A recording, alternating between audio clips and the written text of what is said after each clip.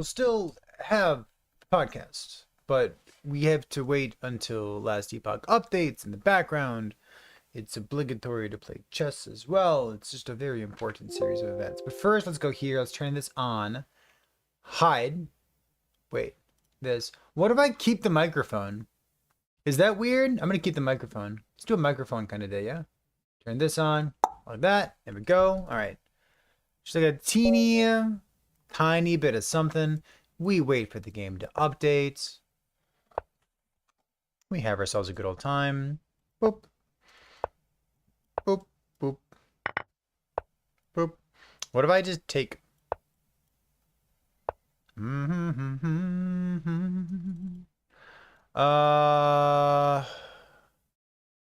What are we doing here? Let's go here. Let's go here. All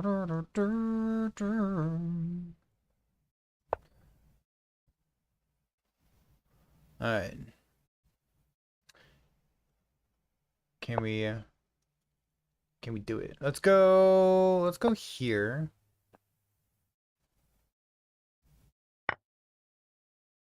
Oh, that is how the game works. Okay, hold on. See, that's why we do the chess first, and then we do the Uber app route second. We get the rust off right now. I'm having a hard time. Oh shit. I'm having a hard time finding another two additional 1LP Red Rings of Atlaria to put attunement on them so that I can play an attunement stacking EQ build.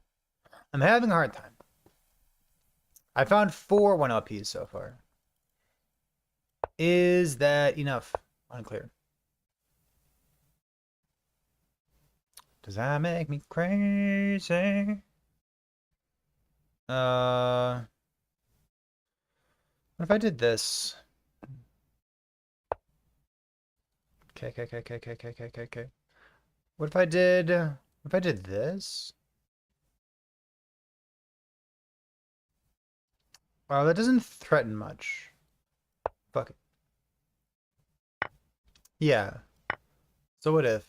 Like, so your king can't castle. But I've got double pawns here. What happens? And then we need to do this kind of thing. I could maybe do this as well. But like, you know, this kind of thing.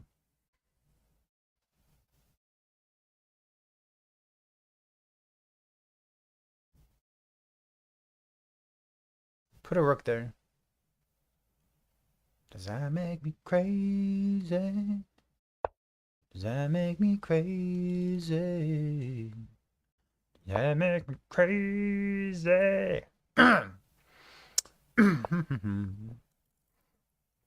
Sure, dude. What about the old whataboutism? Can I do this? Is it too greedy of me? Like maybe I go here instead, yeah? I'll go here.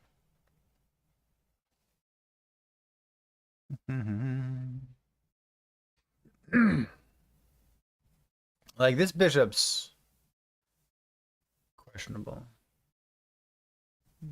Nothing else feels good. Yeah, I'm worried about that. I'm definitely worried about that. If I go here, doesn't do much.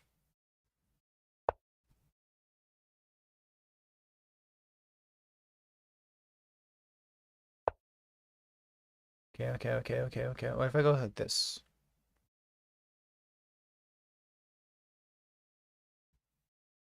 What if I do this and this?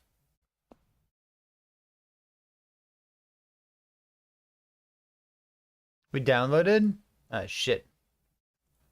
Marvel Snap update queued. I'm so sorry, Marvel Snap.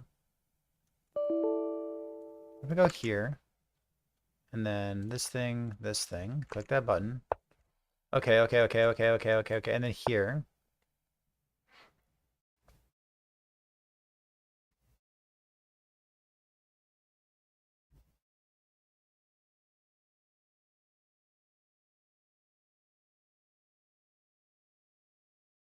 Hmm.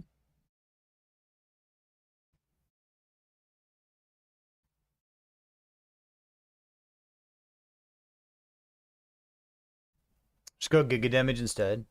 Giga Damage. Noted. If I go like this.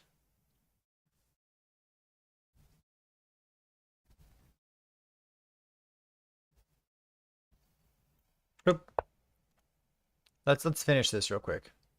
Ah shit, I'm running low on time. No! No! Last epoch! Last epoch!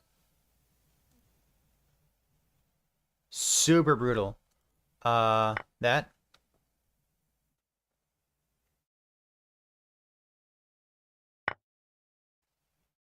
Okay. It's fine. Super brutal.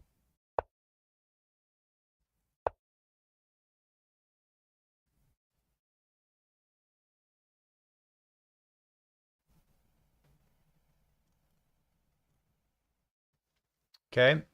Now what? Fight.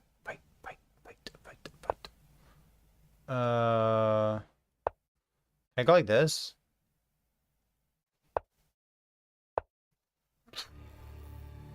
In the business, we call this disaster. Bishop.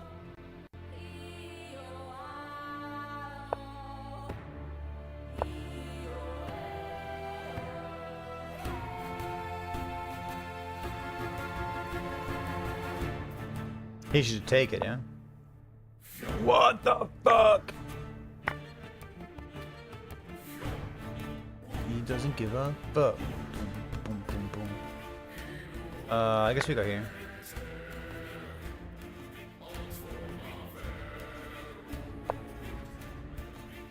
Go on.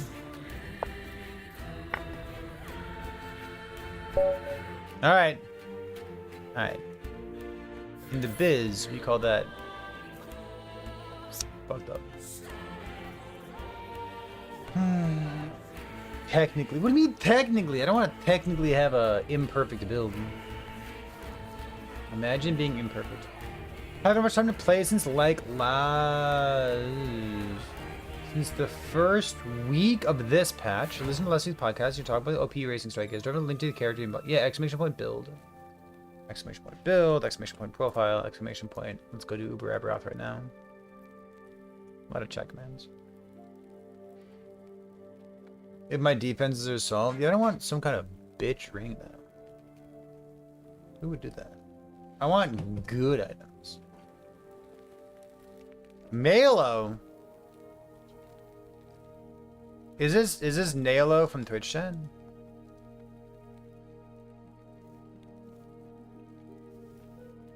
Huh. Maybe it is.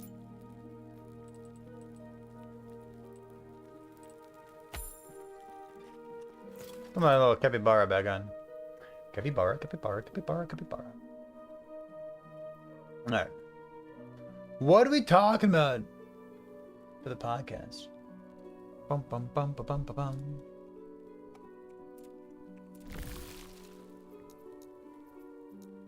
Chat, quick, before anyone else gets here.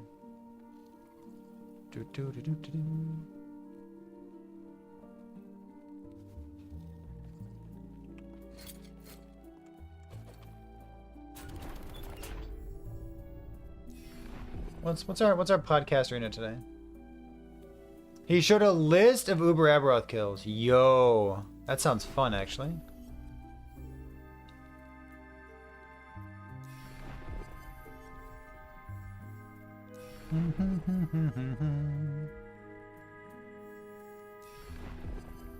Well, we know that after the first week, it was 470. At this point, I would say it's solidly thousands of people who have killed him, right? Like plural. Yeah, do we have like a screenshot or something? I assume that this was in the dev stream today, yeah? What masters? Oh yeah, what masters are missing? What, can you? Is that alright? Can I ask you to do that?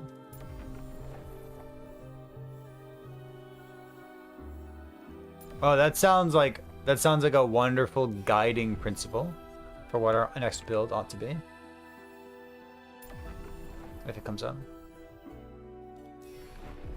Yeah.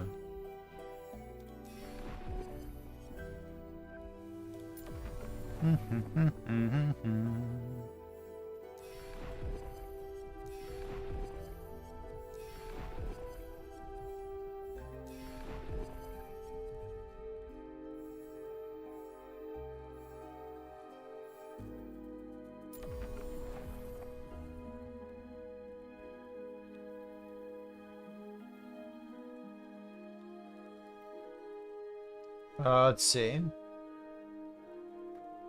1, 2, 3, 4, 5, 6, 7, 8, 9, 10, 11, 12, 13, 14, 15. Oh. 2,157. Noted. So we estimated that at the... Are we 2 weeks in? Yeah, we're 2 weeks in. We estimated like in a week and a half it was like 2,000 people. So now we're at 3,000, 4,000. About 4,000?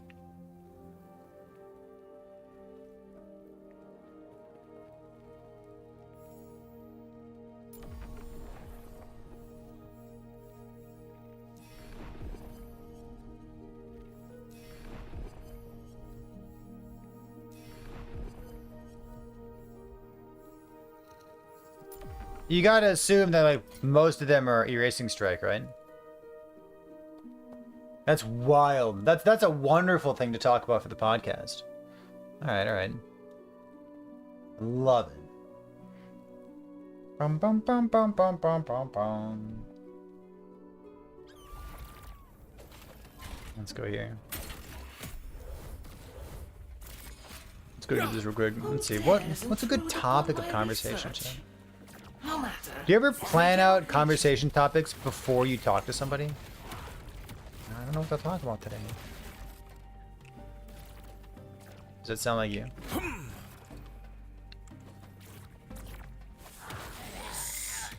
What an amazing piece of information for them to share with us. That makes me really happy. You were probably the very first warlock. That's awesome. I love that. Let's see, what was it?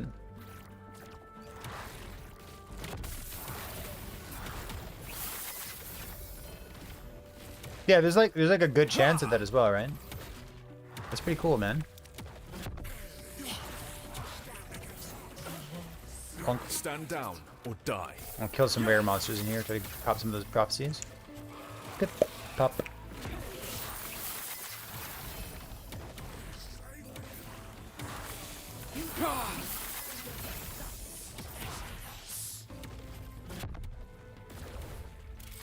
Blade Dancer, Sork, Forge Guard, Shaman, Warlock, Druid. I wonder if it's just like the play rate, yeah? Like, it's funny. Forge Guard should have a higher play rate, yeah? Only I Due to, like, should be able you to know, command getting fire. reworked with literally one node and nothing other. Unless Wait. Maybe that wasn't good enough. Hold on. What do we got here? Stuff? I love stuff. Yo, Dread, what's going on? We're talking about conversation topics for the podcast today. Very exciting. Very demure. Love that. Snapshot. Oh, you want to talk about snapshotting? Stand down or die. I can't imagine that being an interesting piece of a conversation. It ain't no way that that's an interesting topic of conversation for podcast. I don't believe it.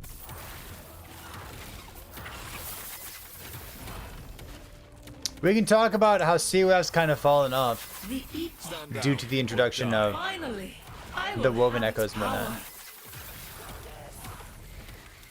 whatnot. We go 1 league One new patch. Devs confirmed the snapshot is legal. That's not new or interesting. That's obvious. Yeah, the very top comment is, did anyone think it was an exploit? Yeah, no, nobody thought it was an exploit. This is not interesting nor new.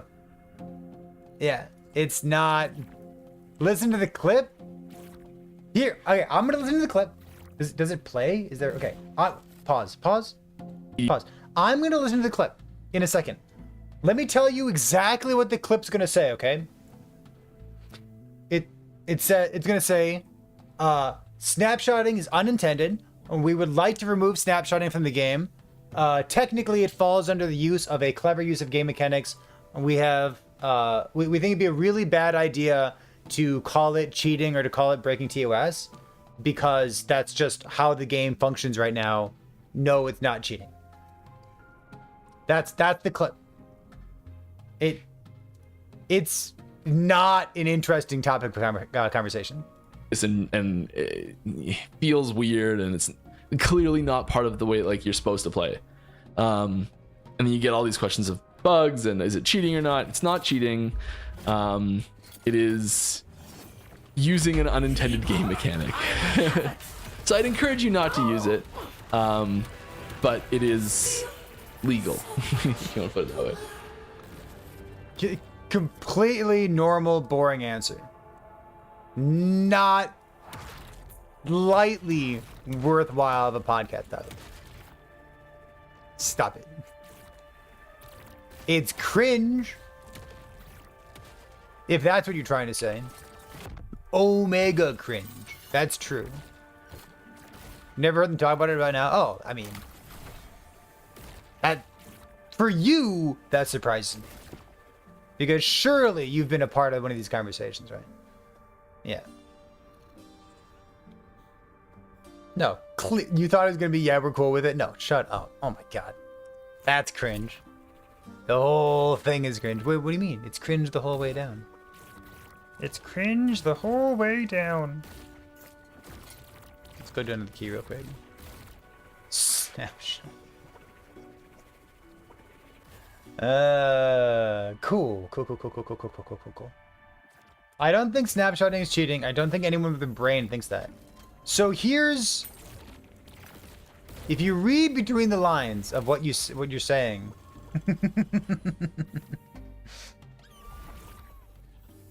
you can understand why it's problematic. You can still talk about it. Why is it worth talking about? It's not. Bum, bum, bum, bum, bum. Oh. Still so much to learn. 21 Weaver's Will. Yeah, I'm gonna go weave some will real quick. Hold on. T7 melee attack speed with frailty and ignite.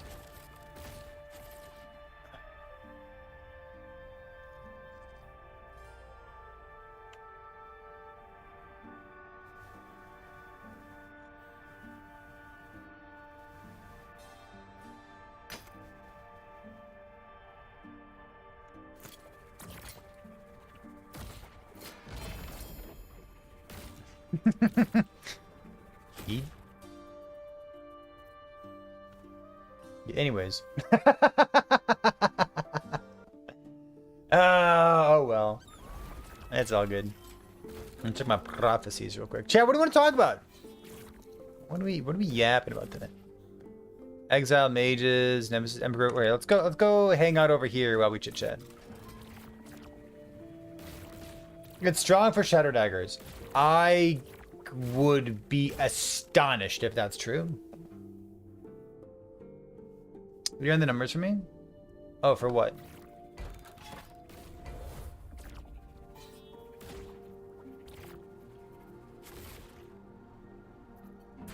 Bonk.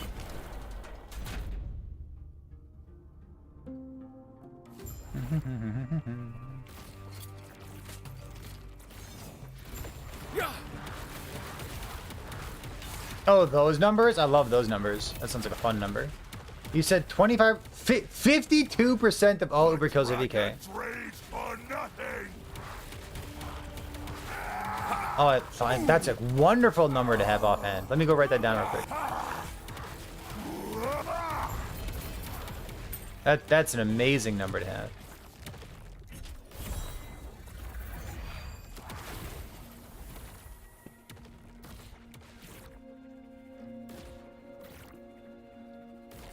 You're level 35. Even at that point, like, I guess you can dual wield a dagger plus that. Like a dagger plus the unique Doomstar. Okay, because like you need a dagger, right? Mm-hmm. Yeah, I see. I see what you're saying.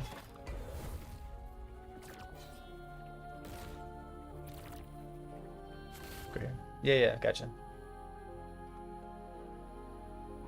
You never talked about it because I thought we were on this nuclear winter thing where we just don't talk about snapshotting like in Chanto. In Chanto?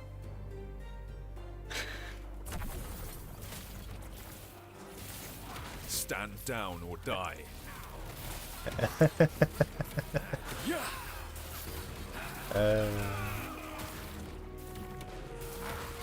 That makes you so happy. Believe it or not, Enchanto is one of my favorite movies. It's so good. I love Enchanto. Stand down or Bonk, bonk.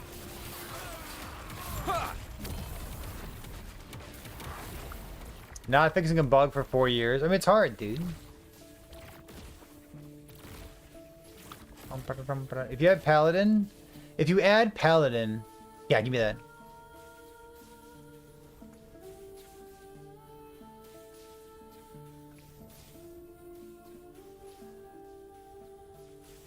You think? Oh, Encanto. We must save the Encanto. Mirabel, what are you doing?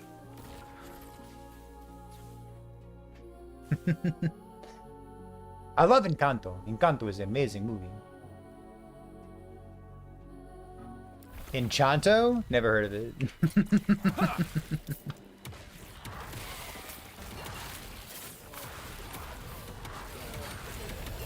Alright, so apparently we're talking about snapshotting today.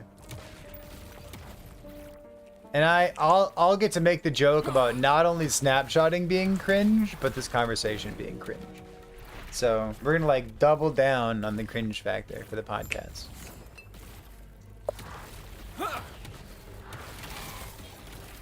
I don't remember what did we talk about last time? Man, our courses through. They would cage us all. We got some time before the podcast starts.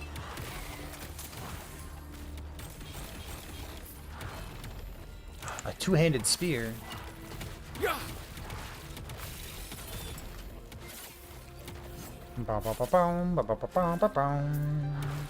Can we talk about? Let's see. Let me vibe check some conversations with you, okay? And we'll see how you feel. How do you feel about talking about I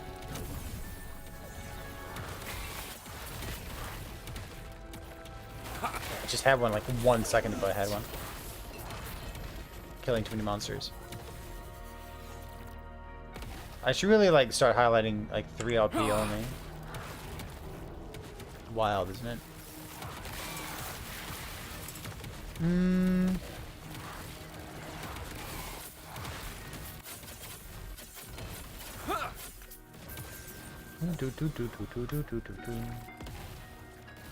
Yeah, let me go focus for a second. I'm gonna kill this monster. And I'll stop clicking and gaming at the same time.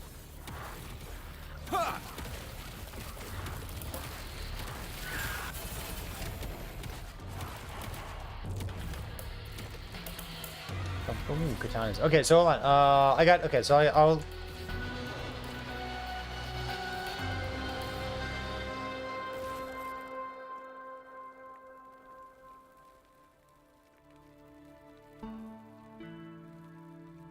Alright, so let's see. I'll write down that one.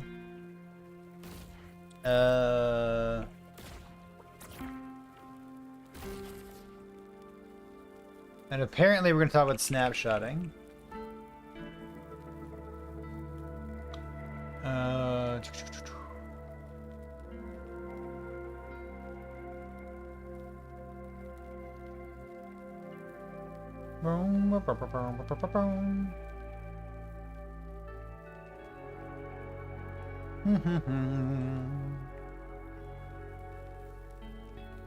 I'm glancing at the front page of r/last epoch right now to see if there's like anything remotely interesting. I assume that there's not, but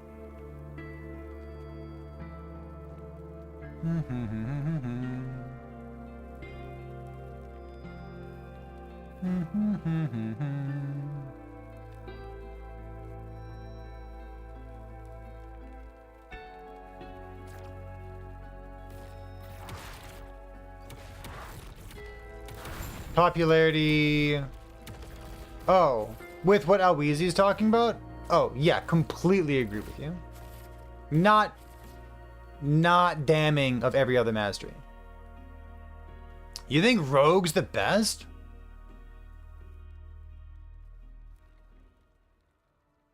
Yo, go on. Oh, by Rogue? Do you mean Falconer?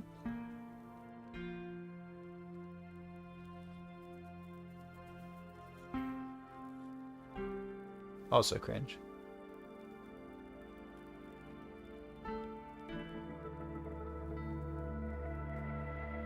The Falconer bug is back, you pretty sure? Well, you're not, you in particular are not currently playing this patch.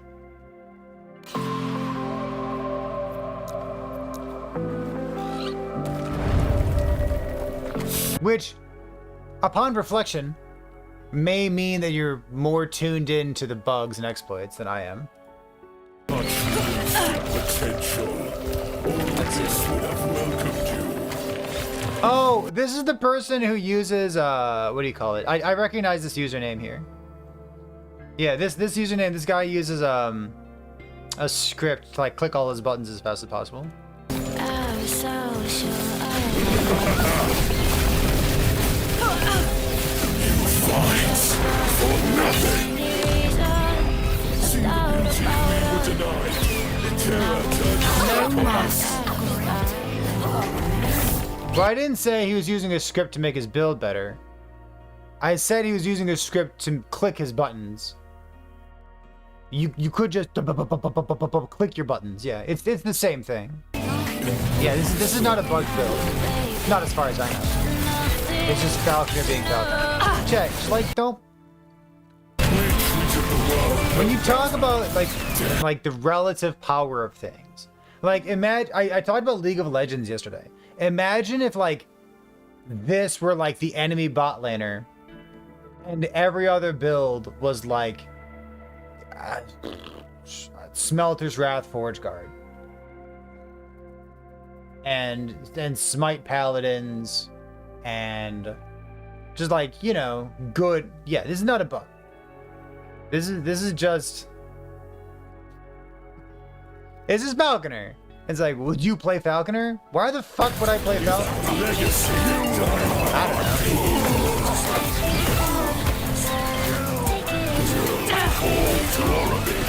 This is the answer. Cool.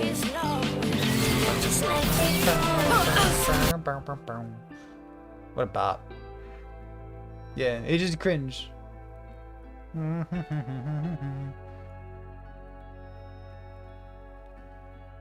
Dread, can I time you out?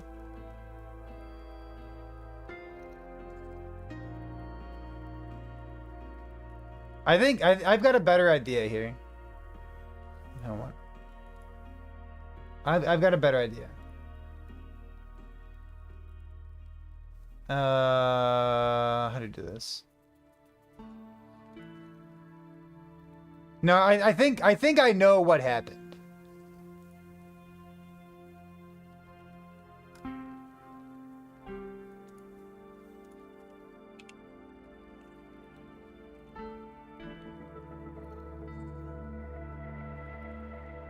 And I can read between the lines and I can find out what happened here. I think what happened is Dread found a toxic fucking emote and it's allowing toxicity to pour out from inside of him. Just like the thumbs up like this. Because like over the past couple days, every time that I see this emote from Dread, it's just this dog shit opinion that just makes other people sad. Like, I'll just ban the emote. It's fine. Just simply do not. Much more room for happiness in your life if you do it that way.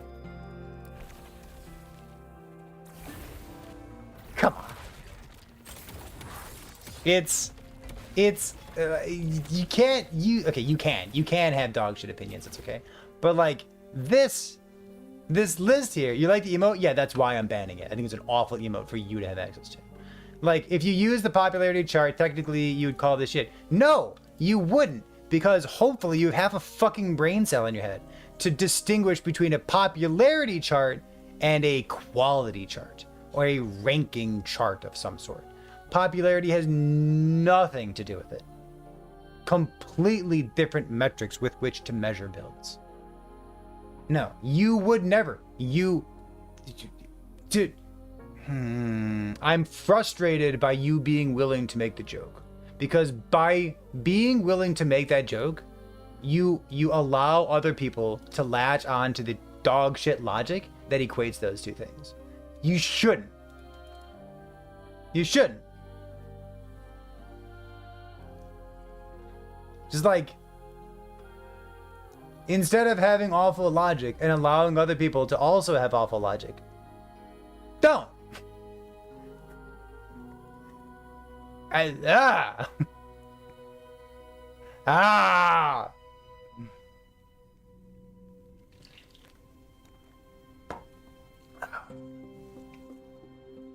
It's never going to. You're right.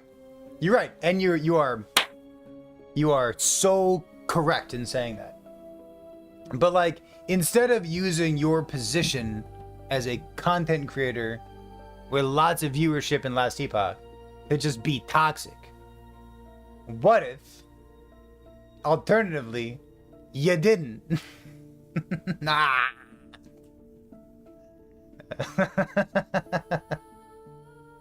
Quick question. Theoretically, can we use set shards to force? No, because you can't use them at all. Yeah, Welshman, I understand what you're trying to say. That would be interesting. That'd be probably OP. But no, it doesn't allow you to put the item in to cook in the first place.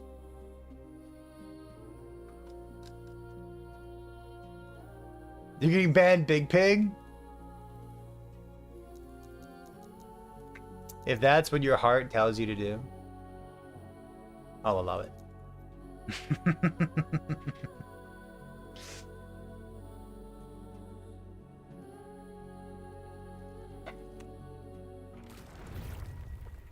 Go this. Such wasted potential. All Abyss would have welcomed. It's a good emote. The thumbs up, it's a really good emote. Pretty toxic. You fight for nothing. Yeah, but like to combine the comments of what Alweezy has noticed there by looking at the data, and the other comments that Dread made about the potential outcomes of reading that data, like, that is a good podcast topic. No monster greater than Oribis. Aberon, The void comes. lie to us. I'm all out of void, so lost without you. Fuck. We're gonna talk about hitboxes.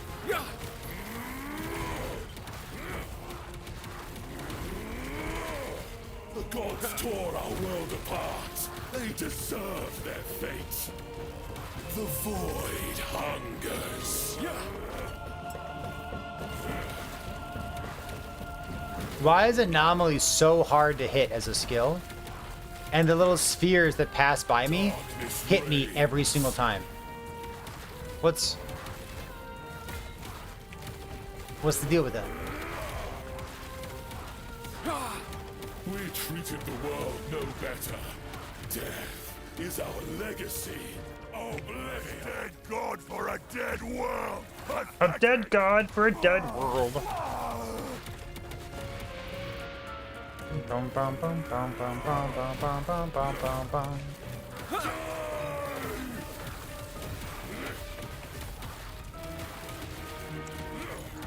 Damn. The void hungers. Weak and worthless. Ow.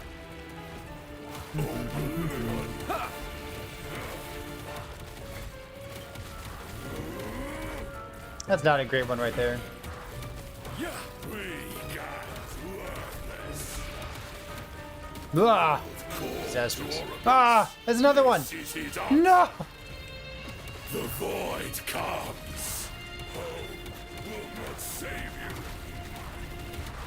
you. Oops. You fight for nothing. That's so brutal. I really fucked up. The void hungers. Oh, just kidding. Not fucked up at all. Hope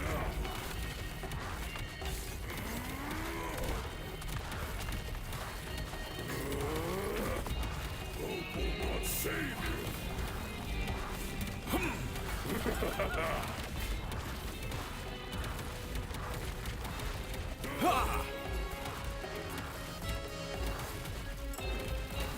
You fight Stand down. for nothing. There you go. What? Erebus, help me!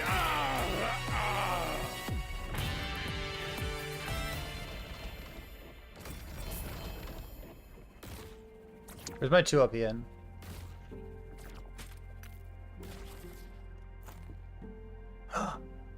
A Spine of Melatros. I can finally reroll. Plus increase more. Ooh. With 412? This is 11.8. This is more mana. 4% more. 7, 13, 11, 2.2. It's pretty comparable. That's too bad. It is good though. I'll give it that. Bonk.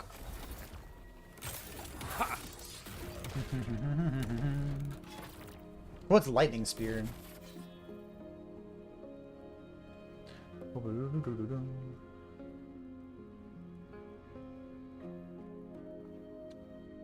Oh, yeah, Antez, completely agree with you. Unfortunately. That says, Elise says, hey, Sentinel should have a lot of kills.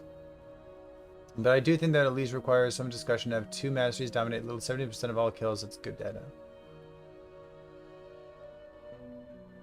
Are you saying the data is not good, Oweezy? I would assume that part of it just comes from people having the same approach. Yeah, I think the data is good too. I'm really happy that we're willing to share that. I think that people just are the same as me, which is obviously biased, but let me share my opinion real quick. I wanted something that was a surefire way of killing Uber Aberoth. And like my initial impression was based on people who are like going to like hardcore worlds first, or Flubgun, who was like the first in softcore, right? So like at the very beginning, you saw like 2 builds emerge. One that was going to be Paladin, who just fucking stands there, or VK Racing Strike, which has to participate in the fight but clearly has enough damage. So like for me, I chose Erasing Strike because I wanted a way of killing Uber Aberoth, and I didn't care what the approach was. I wasn't really interested in finding like my build that has like, you know, my player expression in it. I'd rather just like have a build and I'll just try to play the build well. So for me, my second build, I'm going to care more about like trying to make it my build now that I know more of the thresholds that go into it. But yeah, I think people just saw Flubgun do the worlds first, and like Erasing Strike is fun and good. So it's like 2,000 people, right?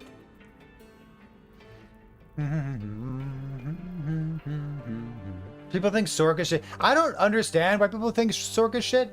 It's like basically unchanged. Yeah. Yeah.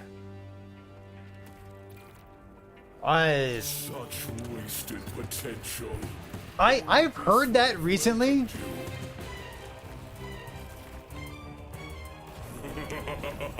You're like, Sork's garbage. I'm like, literally fight one thing changed with Sork. Nothing. Like, it doesn't have that one spark charge build anymore. Weak and worthless. See the beauty we were denied. Itera turned her back on us. Darkness Finally reigns. found peace. Pity. Like, it's basically unchanged. It's wild to me. Void comes. Weak and worthless. Many. But,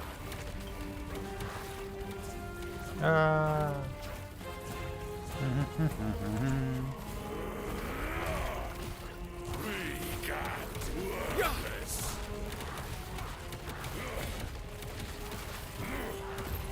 The void comes.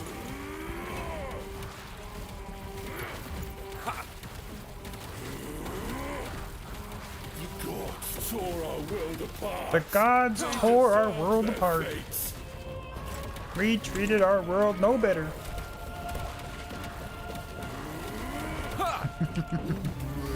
Race oblivion.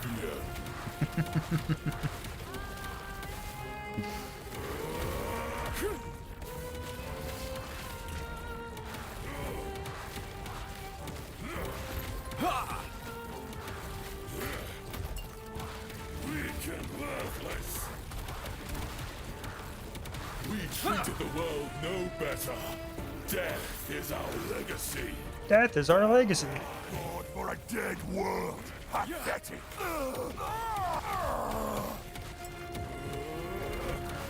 The void hungers.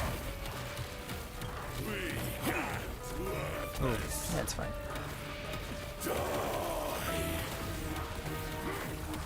God bless having AoE on a melee build. Unbelievable. Feels like cheating. We can't worthless. Die. The world called to Abyss. This is his answer. The void hungers.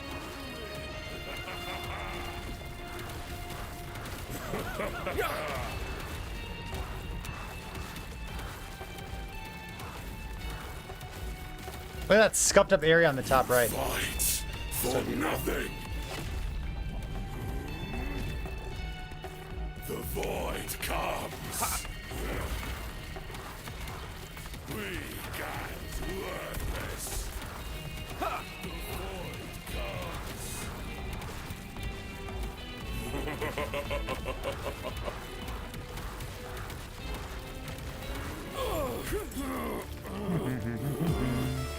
What? No! Arubis! Help me! Yeah, Dorn. I think that's exciting. Relic? I don't see a relic in there.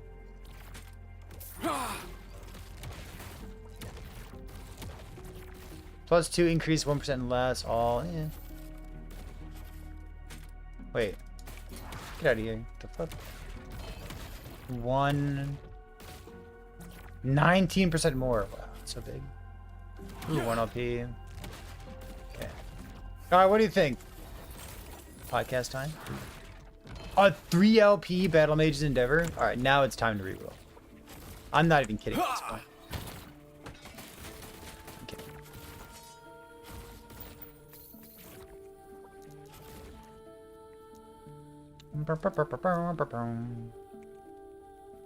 Tab priority. Ba-bum, bum, bum. Bing, bum. Alright. Done. Did I see the whip kill? I did see it. How many blade dancers have killed him? You don't see it on the list? It's at the very bottom of the list. It's funny that you say that. It was the very bottom one? Yeah, it was it was the very bottom one. Super funny.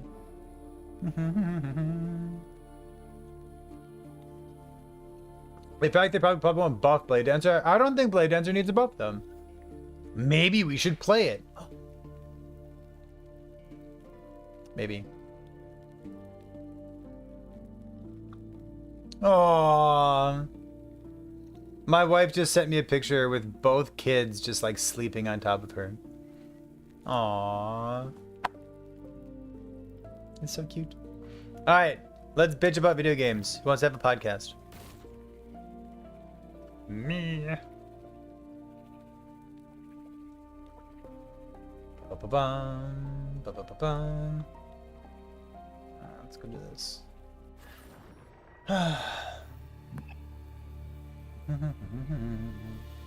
Yeah, Camden, and that's exactly what I did, which is like it's a popularity contest, right? It's completely normal. If we were to rate every single build by strength, RF would never be played ever again, and we all fucking know that's never gonna happen. Big We mood. all know that's never gonna happen. We all know that. All right, it's Fox is too time. much. It's time to bitch. Chat, welcome back. How are you? Wait, I need a. let me pull up. Full Why am I over screen. Oh, Jay was in your DMs? Ooh. Dude, Jay was in my DMs. I saw Ooh. him. I clicked H for homies. Ooh. What's the? There's a button here somewhere. Pop out full screen like this, and then like this, and then like this. No, and then like this. No. I'm gonna this. pull up the. Do we have like an image of the statistic real quick? Someone can link real quick. Yeah. I mean, I have it. Yeah, can you link it in chat again? I don't have it. I could put it on the screen too, I suppose. Yeah, if you want to, go right ahead. Remove Put the it damage behind penalty. the capybara. Oh, I like the capybara. No, I said put it behind it. Like Oh. put it in front of it. Yeah, you see what I mean? Like in layers. Aha! I did it! Look at that! See? I've done one of these podcasts before. Ta-da! Alright, so let's take this guy. I need a hat with the Lily Ho emote on it, you know? Toxic ass game. Alright, let's take this. And then I'll just do it like this. We're all allowed to have toxic takes. I let you have toxic takes. Oh, I was never toxic in my whole life.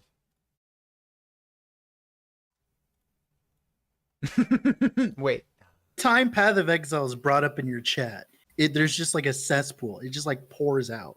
I know From you. me? I know your chat. No, not from you. From Oh. chat. Yeah, that's the Twitch chat though. All right, so I'm gonna put this right. Oh, I know. here. But the Twitch chat, you know, reflects the streamer. No, Well, I don't really have any hard feelings against. I'm just fucking with you. By the way, I don't care. Like, it's- I'm gonna put it right there. I like the capybara. The capybara stays. All right, we're gonna have a podcast. I got at least 3 things to talk about. At least. All right. So snapshotting is one of them. What a boring conversation. Holy moly. Oh, we don't have to talk about. No, we that. will. We will. I would just crash out, to be honest. So You would crash out on that, really? Yeah. I mean, what do you think I'm gonna feel after 4 years of this bug existing? Like, you think I'm gonna be like happy? You think people are happy about it? I mean, Like, All just right. because we accepted, you know, the atrocity doesn't mean that, like, you know, we're not angry about it. I think it's important for us to talk about it because it just came up in conversation. It's on people's mind, and We will talk about it. It's fine. we'll talk about I it, will talk about it. refrain from crashing out. I promise you. Listen, if you want to crash out in the business, we just call that good content. Content, yeah. Content, baby. Okay, let's 63 or something, right?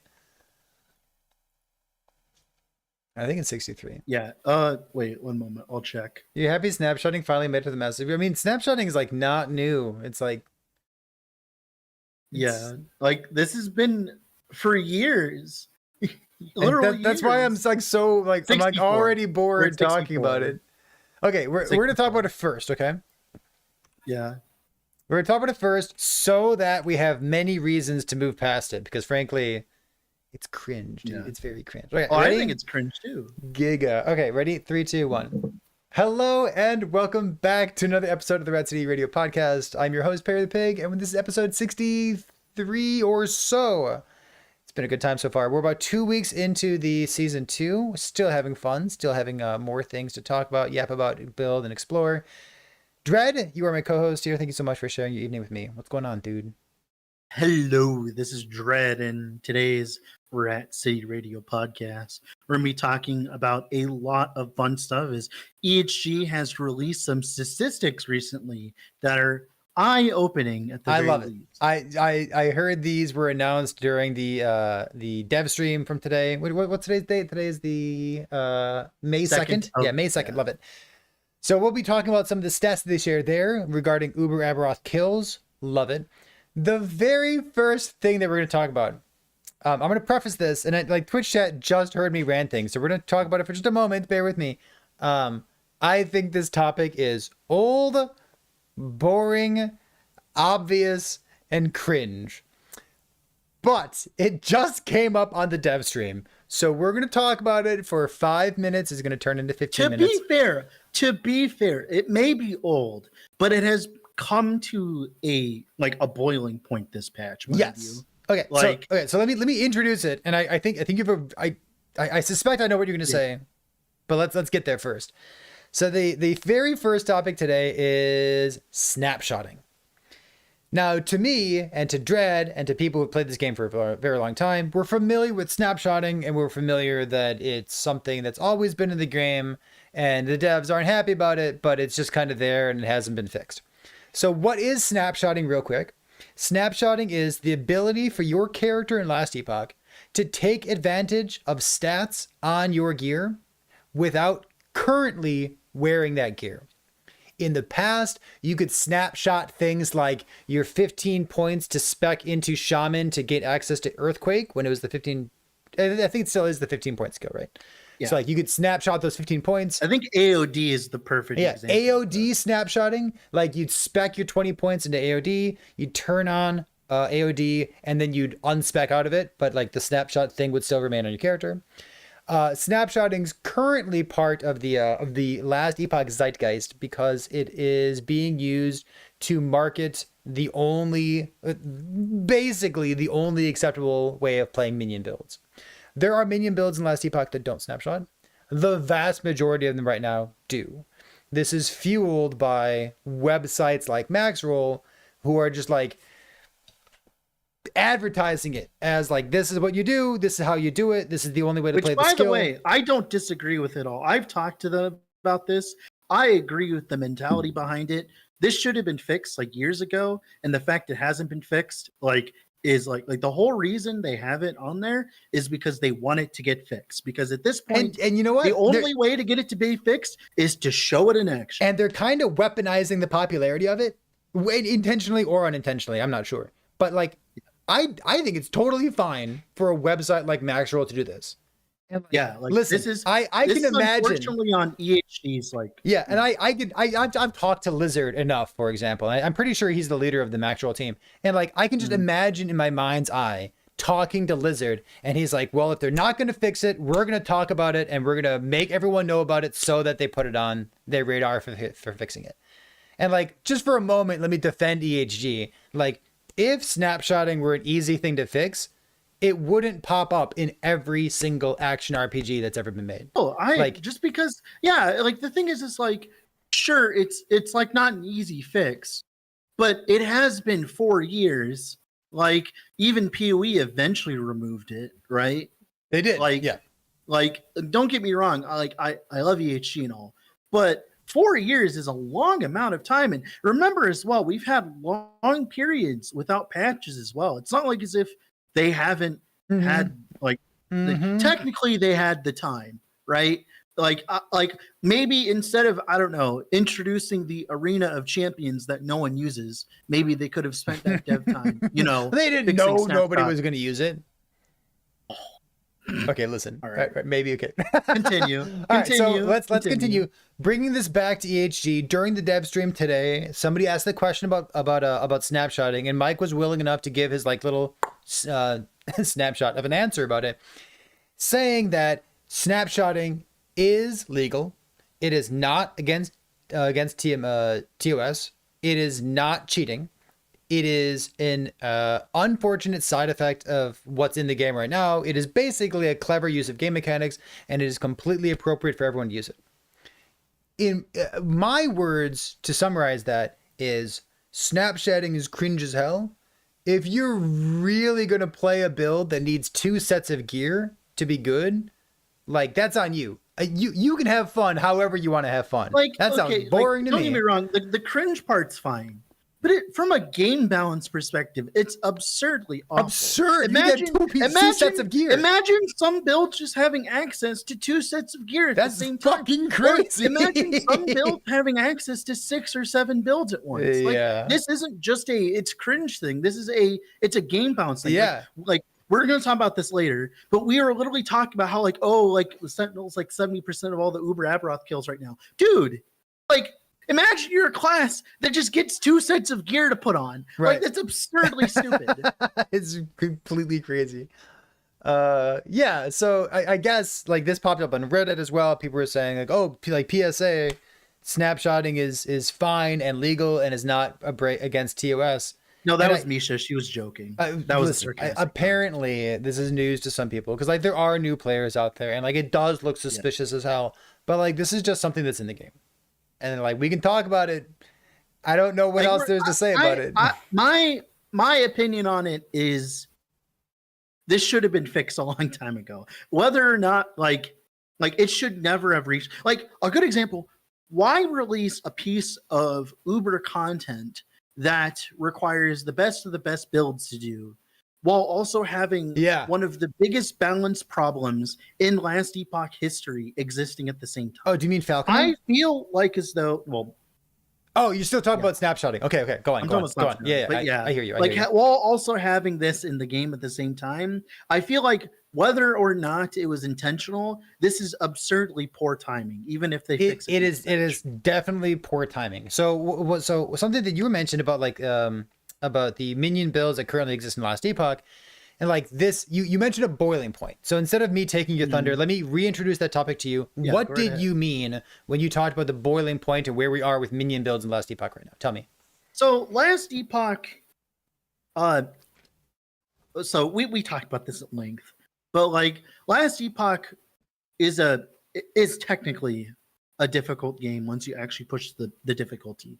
But most people, including minion players, I will throw in here, usually never interacted with said difficulty. They would never get to the point of getting to said difficulty in terms of like high corruption farming and stuff like that, right? Because whether or not it was too hard to get there, like it was in the past, it took too much time, whatever it was, right?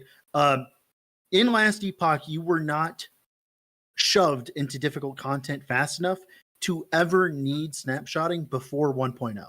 Before 1.0, you could just play your dainty little skeleton summoner and have all of your skeletons die to Raya's attack every single time he does it at 100 corruption. You could do that and still be able to play the game. But now that there is a defined goal of this is the best of the best, the best of the best does this, people are now incentivized to use it because it's fucking annoying to use. Yeah. It's annoying to use. And if you're a minion enjoyer right now and you want to do Uber Aberoth, your hands are tied like as if you're a hog. Like you do not get to have a choice. It's either watch all your minions die to the dot pools and have infinite stacks of frailty on them, or snapshot. How on earth do you cleanse ailments off your minions to allow them to deal damage? There's fast enough. Say what? Fast enough. Fast enough. Repeatedly. So there's Warcry, and then there's what? What are minion builds supposed to do? Yeah, like Die. I feel like I it's don't the know. poor design. Like this is also pointing out some design issues with the fight as well. Yeah. Mind you, like this isn't entirely on Snapshotting's problem. Like in theory, you shouldn't have to do this Mm. if minions were viable choices, right? But that's neither here nor there. Now it exists. Like the like pretty much the proverbial like snake is out of the can. Like because no one did it before because you didn't need to do it. And now that there's a quote unquote reason to do it, now people are doing it and now it's coming in the limelight. Yes. The reason why EHG didn't have to fix it for so long is because it was like hidden behind doors. People didn't talk about it. People didn't play it. People would every so often talk about it and bring it up, but they would never show it in action because you had no reason to, because the game wasn't difficult enough, fast enough for that to matter. But now that the game, you can actually push corruption. Like this was starting to boil up last patch. People were doing snapshot stuff last patch. Like they were doing it. It's just it wasn't so in your face like it is now. And now it's in your face and everyone's using it and everything, right? To make their minion builds work. And it's not just minion builds that are using this, mind you. Like there are other builds that use this. Like a good example is like there's the chest, the ox chest, the pale ox chest. What if you had a Titan heart but was better? Okay, twice as good, while also being able to wear a real chest at the same time. What if you could do that? You can snapshot summon bear on Primalist and give it so much HP it will never die ever, right? With all of the gear, swap out and swap into Pale Ox and have an infinite source of 24% less damage taken the entire way. Like that is absurd. That is just like, what if you just had Titan Heart, but better? The chest we were talking about that, like Mike was saying, might get nerfed kind of thing. Like what if you just had that, but double as good and like also an infinite minion walking around with you? Like and when you say like the chest that might get nerfed, we're talking about Titan Heart, and that kind of heralds back to a different conversation.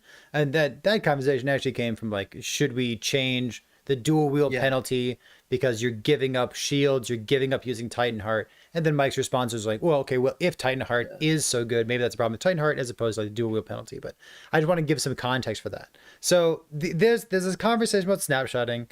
We'll talk about it a little bit here. We can talk about minions more, but I just want to put like we'll finish it now. Yeah. Okay. My only piece of feedback from all of this, personally, is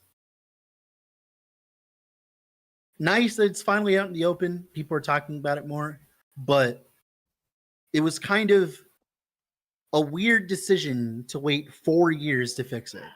I think like waiting 4 years to fix it, that's a long time. Like remember when like PoE fixed double dipping? If you don't know, back in the day, double dipping in PoE existed where you just like, activated my neurons, by the way. I'm literally excited hearing those words again. Imagine if PoE waited to fix double dipping till now.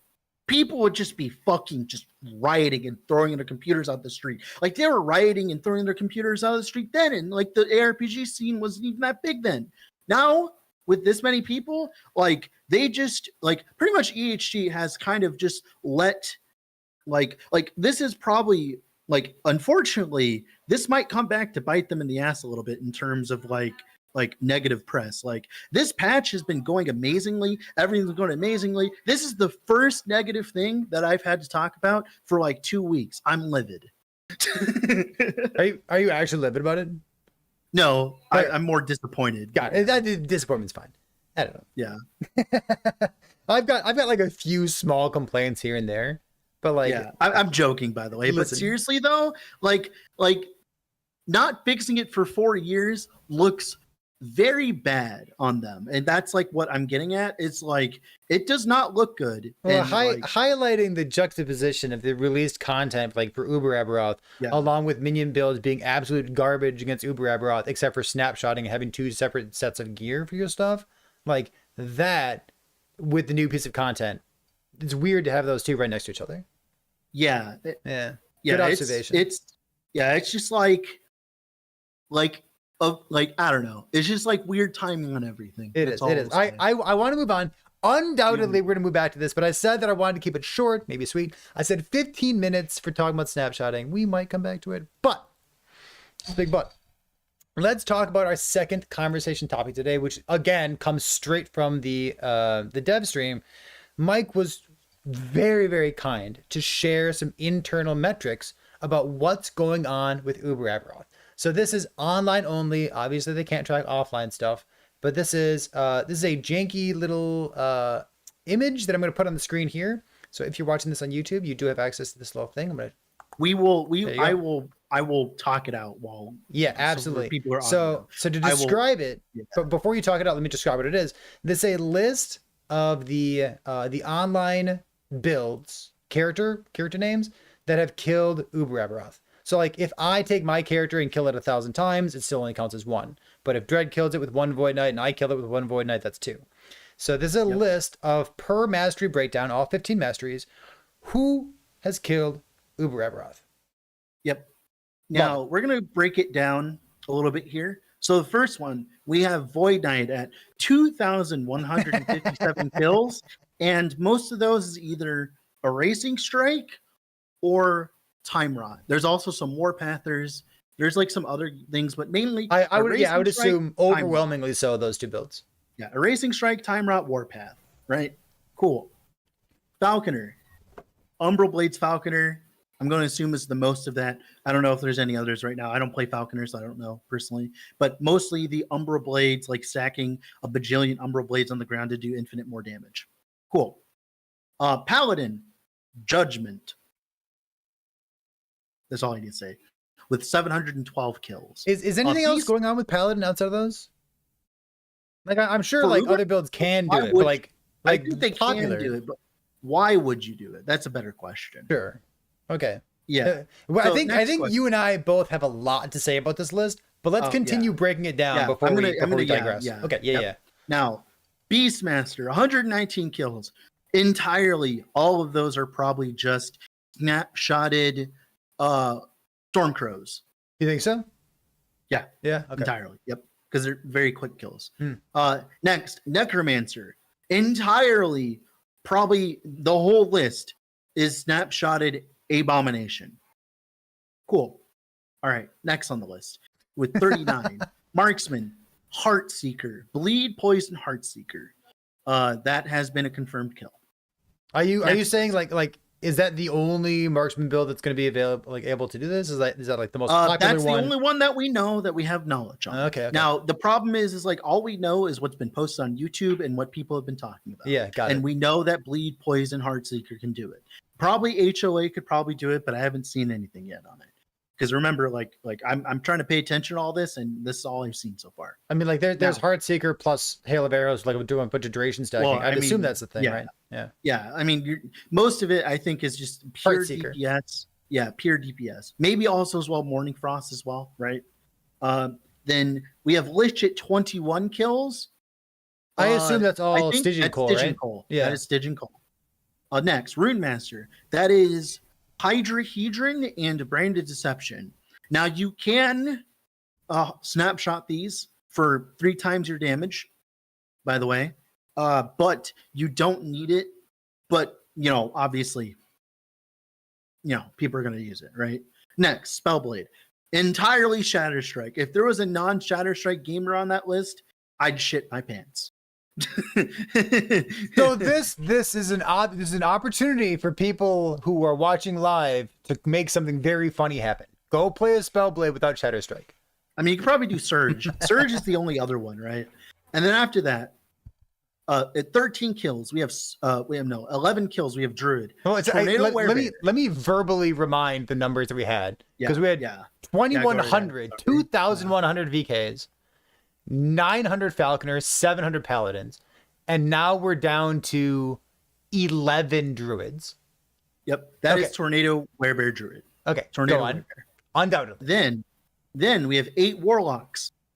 All of those were probably Antez. I'm joking. But Flame Whip Warlock has come onto the scene as a new build. Flame Whip Warlock has killed Uber Aberoth. Look, insane. Giga Brain build, very I've cool seen build. 2 videos on it already. Yes. The next, Shaman. That is either Storm Totem, I don't know if that's the case or not, and Tornado Shaman. which is pretty much very similar to Tornado I Werebear. would just assume like Tornado as well. Tornado had a little bit of hype Yeah. for Shaman builds with the new mana cost before Season 2 launched. I'd assume that Yeah. those are like those people like min-maxing the builds getting there. So Shaman, and Forge Guarded, 8 kills, even higher than Shaman, mind you, which is funny as hell. Forge Guard. I haven't seen a video on it. I actually don't It know. also was bugged for the most part until like Yeah. 3 days ago, right? We 2 days ago, 3 literally days ago. don't know. We haven't seen a build on it. If you Literally. out there in It's the Shield- audience is it playing, Shield if you're Bash? playing Perfect. Forge Guard, That's what I assumed. Yeah. if you're Shield playing Forge Bash? Guard against Uber Abrath, let us know. Tell us. Shield Bash. People are saying it's Shield Bash. All right, cool. I haven't been up to date on this because I don't play Forge Guard. And then Sorcerer, I actually don't know. I think it's Static. My guess would be Static Orb. My guess but I would be actually Meteor. know I don't know. Sorcerer. Meteor? No. You don't think so?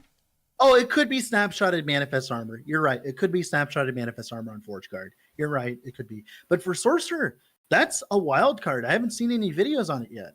That's a wild card. Sorcerer is literally a wild card. We actually don't know. Yeah, with the if chat's relaying us what the Forge Guard build is, like one of the Forge Guard build. So there is a Forge Guard build that uses Shield Bash, which does not scale on attack speed, right? And then they're using Event Horizon, which reduces your attack and cast speed, gives you like a 150% more damage, and that makes your Shield Bash go nuts. And you can do that now because of the two-handed node of Forge Guard. So Forge Guard actually has a use. Oh, Hallelujah! oh, that's sick. Woo! Oh, I Woo! love that. A Forge Guard only build actually doing Uber Aberoth. That is amazing. That And no, one that's Sorcerer. cool. I like that. Oh, Yeah, and then we have using a Blade Dancer shield. all at the Okay. bottom at 30. And for Blade Dancer, I'm going to assume it's some kind of Umber Blades thing. I'm going to assume. I Or we would can- have a different guess. Maybe like Umbral Blades or like Explosive Trap Acid Flask. I don't know on that. Yeah? one. They did nerf the mana on it. Hmm. I don't know. That's the thing. I don't know. I went and looked on YouTube and I couldn't find any. Now, did they state that these were solo kills or in group? Because if these were in a group, right, they don't count, I don't. obviously. Yeah, I don't know about whether it's solo or group. So I if they I were in assume a- solo. I hope it's solo data. Yeah, if they were in a group, right?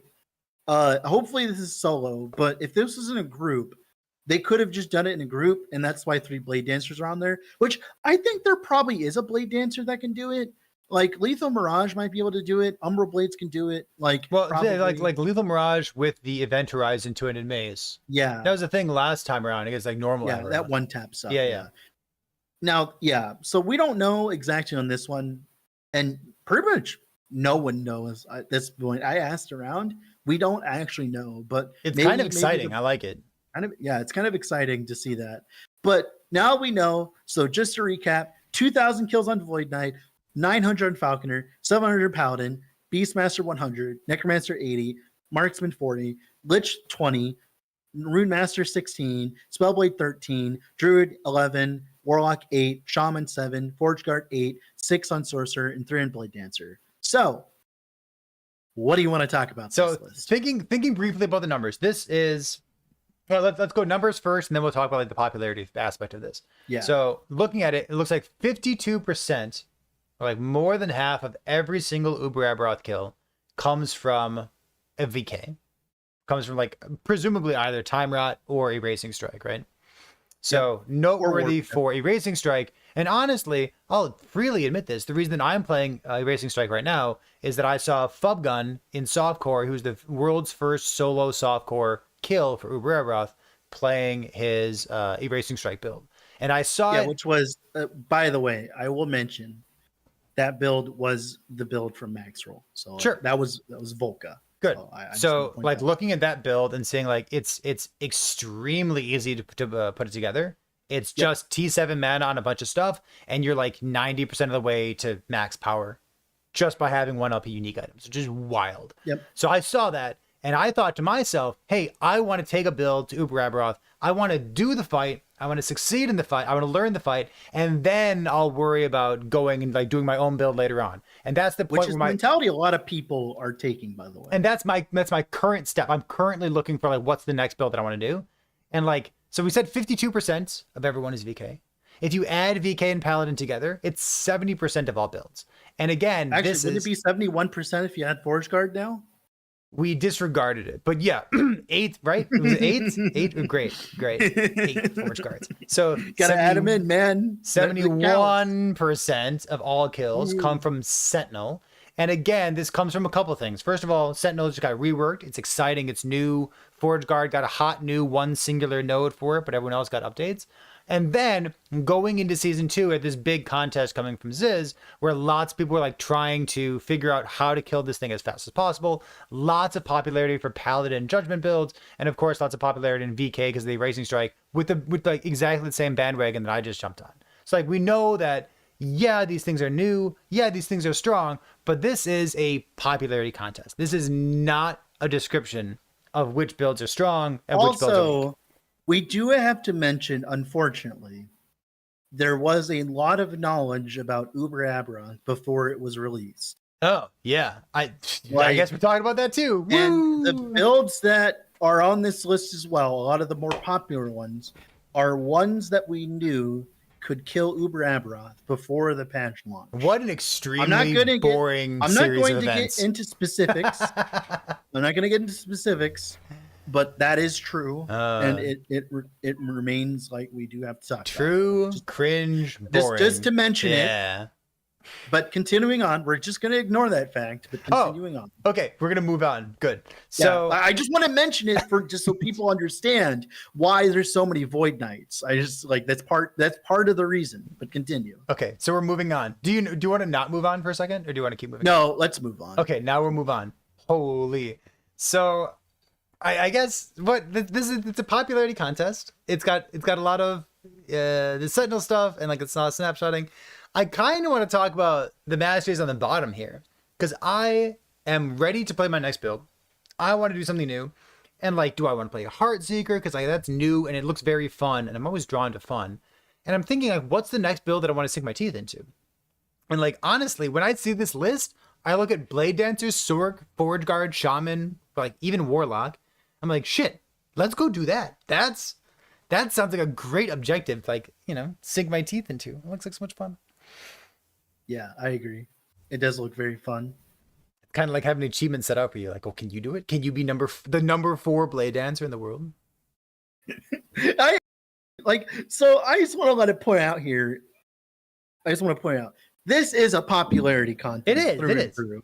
Like, to give you an idea, right now, currently the fastest and easiest Uber Abrath kill is Falconer, which is only second. If we were to go by strength, that would be 99% of the entire tree because like it killed it in 43 seconds. That is fucking absurd for a fight that takes. How long does it take you on a racing strike? Oh, a few minutes. It's fun. Yeah. I like it, but yeah, a few minutes. But in comparison, if we're going to go by pure power, right? So we just want to point that out. This is popularity. So the reasoning behind that is like a deep-seated thing, which we can talk about if you want. I would love to, but like the reason, like you and I often, when we're talking about like the relative power of stuff, like we say like obviously Falconer comes first, but that's boring. So let's talk about something else instead. Like Falconer is just so far above and beyond. Well, no, let's talk everything else. about why. Let's talk about why Void Knight is up there. Oh, why Void Knight? I assume Void Knight's up there because it lines up well with the new defensive nodes in the tree, and then Racing Strike got a lot of popularity before season 2. Well, so I would suck dick for a few minutes. I'm gonna allow that. I think it's funny. What? What Master the Sword fuck? said. What Master Sword said. It Twitch got chat. auto-modded. Okay. Yeah, it sure did. All right, okay, keep going. so- Tell me. There's a few different things. This is like a perfect storm of things. First things off, if you were just to ask someone their most favorite mastery from last epoch, Void Knight would be the number one polling. It's been mine for Everything. years. True. Yeah. VK literally is like literally the top, like popular, just by popularity. Like if you ask like a noob, it's like, hey, you played last epoch for 5 minutes. What's your favorite class? It's so Void Knight. edgy. I think It's so cool. edgy. Edgy. Yeah. Cool. All right. That's the first thing. Second thing, it just got buffed and buffed and buffed. Like they've slowly been buffing a Racing Strike And adding more And- quality of life to it, yes. and Void Knight as well. And then they buffed the passive tree again. And then they buffed, they buffed Erasing Strike by giving it 100% more damage Well, modifier. which it did not have is before. Erasing Strike the only skill that got like over No. buffed from the No, but it's from the change why- of volatile reversal? No, that's why it's so popular is the Erasing Strike perk, because Erasing Strike was also a popular skill, right? Erasing Well, who Strike, doesn't big like bonks, melee big builds that bonks, aren't yeah. garbage? It's so Yeah, much fun. exactly. Now, all of this, though, the entirety of all of this, the reason why Void Knight's on the list is because guess what they get to do because of a certain passive? Go on. Ignore mana with Void Well. Now, Yeah, well, like, that's not 2,157. That's like 2,000 Void Well builds and 100 like Time Rot builds probably, or something like that. yeah. So what I'm going to say is expect Void Well to get taken out back to next patch. Is like Voidwell. So let's bring people back on board so they know what we're talking about. Voidwell's a Yep. node in the top half of the VK skill tree. It says if you go below 0 mana, if you have 3 Void Essences, which got buffed, if you have 3 Void Essences, you delete those Void Essences and you recover 30% of your mana pool. So all these builds, including the Erasing Strike build that I'm playing right now, you build And the Warpath build. you build 1,000, 1,100, 1,200, 1,300 mana, so that every time you get 30% of your mana back, it's like having a completely insane amount of mana Oh. regeneration. If you're wondering, by the way, if you add, I was doing the math on the side here. If you add the Forge Guards to the Void Knights and Paladins for the amount, right now, if you were to take without Forge Guard, It should be 70%, yeah? No, it was 69.6% of the entirety of it all. So Right? 69.6, okay. And if you add Forge Guard, it's 69.7. Forward guard got buffed! Yes! Forward guard fixed! Yeah. There you go. I just wanted to point that out. Thank you. That was good. That was good. Woo! All right, continuing So, on. Yeah, Void like, Well. like Void Well allows you to build maximum mana and then have a playstyle where like you don't need a mana generator, mana spender. You just build mana and your build functions. That's it. Easy as. Yep. Um, It's gonna get nerfed into the ground. so the prevailing way of building it is like I heard someone else comment in my Twitch chat, and it was one of the tryhards. I don't know, you know Wander, right? And Yeah, he I was know looking Wander, for anything else that he could do with the Erasing Strike build, looking for innovations. And he like has a higher DPS version where like he sacrifices defenses and stuff. But he was looking for like any other kind of innovation to like make the Erasing Strike like go harder. And he's like, man, it's such a pain in the ass that World Splitter has 50% increased mana on it. Because Yeah, even if that's you a lot. find other like DPS options instead, like that, you know, less synergistic but more raw power, like you can't beat 50% increased mana on top of all that. It's a wild like increase in the quality of life and how quickly you can get the build spun up. It's crazy.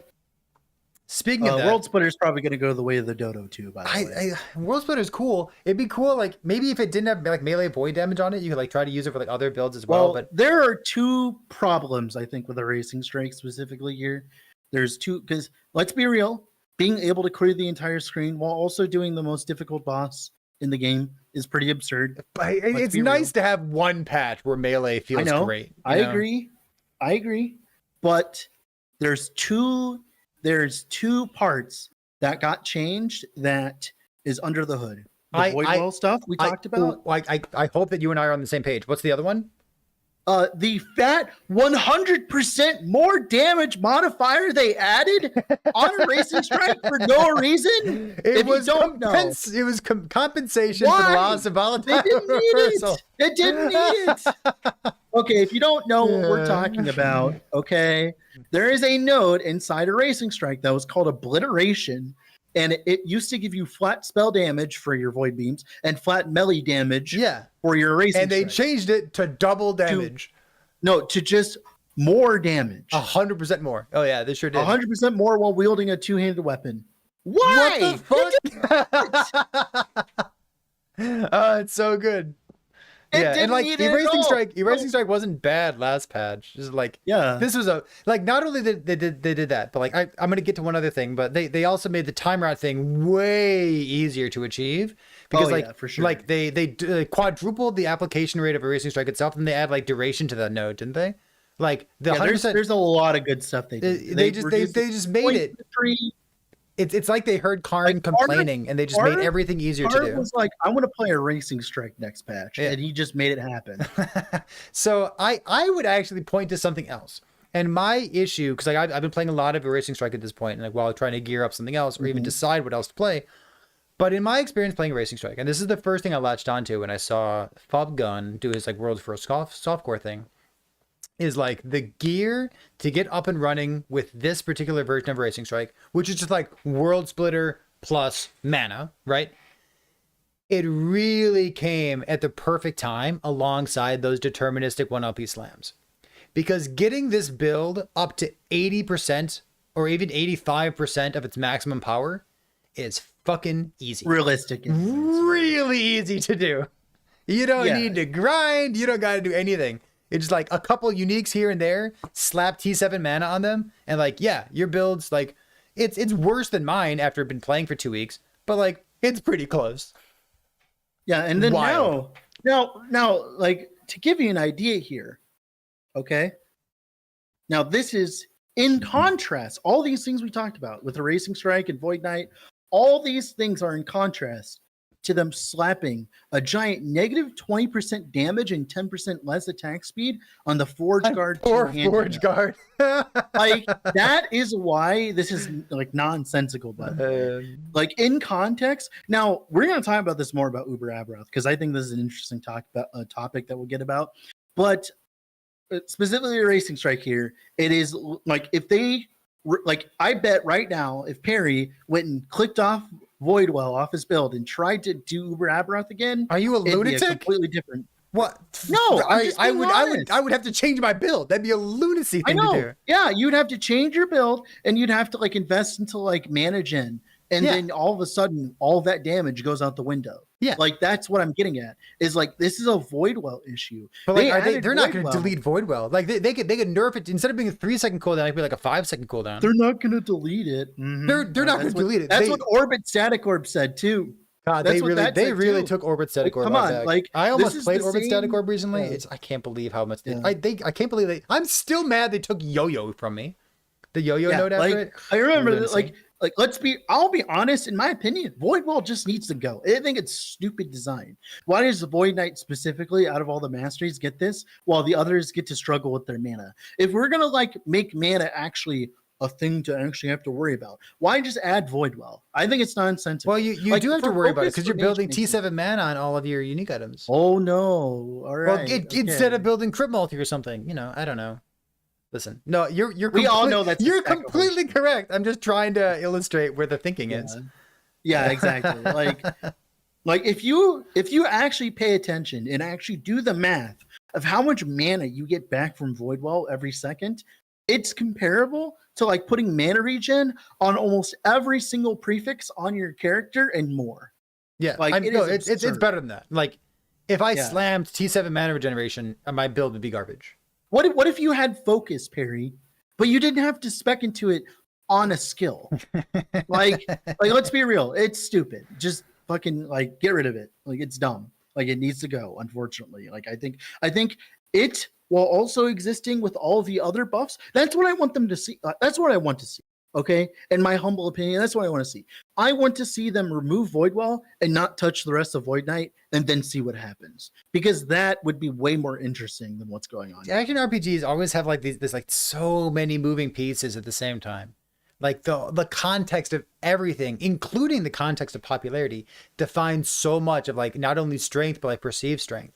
And like I used to play a lot of Path of Exile as well. Like I understand that Path of Exile was very willing to nerf things to New Oblivion so they could like, you know, manually change what the meta was to shift people from like having, you know, you're all going to play Elementalist this patch and everyone's going to play a Duelist this patch because that's what we're going to shift things around. But like the orbit static orb thing is a good example because like instead of just nerfing the mana cost. Oh, I have a much more recent nerf that we'll talk about. Oh, sure. Okay. So the orbit static orb, like they nerfed the mana cost, they nerfed the duration of the spiral, and they nerfed the explosion and the generation of like the small orbs. Like they nerfed so many things at the same time. It's like you could have just nerfed one thing, maybe, or just the damage. But then you have to build attack speed level, Var. Go do it with Vengeance instead of Void Wall. Seriously, go do it. Like, go do it. Yeah, go that's see how not easy good. it is. Go see how easy it is. Go, But, like- go see. Like, seriously. Like, So legitimately. my If you think I'm complaint. wrong, Okay, so this is a person in Twitch chat right now who's watching, and they said if you remove Void Will, people will add Vengeance for infinite mana and damage reduction, and we're that's back. not infinite like- mana. But like that is that not also seems infinite mana. fine, right? Yeah, that's how it doesn't- should be. Like that's yeah, and like you're microing these things, and you're swapping between these two, and like I you're feel like melee 20 much more mana often. when you use Vengeance is nowhere near comparable to the amount of mana that Void Will gives. Yeah, and like the build, feel like- the build basically builds no attack speed right now.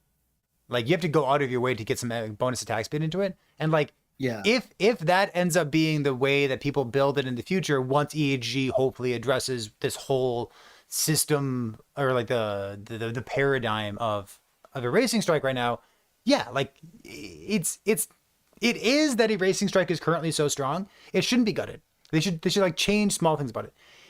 The current peak power level of Erasing Strike being like such an all-rounder build and very easy to spin up is probably a bit too much. But to me personally, the issue that I take up issue with is that it's so easy to spin up. Like the deterministic 1LP slams, we are right smack in the middle of like those being added to the game, like very much so determining what builds you want to play because of the ease of spinning those things up. And they also introduce set crafting at the same time, which is exclusive with the best LP system we've ever had. And like I'm running a contest right now, and the contest is going to be coming to its conclusion in 2 days or so for who can do the most exciting things with the set affixes. And I want to like take the data that we get from the contest because I know there's a lot of people who put a lot of brain power into the builds, and I'm excited to see what it's going to be. But like these are build crafters and big brain people trying to figure out what you can do with them, and like it's not going to compare to the relative power increase that's been added to the game of just having 1LP deterministic slams. Yeah. Like, it's it's really wild. interesting. Wild. All right. We can continue on down the list here if you want now. Why is Falconer popular? It's overpowered. Is that a real question? Did someone All ask right, why is Falcon continuing popular? on. No. All Okay, right, good. continuing on. All right, cool. All right. I want to actually respond to this one. I feel like if Void Wall needs to go, this is an Oka in chat. I feel like Yeah. if Void Wall needs to go, the mana stuff on transformation with Druid should also go as well. Duh. It's stupid. We all agree it's stupid and everyone hates it. It's the same thing. I've got But- other complaints about transformations too. But yeah, continuing on. All right. Paladin, why is it popular? Judgment is a very thematic skill for Paladin, and everyone in like just dungeon, everyone who's even looked at Dungeons and Dragons once, all love Paladin. Yeah. And so Very like, very thematic, historically extremely beginner friendly, so it speaks to a lot of people who are Yeah. like coming back to the game like every once a year or something, right? And then it also happens to line up well into Uber Aberoth because of the judgment stuff. yeah. Now to give as just a comparison, okay? Comparing a Racing Strike to Judgment. A Racing Strike hits the whole screen. Judgment does not hit the whole screen. A Racing Strike feels very smooth to play. Judgment feels clunky to play in clear, Mhm. right? A Racing Strike needs almost little to no gear to get started. Judgment needs a decent amount of gear to get started. You see the differences here? A Racing Strike doesn't need to use Vengeance to get its mana back. Judgment does, right? And those are the things that are different. Like for instance, a good example is like I think personally, I think that Judgment itself may be a little strong here and there, but it's the kind of build that if you told me killed Uber Aberoth, Yeah.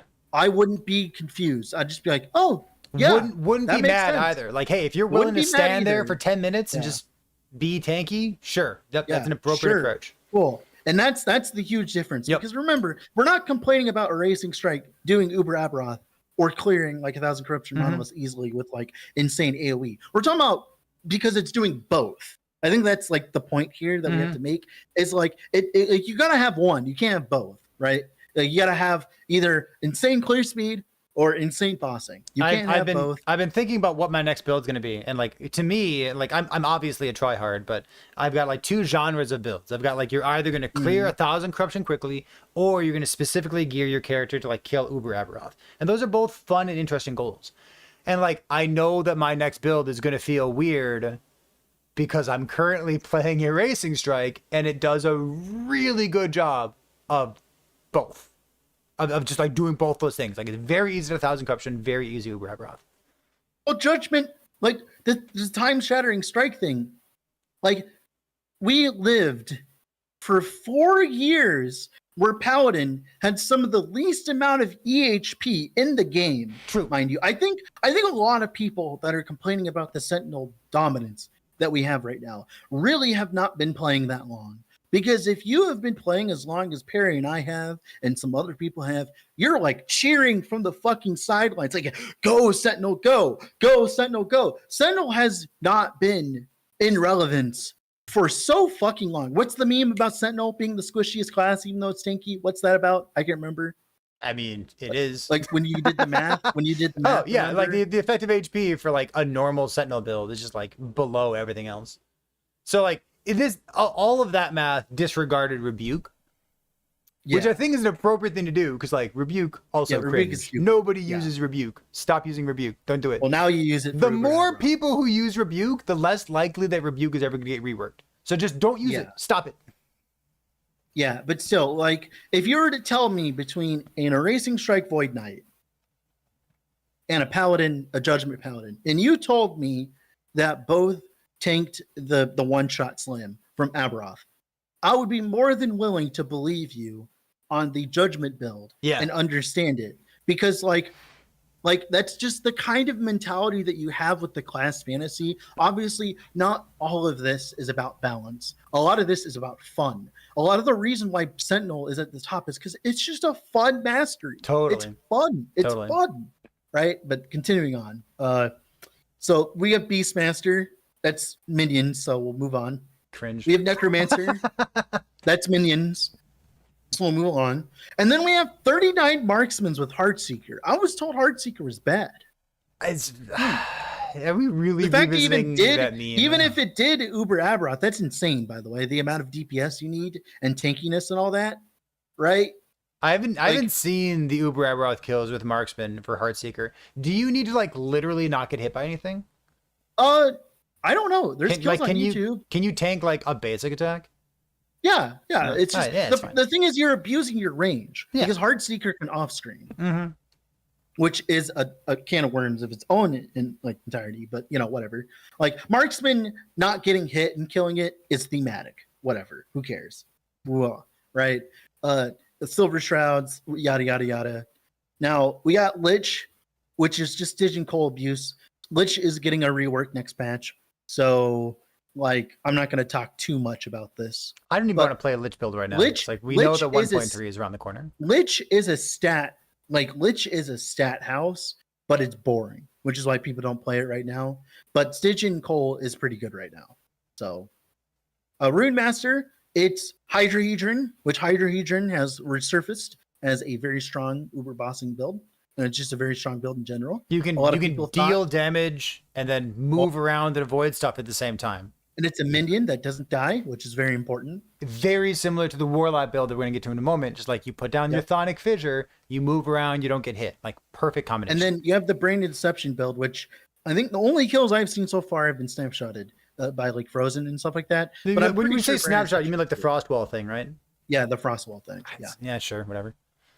that all is a good. snapshot. It is, but like, yeah, it's whatever. Yeah, like whatever. In the right? grand scheme Here of we go. things, yeah, go snapshot it. Hellblade, the working man's class here, doing it with Shatter Strike, just like, okay, no tankiness, who cares? Let's just kill him as fast as possible. Shatter Strike with like fucking Diathan's bloody nib. It's like either he dies or I die. And I'll be honest, the most manly build on the list so far. Really? Wow. Okay. Because you're sitting mano hitting with Shatter Strike until he dies. Like that's so Giga Chad. It's not even funny. You're not even building into defenses. You're just like, either you die or I die. I love That's it. what's gonna happen. Good. I love that. Like I love that. Like it's melee too, right? Like that's another thing. Now, Druid, Tornado Werebear, slightly less manly, but you get to be bear. So, but a Tornado Werebear accidentally came into the limelight a few patches ago, and now like it is probably the best Druid build currently, unless if we know anything else, like anyone else wants to like talk about it. But being able to face tank and like I watched a Druid kill on Tornado Werebear. He had so many pools under his feet, and he was just fucking doing it anyways. The fight took 7 minutes, but he did not look in mortal danger whatsoever, and that's just how strong Tornado is right now. And then we got Warlock, the Flame Whip build, like you said, another build where you put down Chthonic Fissure and you whip Aberoth like it's some S&M concert, pat, pat, pat. And he does get stunned from every so often, by the way. That Flame to Whips me, were buff. to me, that's Is the most absurd. that's the It's most surprising absurd. part about this particular build is that it's Yeah. stunned Uber Aberoth so consistently. That's what. Well, really it's stood out. hitting for like 3 million per whip, while also having like I think 1,000% stun chance. or Yeah, something that's stupid it like was that. really impressive, that portion of it coming together. Yeah. Now, of course, this build is a single target only build. It's clear as mediocre. So, like, if you were to tell me this is a build that kills Uber Aberoth, I'd be like, Good, should, good. Yep. It should. If not, then it's a failure. Because, like, what the fuck is the point of it? It's also using some unscrupulous tech with HoloLich, which we won't talk about now. But we like, will it is- talk about on the build contest on Saturday and Sunday on my stream we will. because it's been submitted Yes. as part of the build Few contest. So I'm times. very excited. Yep. Now, all right. Then after that, we have Shaman, which is just tornadoes, but just as a shaman instead. And then I think Storm Totem too. I don't know.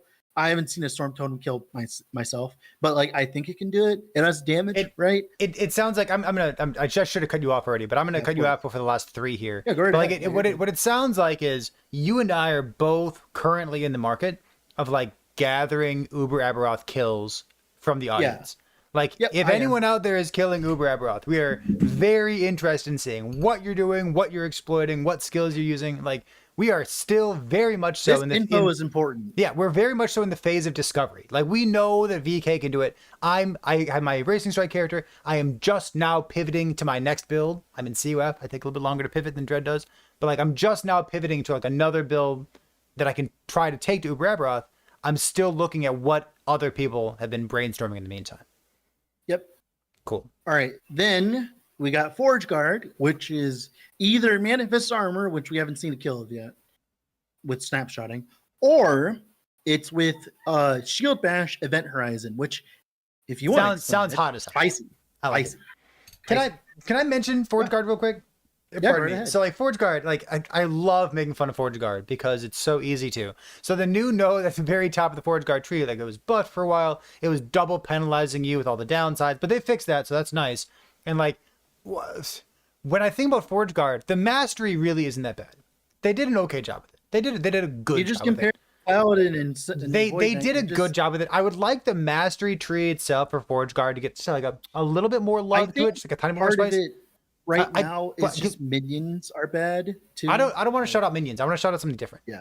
And like Yeah, of I course. love making fun of minions. Big fan of that. But I would like to shout out like the skills. When I think about Forge Strike compared to like Judgment, even like melee crit Judgment, and Erasing Strike being like the bonk skill, I've played Forge Strike recently. I know it's fine. Like I did like a Plague Dragon Tongue with it, during 1.1. And it was fine. It was good. But like it just doesn't compare. And I look at Smelter's Wrath. I never want to click the Smelter's Wrath button. I look at Shield Throw and like it does something, I guess, but like I'm never going to use it. Like the skills are very much so lagging behind the rest of the mastery. I really don't think the mastery is to blame here. I think it's just like the skills that need an update. So I'm going to defend Shield Throw right now. The Shield Throw rework was amazing, and Shield Throw actually has multiple viable builds now. Okay. I will mention that, and they are competitive. It's just the problem is they are focused on the minion ricochet thing where you get multiple ricochets and hit multiple times. That is how you do single target on those builds, and that is the offender, in my opinion, on Shield Throw. But yeah, the rest of it's garbage. When you say like the offender, you mean like that's the part that makes it good, or that's the part that makes it like boring? That's the part that makes it annoying. Got it. Like Okay. that's why you see less of it versus like hammers Mm-hmm. and javelin, is because you have to do this. And in Uber Aberonth, I don't know if you noticed, but keeping minions alive, Keeping minions alive. that's not easy. Mm. And then we have Sorcerer. We literally don't know. We're theorizing that it might be Frostbite, but we don't know. We literally don't know. Literally. Now, the only problem with this list is we're not aware if. Well, you can't snapshot Ring of Shields because like the cooldown and duration nature. So get out of here, snapshot boy. Get out of here. But yeah, continuing on. The Sorcerer stuff. Unfortunately, we don't know if this list is between solo characters or just all kills. And if there's group kills of Aberoth, there are people who are grouping that probably could use a Sork for some reason or another, right? With like Channel focus onto your teammate. yeah, like stuff like that with like Warpath or whatever. There's stuff you can do with that. So we don't know if that's a solo kill by Sorcerer or it's in a group kill. We don't know. I assume And then we solo, but yeah, sure. Yeah. Go ahead. And then we have Blade Dancer, same thing. But we don't know. That's the thing. We just don't know. We We, just we don't. should have asked. And then Blade Dancer with 3 builds at the bottom. Now, I don't think that this is a good representation of Blade Dancer's power. This is a good representation of what you use Blade Dancer for. You use Blade Dancer for zooming through monos and killing things. You do not use it for just bossing, right? In my opinion. Like we started this by like pointing out that there's a popularity contest as well, and like Yeah. very little has changed with Blade Dancer for the like season 2 patch, and like there's a lot of cool, exciting stuff going on. I'm not blaming any kid for playing with their new Christmas toy instead of going into the basement and playing with something from last patch. Like, go play with your new toys. Good. I want to pivot off this conversation because I got at least one more thing that I want to talk about. Bleed Flurry. No, it's not Bleed Flurry. That's not what we're talking about. I want to this is like maybe a hot take, and I wanted to bring this up because we ended last patch, or last patch. We ended last podcast by mentioning that Frozen Sentinel, like the person who, like the content creator, who's like done a lot of stuff for like COF and prophecies and how to maximize your favorite per hour, and like he really did a lot of good content for COF, and then he re-rolled an Immersions Guild, which was very notable, right? So I'm still playing COF. You did 5 characters and you did a lot of work and you really blasted Merchants Guild in the first 2 weeks or so, or 1st week and a half.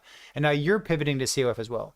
I would like to posit, based on my own experience playing a Racing Strike right now, I'm only playing 1 build at the moment, so maybe I'll feel differently later. But I like to posit that COF is nerfed specifically because of Woven Echoes. Woven Echoes. It's not nerfed. It's just more like it's getting replaced. It's getting word. replaced with Woven Echoes. I care more about farming up my memory amber than I do farming up my favor per hour. And I've multiple times been in this scenario where like I really don't have anything to spend my COF favor on. I'd much rather be like farming Uber Aberoth, farming memory amber, trying to get like more Nemesis, because Nemesis is a good way of getting like triple exalted items so that I can imprint them, so that I can get more of them, so that I can redeem them for the future. And like that's really interesting. Like doing exalted item prophecies, like disregarding the price for them, doing exalted item prophecies in COF, like you're gonna get like a single exalted stat, which is good if you're trying to get like exalted T7 mana for just that one, the 1 LP meta that we're currently in. But like if you're trying to get like a double exalted thing, like COF is not the way to go. It's let's be real. Unfortunately, the elephant in the room, it's imprints. Let's be real, right? Imprints are good. Yeah, but that's the problem.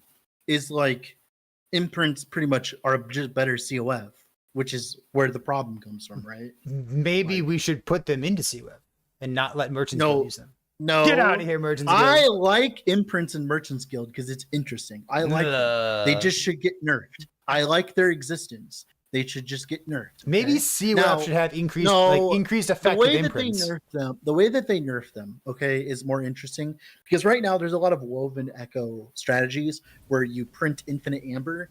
If you couldn't print infinite amber, then you couldn't print infinite box rooms, which then, okay, so if you don't know, okay, I'll explain the strat. what you do is you take a Lostwood Folly and you put it in the middle of a bunch of false shrine maps or whatever map you choose. So folly then- is when you kill when you defeat the folly, it puts extra juice into all the surrounding maps. Amber, like Yes. mobs that give you amber when they're killed, and they give you a lot. And if you do that, you can print amber infinitely as long as you keep doing it. And all it takes is time and a little bit of start investment. Then you use that infinite amber you got to make a bunch of unclaimed troves, which are just a bunch of chests. Now, one of the imprints, mind you, works off of chests. And I don't think you're meant to get this many chests. And I think that's the problem with it. And if they nerf, like, I think if they nerf the infinite amber stuff and they don't make it so you can't make infinite amber anymore, I think it won't be that big of an issue. I think it'll be way less of an issue than it is now. But being able to do that essentially supplants COF, right? It Like, it does. It does. Like COF is good for finding red rings, but imprints help a little bit. Yeah. Like I really feel like Red Ring of Valeria is like the best part about COF, but like I don't need 20 of them. I need.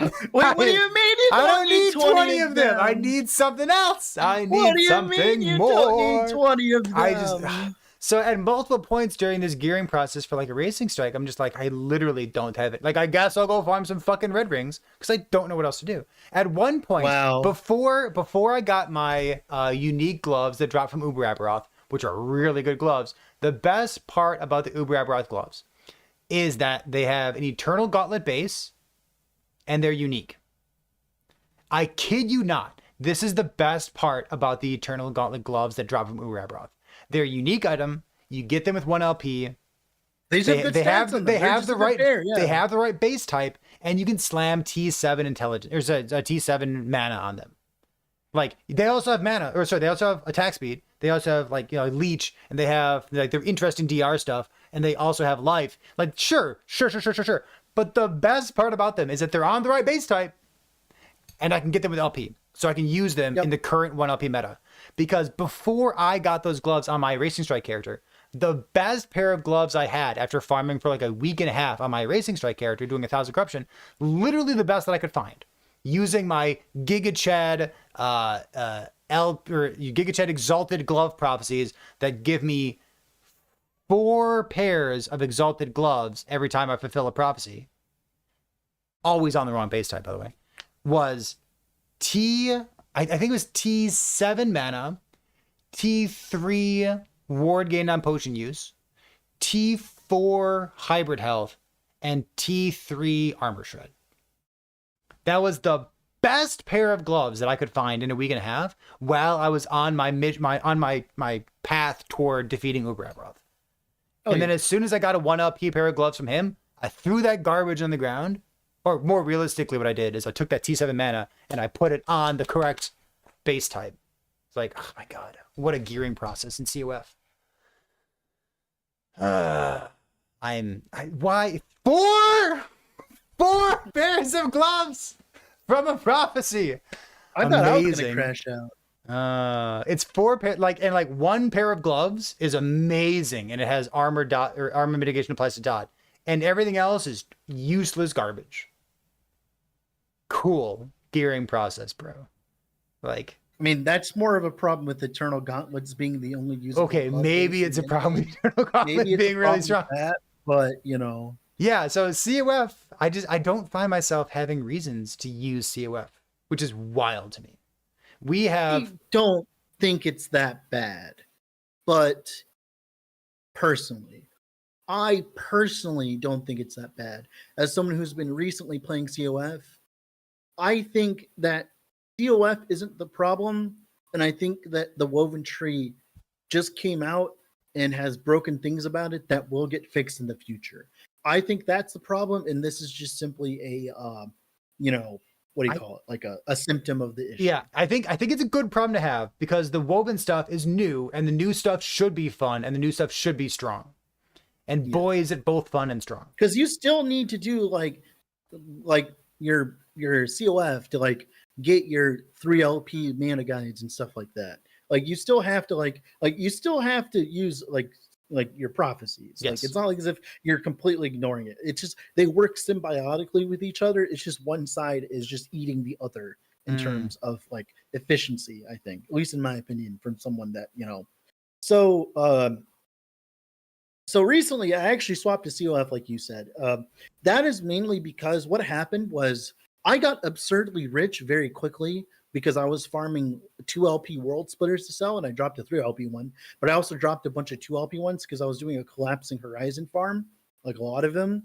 Like I was going like 5, 6, 7 bosses per rotation, and I was printing world splitters in trade. And you can't get a 2 LP world splitter that easy in trade, so you have to buy them, right?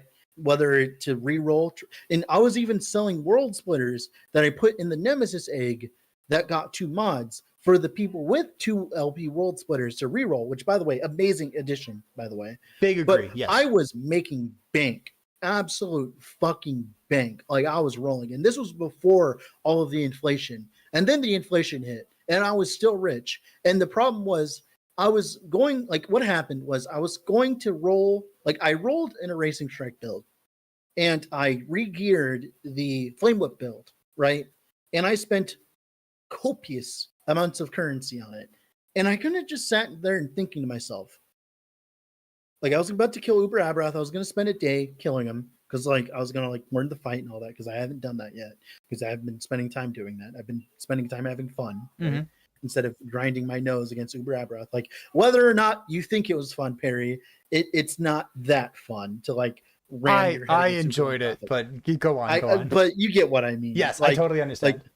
Like it's a very long time investment that not many people can do too, by the way, mind you. But I was looking at my gear, I'm like, no one can afford this shit. Like at all. The people who watch me can't afford it. What's the point of me doing this? And that kind of just pissed me off a little bit in terms of, yeah, screw the force. No, it pissed me off in terms of the content I was making, and I didn't like it. So I kind of have an epiphany. So I spent like 2 days just like doing nothing and relaxing and staring at the screen and being like, what am I supposed to do? Because I also, spoilers, I drink a little bit too, mind you, with a hangover. But neither here nor there.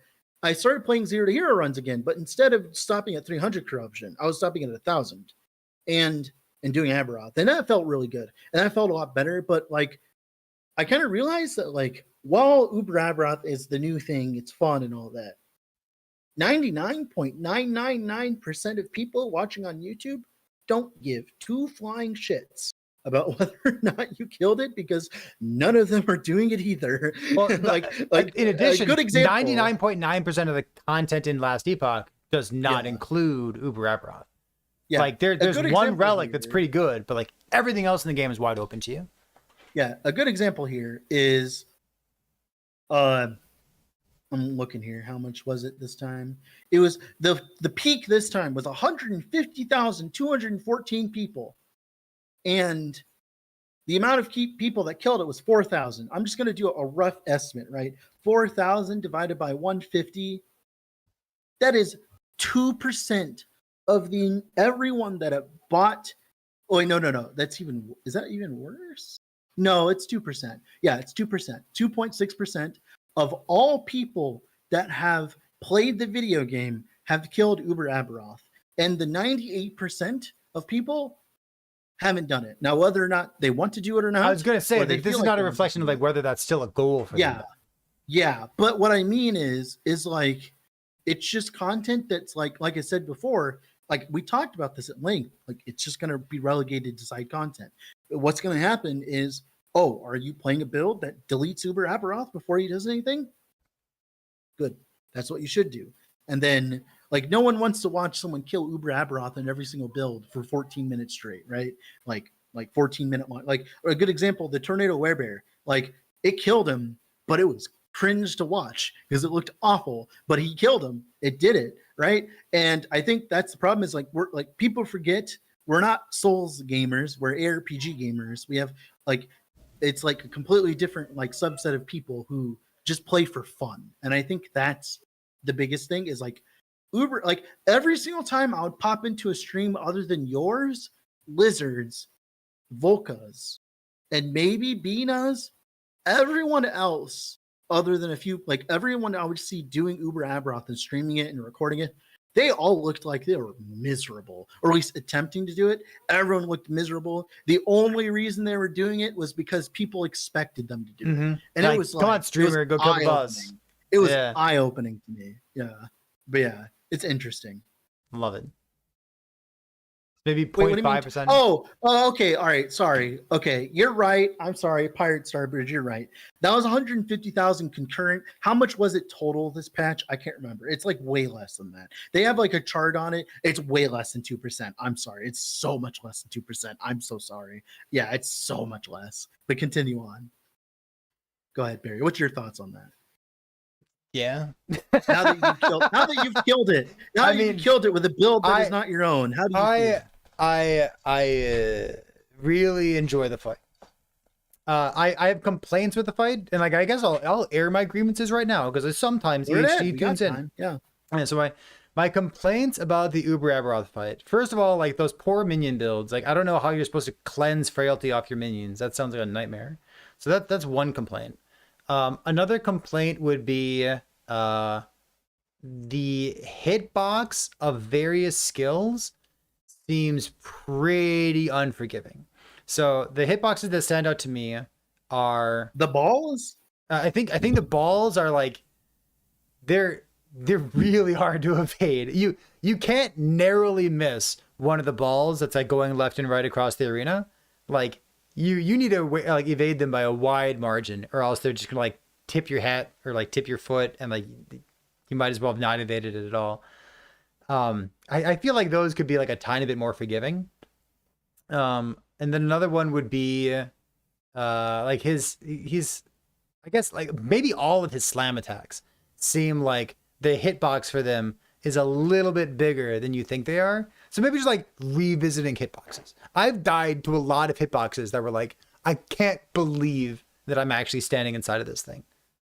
Like I've died a lot. I learned a lot, but I died a lot. You were streaming most of it. I watched. Yeah, I like now that I can do it. Like it was, I posted on YouTube like the very first time that I killed it. But like the first 2 and 3, 4 times that I did it were like super high emotional moments, and like really makes me think that I might actually enjoy playing Elden Ring because I've never actually played it. But like it was fun as hell. I really loved smashing my head into it, and kudos to EHG for not making it cost anything to smash your head into it. If it had cost like a map or gold or literally anything at all, it'd be fucking garbage learning the fight, because it is so much more difficult than anything else in Last Epoch. If it's that much of a spike in difficulty, you gotta let people try for free, and they did. So like kudos to them for that. Yeah, I like the I like the difficulty. I like that. I made a video talking about it, and I got a little bit of a pushback on certain parts of it, where I talked about how like it's fine if not every build kills Uber Aberoth. Oh, I completely agree with you. You know what? I think I saw the pushback that you received on that too.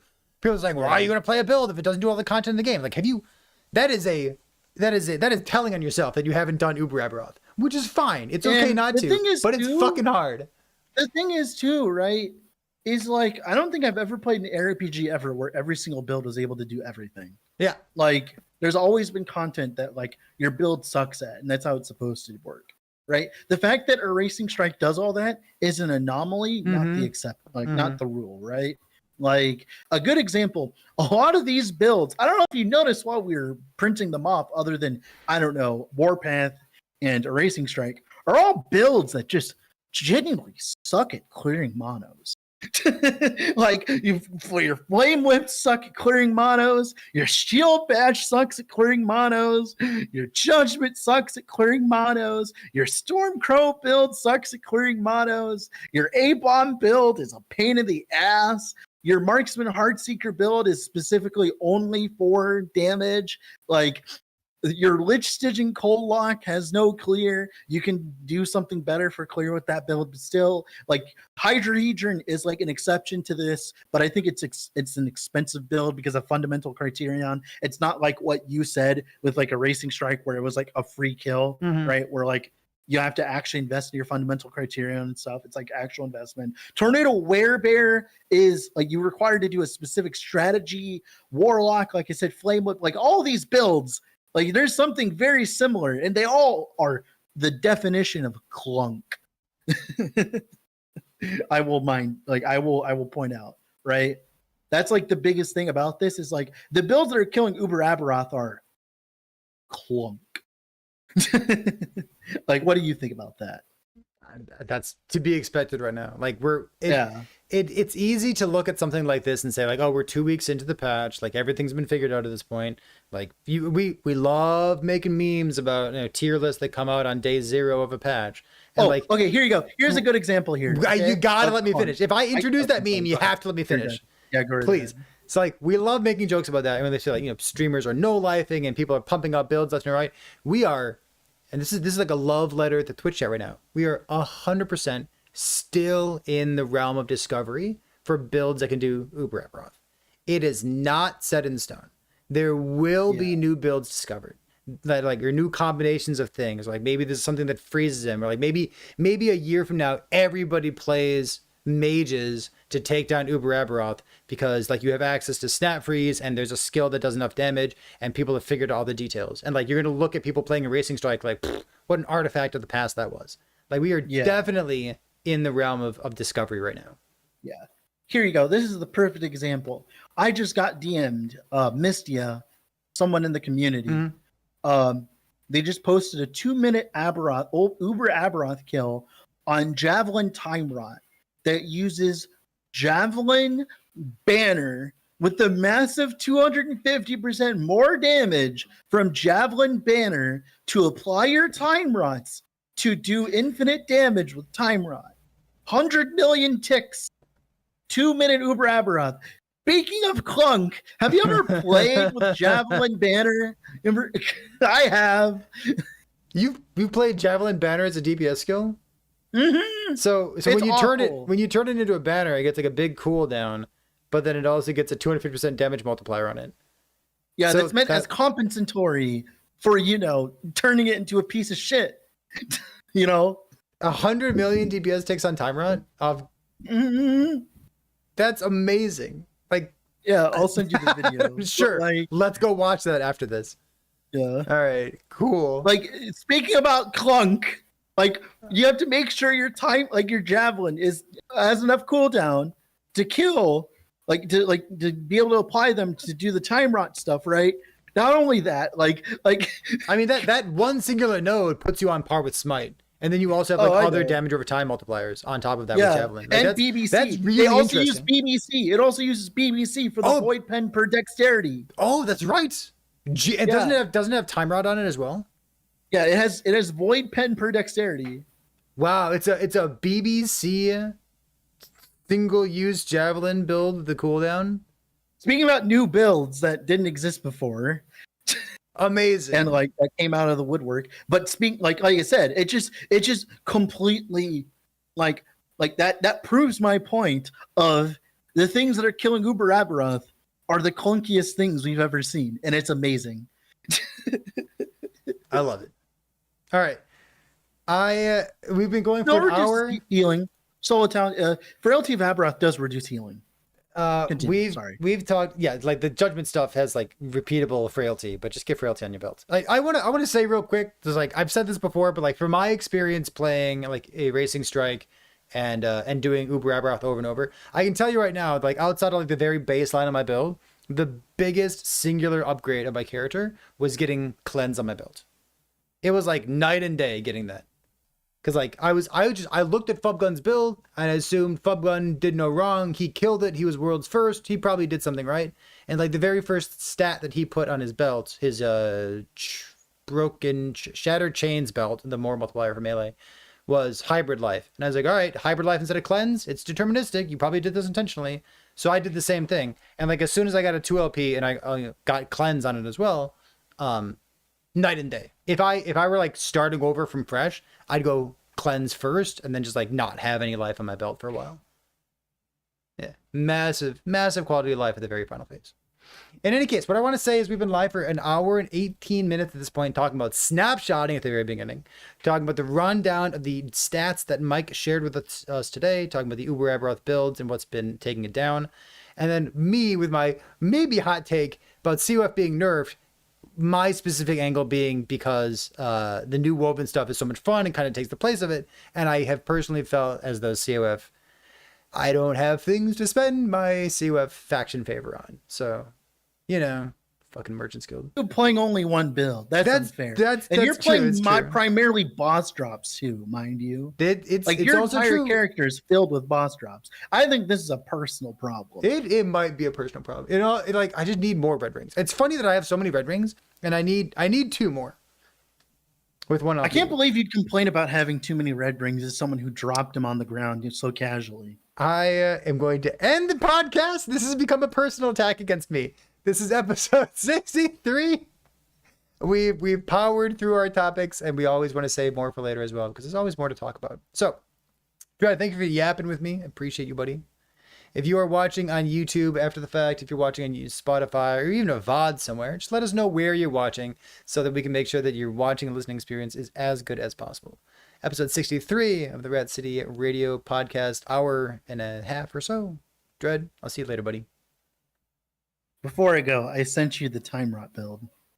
Perfect. Let's go watch Solo Banner Time Rot and kill Uber Aberoth. It'll be great. It's the And after clear hours. is pretty okay too, because you just use Void Cleave. That's interesting. It's interesting. Because you have a BBC. Oh. Mm-hmm. It's a huge BBC. Okay, we're ending the stream. All right, bye. Let's go watch the BBC. Who wants to see it? Yeah. How many of of... later. Oh, see you, dude.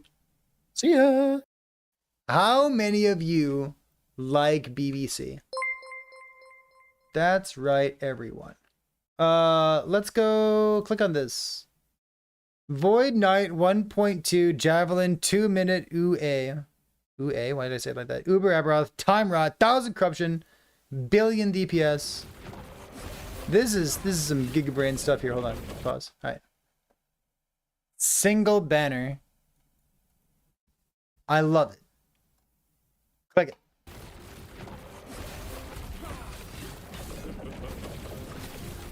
Why is Last Epoch windowed? That's normal. That's normal, Aberoth. Shh. It's okay. It's okay. It's okay. Shh, shh, shh. That's normal. I think.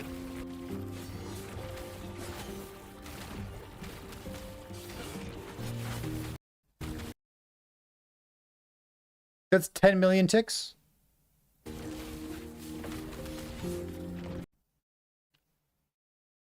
That's 50 million ticks. That's a 50 million tick. Okay, got it.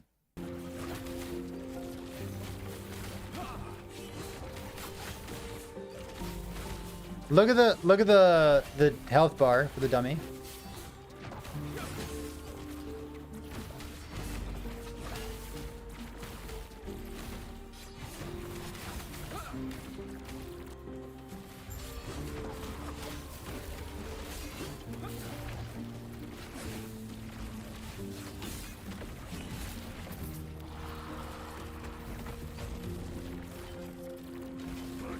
I love it. People trying to figure out what's the best way of applying Time Rot with a fucking banner. Oh!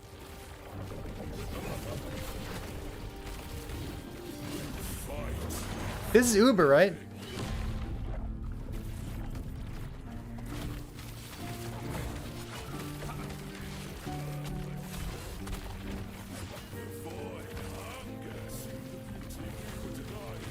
Well, I wonder what the gear is. My main complaint with the what do you call it? My main complaint with the Erasing Strike build is like it just feels way too easy to get it up and running. Is this build easy to get up and running?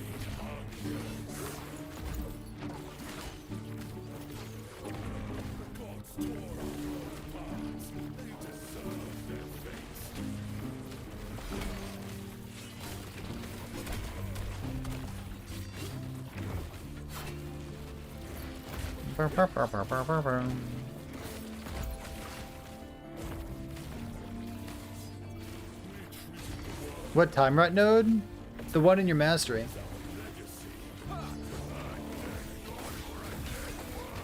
Ooh, good dodge right there.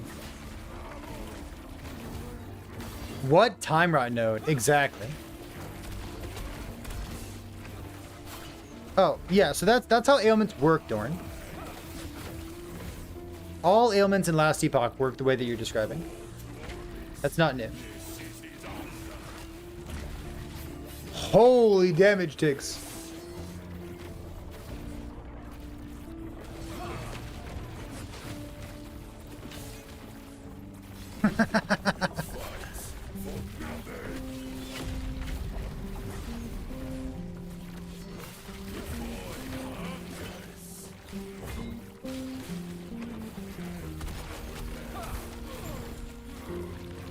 Boom, boom, boom, boom, boom.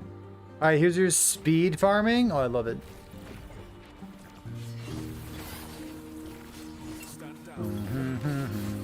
Your farming is just like Void Cleave plus Devouring Orb, yeah?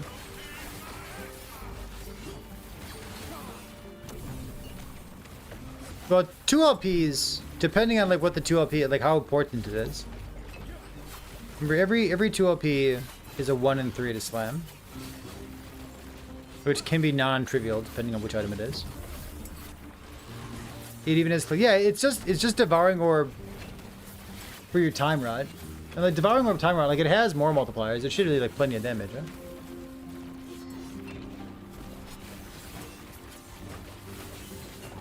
The name is more clunky than the execution. Yeah, I agree with you. How do they get so much Time Rod chance though? Like, do they have like 1200 Time Rot chance? Because you really want your one javelin.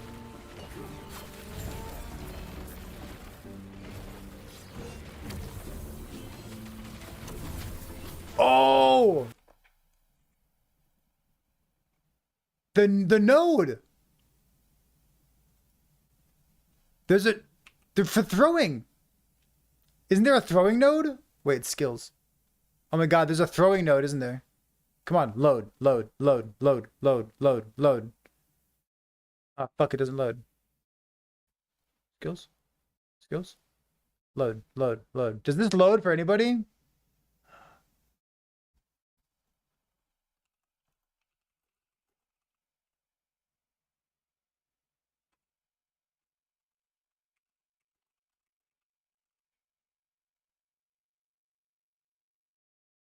It loads for you?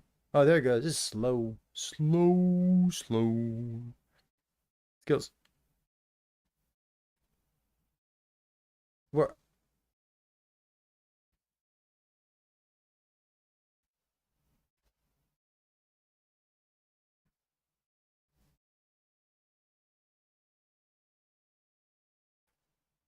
If Void Cleave hits at least one enemy, your next throwing attack inflicts a +5 Time Rod? Wow. That's crazy. So you only need, what, 700 Time Rod chance? Does this stack?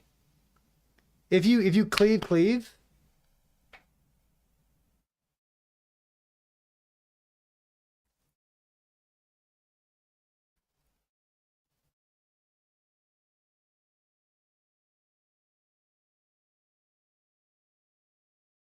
So cool. I can't. I'm not gonna sit here and wait for that fucking thing to load. Why is that loading so slowly? Holy shit, dude.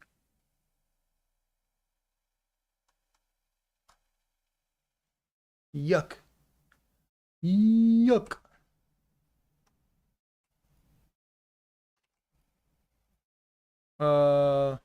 Settings.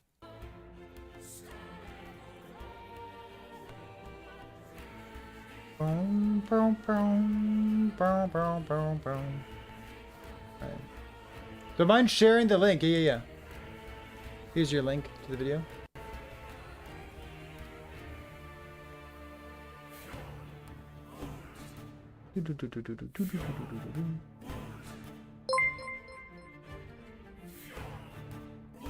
It's so cool.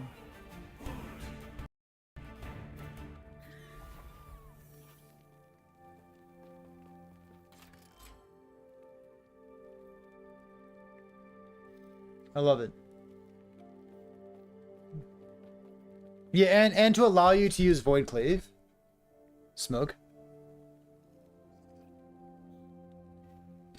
Been farming forever to get Exalted for the Red Knight set, and it doesn't even compare to the BBC. Listen, they do say that once you try BBC, you never go back. So, you know what it is. You know, you know.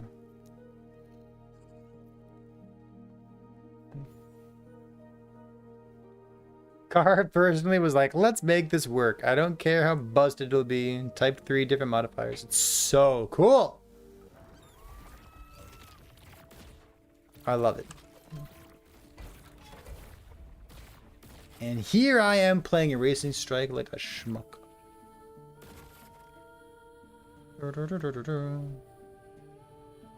Let's go check out this real quick.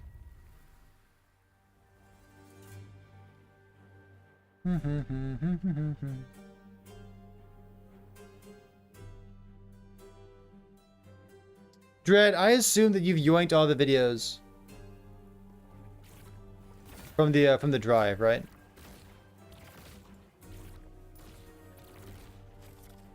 It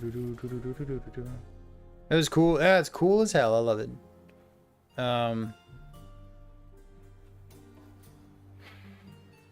You did? Okay, gotcha. There's a red ring down here. Oops. That's not where it belongs. It belongs here.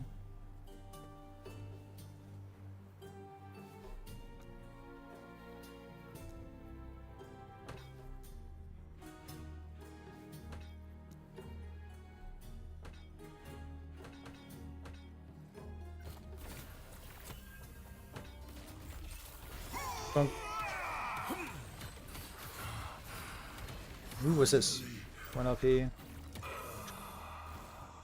Ooh, a 4 LP heirloom? Wow, look at this thing. 118 life. Stun duration. That's so good. All I need is like another 4 LP so I can reroll that HP. Got it. So cool.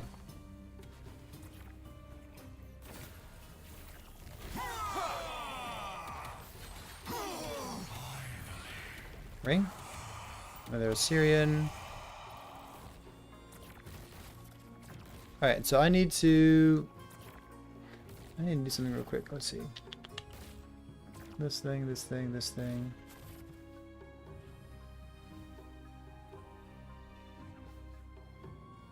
Let's see.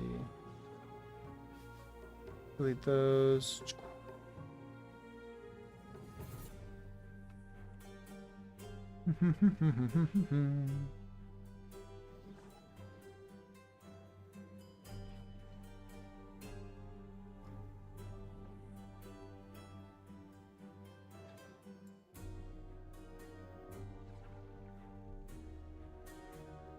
Why?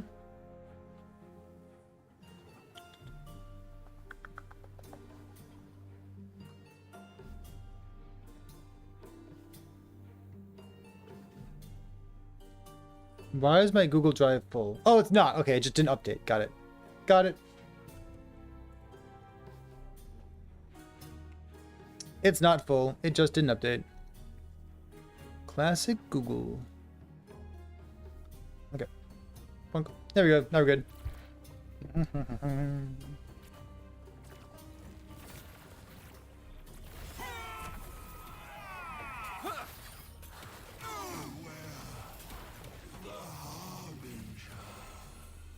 Well, I have a 4 LP Twist Dart with shit rolls. We can get a 2 LP with perfect rolls.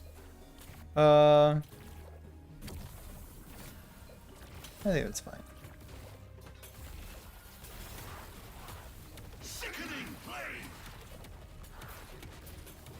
Yeah.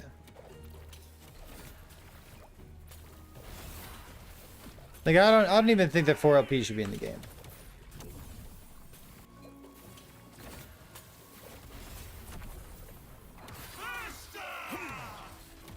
Monk.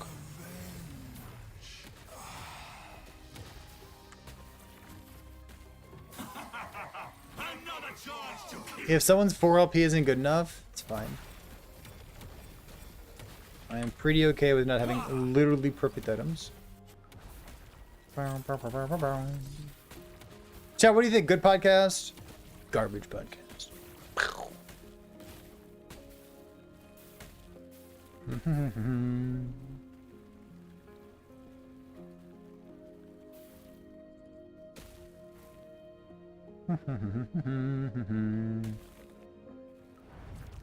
Garbage. Me too, dude.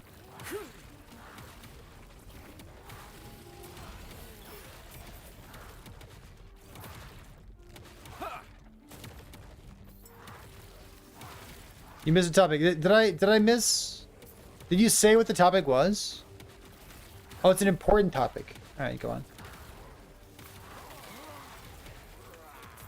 Funny podcast as usual. Love it.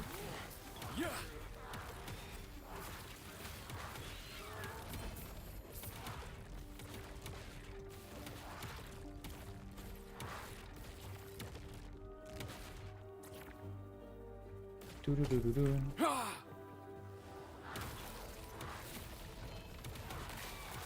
I won't have anything to listen to next time you're walking back from work. Love it. The perfect problem.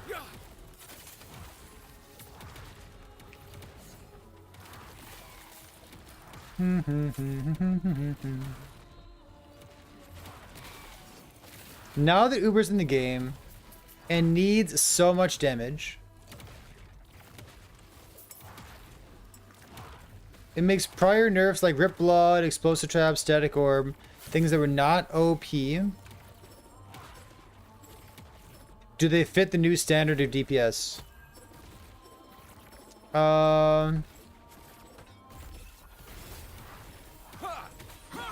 I would love to see like EHG revisit that. Like, when a nerf removed a playstyle that was a fan favorite, I would like to see that revisited. Or die.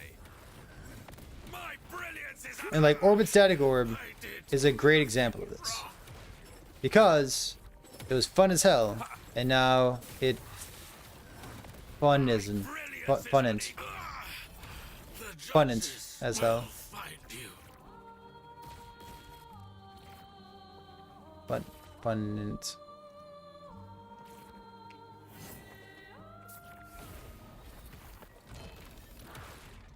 Yeah, I don't know.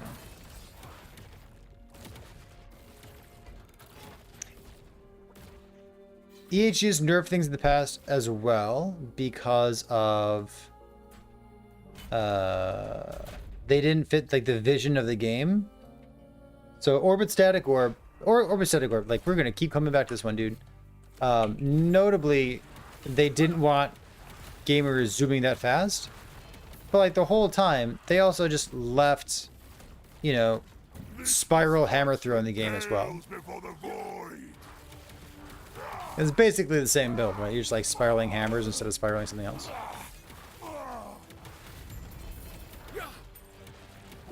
I like, and like they really could bring it back.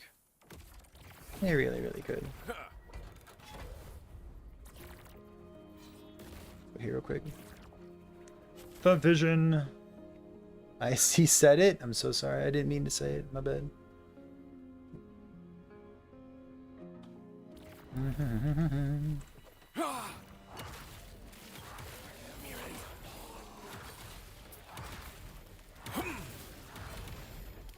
Oh, Portal Charm. EHG's balancing his mid. There's...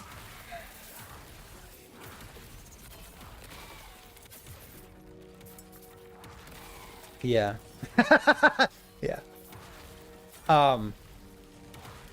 The phrase that Dread used to convey this was comical from last podcast. So I'm going to echo it.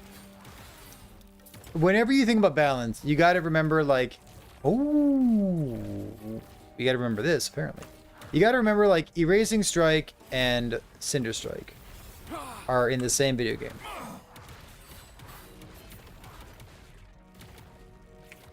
So what do you do about it?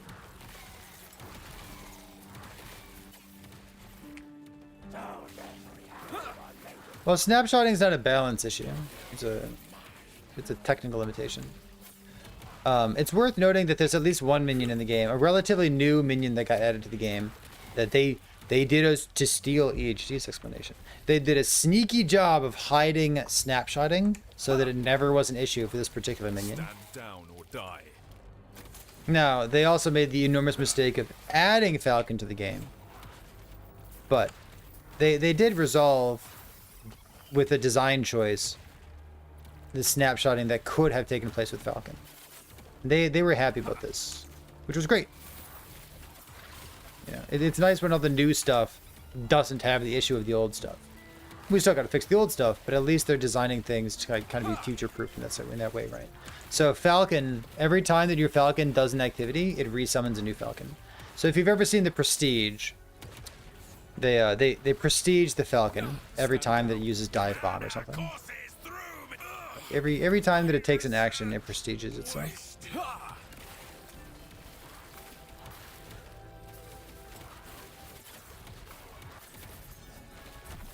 Stand down or die.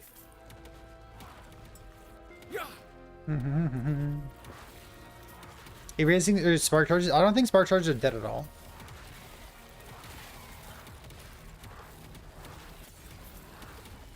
I think Frostclaw, Elinova spark charges, Lightning Blast spark charges, Mana Strike spark charges, Shatter Strike spark charges for single target reasons.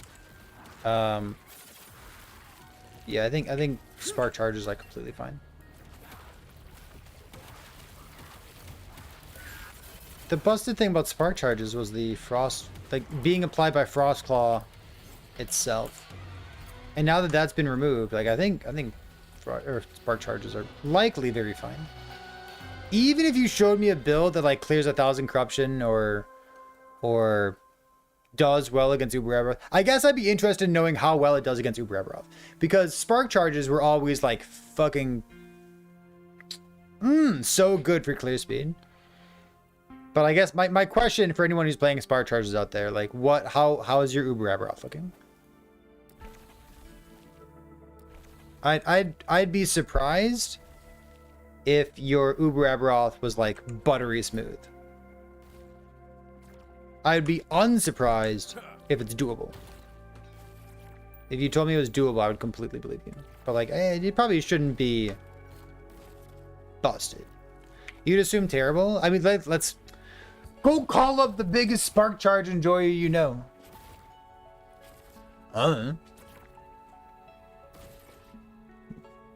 It's playing spark charges. Can I do an up or down real quick? What's the up or down called? The turtle? The girth? I'm all out of girth. Isn't that me? That's you calling me? Wonka? Are servers down? No, only for you personally. No one else. I'll put this guy over here. Let's go do some wabbies.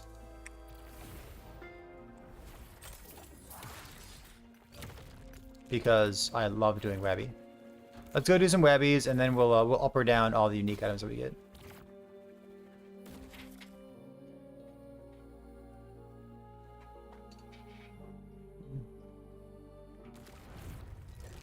Oh, memory amber. Yeah. I feel weirder singing Potential.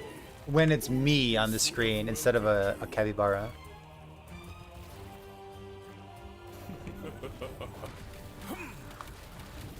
You fight for nothing.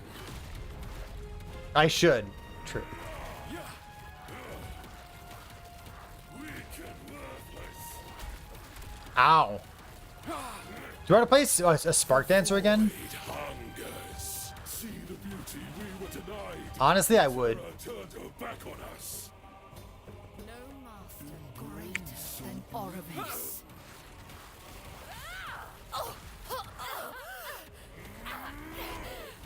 You are nothing. I don't want to fight him over there. Ouch. Holy dude.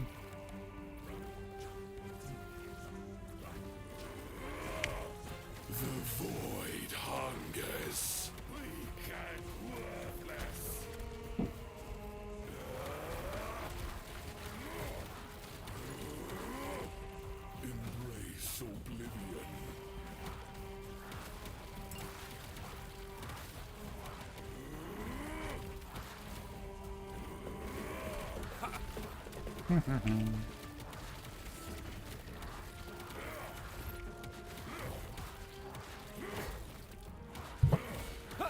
Ugh. Gods tore our world apart.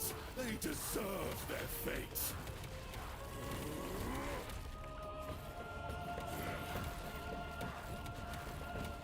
Weak and worthless.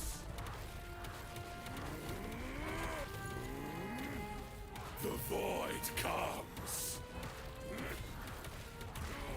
Darkness reigns. Oh no! Oh, that's terrible. Whoa.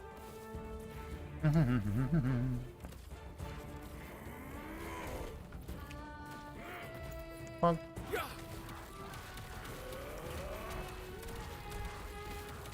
We treated the world no better. Death is our legacy. Die. You will be forgotten.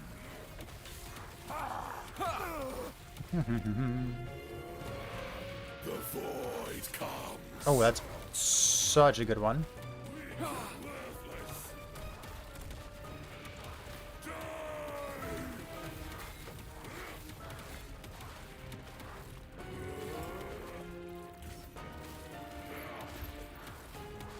Yeah. Yeah.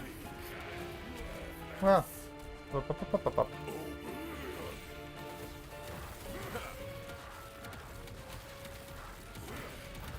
The world called to Orobis.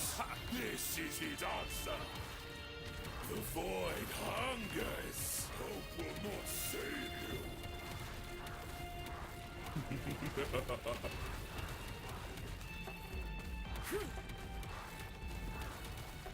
Alright, walk of shame over here. You fight for nothing.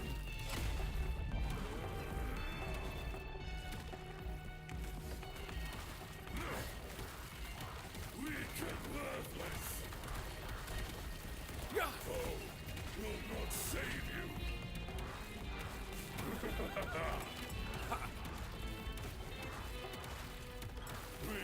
and Beavis the podcast. Yes.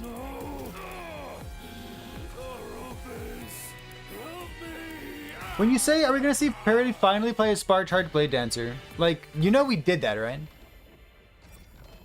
Like, I did that and I loved it. Just so that we're all on the same page, right? 2 increase more minus 8, 9. Except for the minus all res, that thing looks really good. Wrong, you Warpy? Wall of nothing. You missed that arc? It was really fun. It was fucking garbage to gear that character. Does Sorg and the Blade Dancer? No, we don't really. Unless Twitch chat knows, that was like kind of part of the podcast. It's just the fact that we don't know what those people are playing.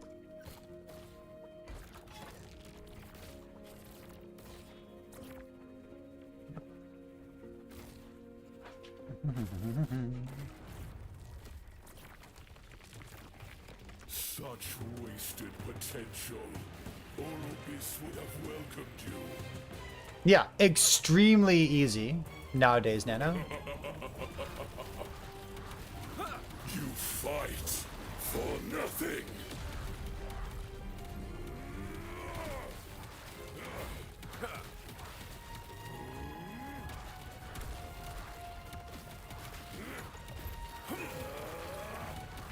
See the beauty we were denied. Itera turned her back on us. We Darkness finally reigns. found peace. Pity. The void comes. Ouch. Who else? Ah, good.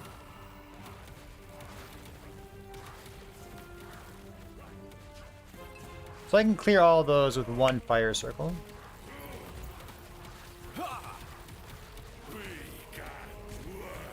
I might miss that one though, but it's fine. Gods tore our world apart. They deserve their fates. The void comes. There you go. Yeah.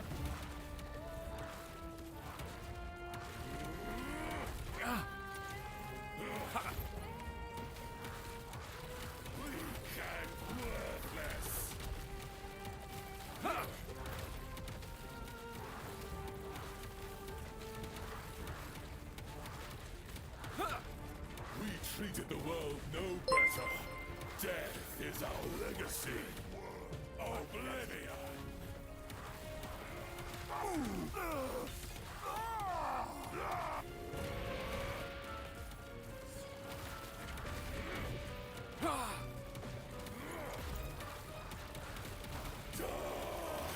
Oh. I didn't get hit. Good.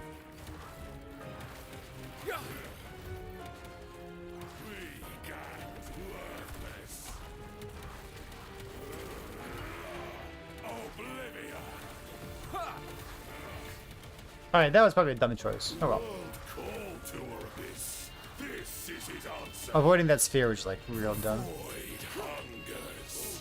What save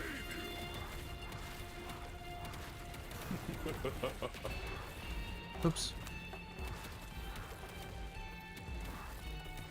I got one puddle over here on the left. Fights for nothing. The void hungers. Weak and worthless. Ah, spent too much time in there. You know, I actually don't know. Maybe I should like learn this at some point. I actually don't know whether the void area in the final phase applies an ailment to you while you stand there. I actually don't know that answer. Potential. Orbis would have welcomed you.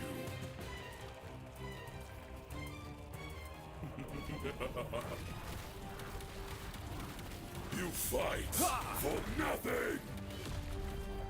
It didn't look like it did, right? The void comes. It's the same one, right? See the beauty we were denied. Eterra turned her back on us. Darkness reigns. Master greater than Oh, fuck. Orbis. Am I dead? Dodge this! Nope. The void hungers. I am one. Weak and worthless.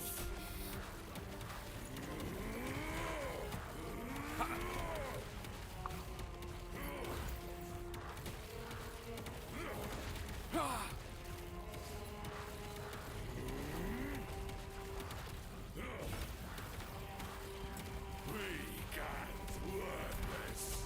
Really don't like fighting him on the left side.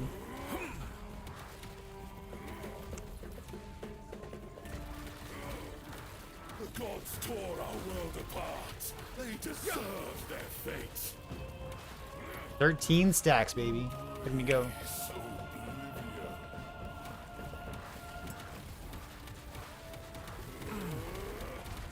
The void comes.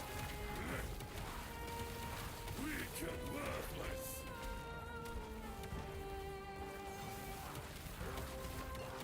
Yeah.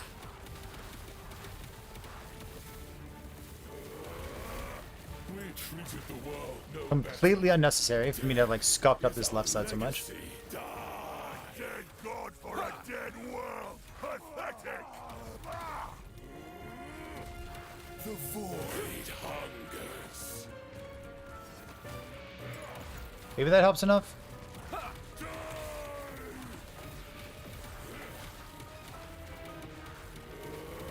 Like I might get another one during the last phase.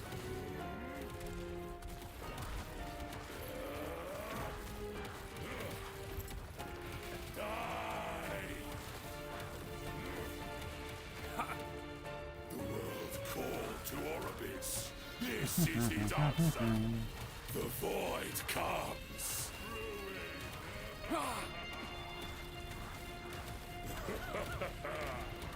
Oh, spooky. I'll meet you over here. You fight for nothing.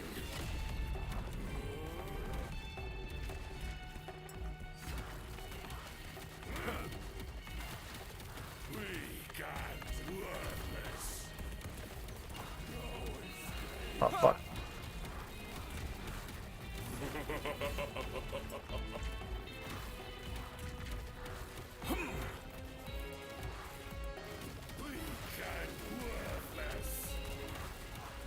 The void comes. Bonk. What? Alright. Erebus, help me!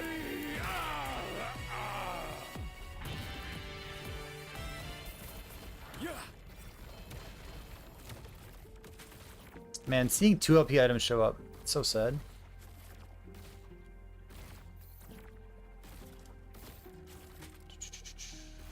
+2. That one looks pretty good.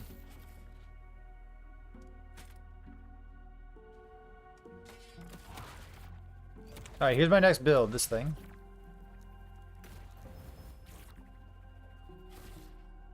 Stats on this item are tripled for casts which consumed elemental essence. So I get bonus parry chance for my Gathering Storm procs. Okay. Anywho.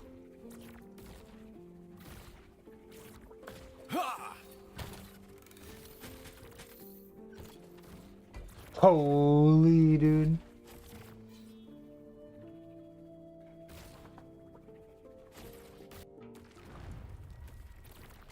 That makes me happy, the list that we were looking at today. That we were considering a shaman build. Such wasted potential. Orobis would have welcomed you.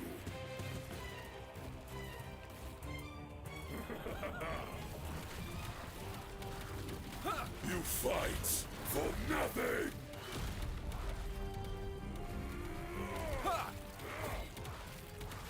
Weak and worthless. The void hungers. See the beauty we were denied. Itera turned her back on us. You finally found peace. Pity. Coward!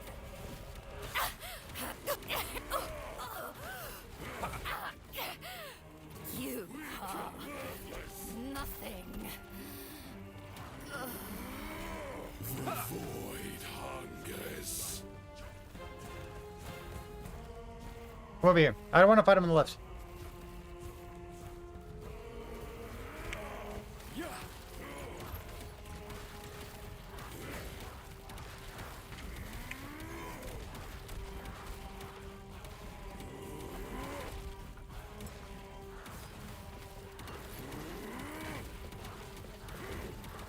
The gods tore our world apart. They deserve their fates. Weak and worthless.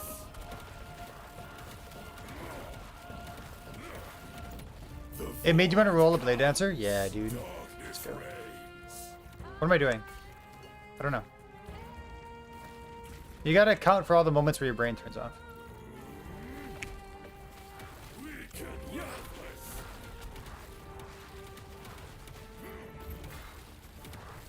We treated the world no better. Death is our legacy.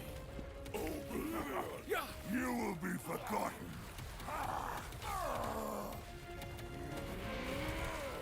The void hungers. Weak and worthless.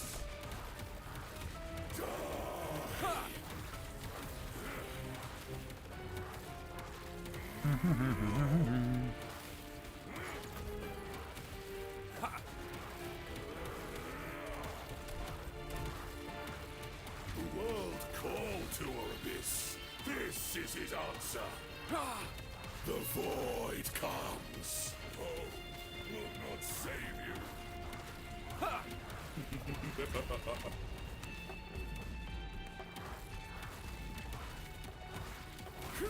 You fight for nothing.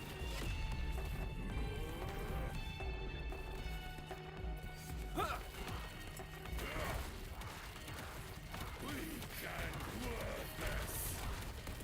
Hope will not save you. Oops. Weak and worthless.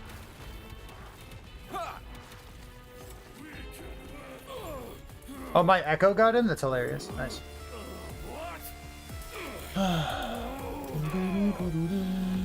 Just started normal Blade Dancer. He goes between normal Aberoth. Yeah, I think he'll be fine. I don't think Aberoth is much of a gear check. I also think that you can totally dumpster him.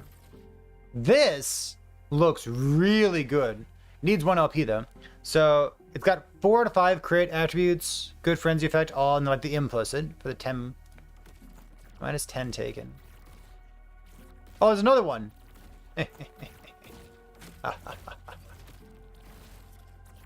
Good.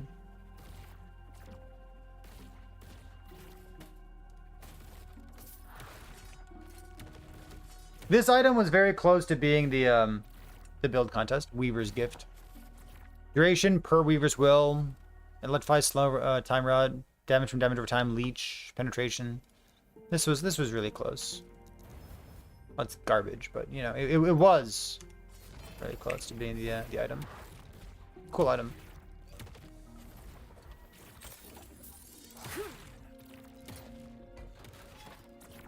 Okay, so now we do. This is the girthy turtle. How many of you like girthy turtles? More contest. Depends how long the season is. Don't know.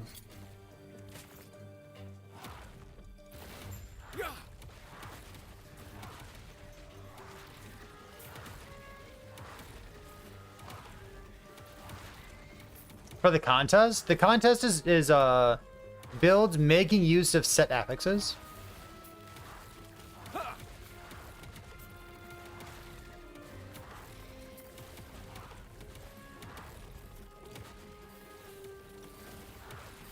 Like what does set crafting add to the game? Is the question that this contest is going to answer. Okay, we're about to break so many items.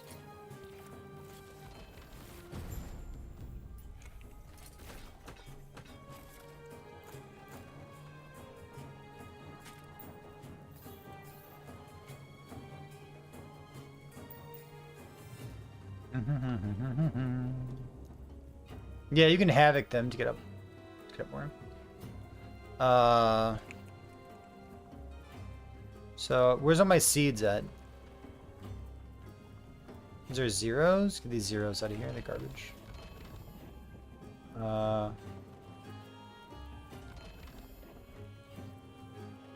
I care about this? You can reroll stuff. I don't know. You can. 0, 0.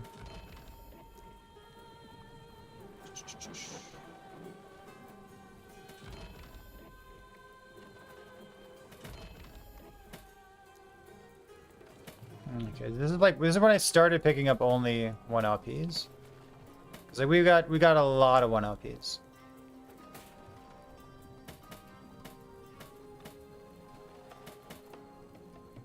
Ain't nobody need that many 1 LPs. Wow, it's a lot of 1 LPs.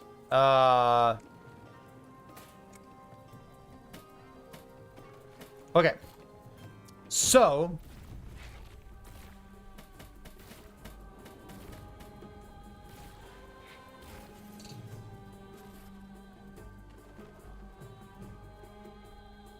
Rage. Oh, you know what? Let me hit record real quick. Hey YouTube, I didn't see you there. We're gonna brick a whole bunch of items, and I'm bringing you along for the ride. So 1 LP. What do you get? Garbage. Okay. Good. Good. Now what? Can I just like? So I don't want these. They're terrible. I want these.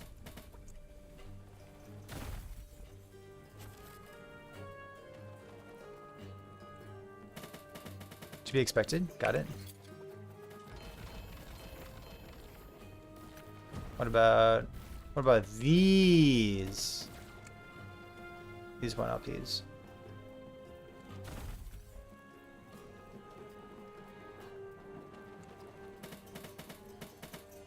Okay. What about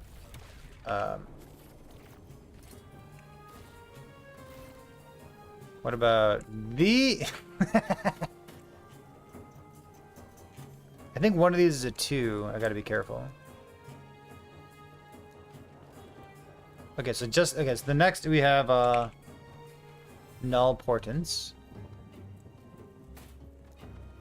1 0. Yuck.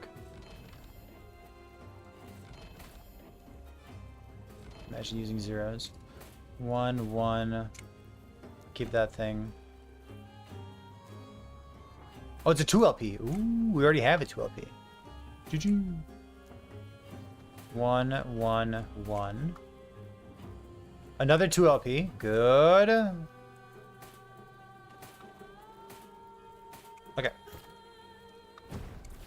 So helmets first. All trash. Good.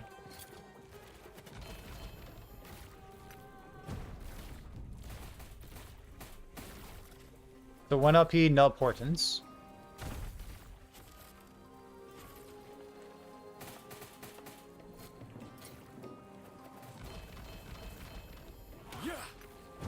Why don't you save all of them and nemesis them? Why don't I? Good question.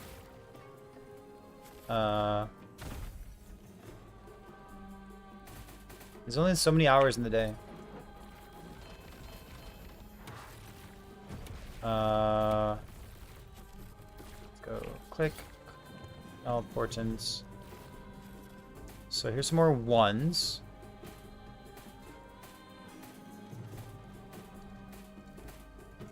Got it. We got some. Oops.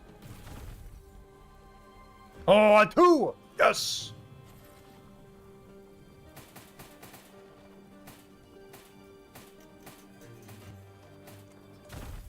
Genius. Okay, less genius. Should I put the 2 in there just for funsies? I'm not going to. Stop it. Alright.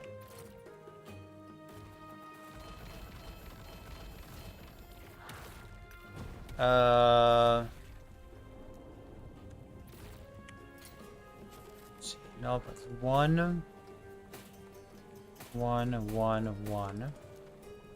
It's kind of like a 3-to-1 recipe, but instead of a 3-to-1, it's a 20-to-1.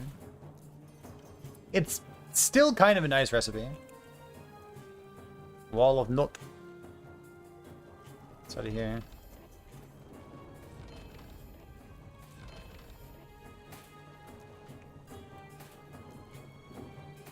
I'm gonna pick up Wall of Nothings. Oh, I got a 2 LP already. My genius, look at this. I don't pick up Wall of Nothings as often as a null portents.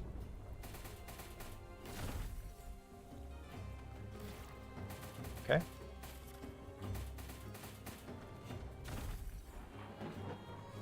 Ooh, a 2 LP. Got it, got it, got it.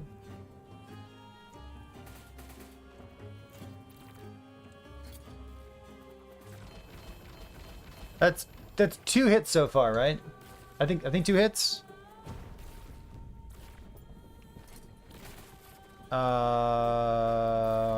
Immortal Vise. We have some Immortal Vises. Holy. Okay, let's see. We've got a lot of zeros as well.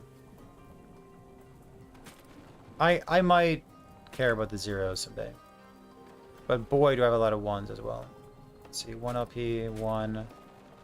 1. That's a 1.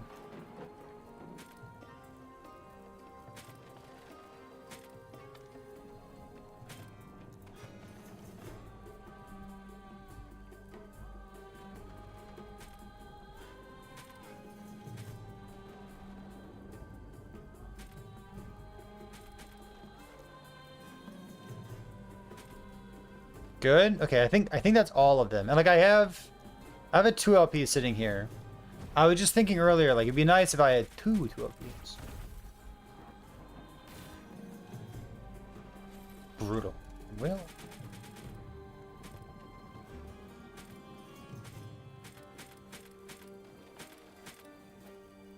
Okay.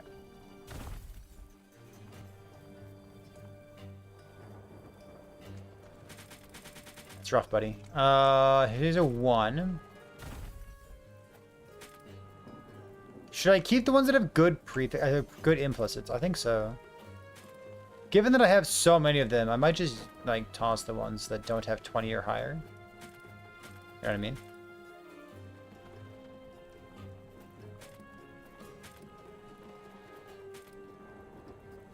$19, fine. You can party. You can stay.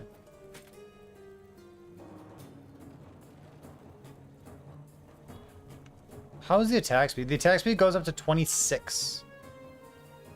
Are you only using these on melee builds? Unclear. What's the... So it goes 10? 10's the lowest attack speed? Is it 11? Get out of here. 13. Sorry, dude. Okay, so then I'll keep these. Oops. And then probably just like toss these. If anyone wants some boss drops, you can find a way to join my party, I guess. What else is here? Oh, Nihilus. I think I did Nihilus already. Oh, I didn't. Here's a 1 LP. Wait a minute. Nihilus. Nihilus. Let's see. I could have sworn that I did this already. Where are these things coming from? Did I just find more? Maybe I just found more. Nihilus, Nihilus, Nihilus. Boom. So we hit 1 Wall of Nothing and 1 Null Portent, right? I think that's all we got so far? I think so. It's 1. Alright. Good. And then I have a 2 sitting right here.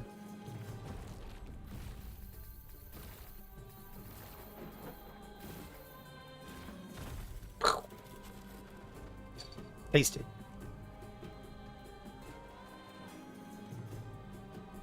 Come on. No.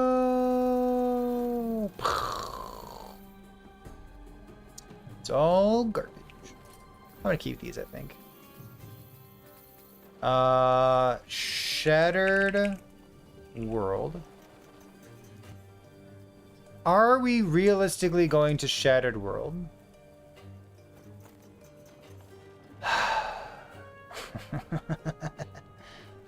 So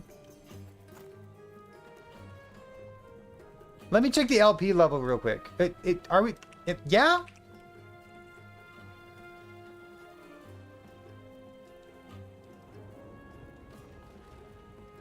Because like Nihilus is LP 80.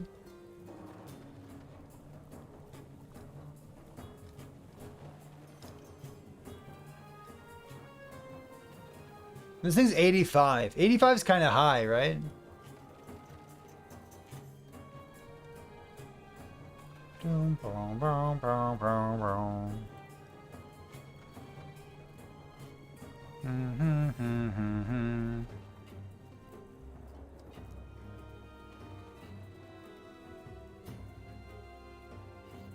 I can do one of them. Like this is my best. Like all attributes, 5 crit chance. Like this thing's good. I think I'm willing to do one of them, but like not all of them, yeah? Is that okay? Like this is basically just like tossing my item out a window. Like it's not gonna work. But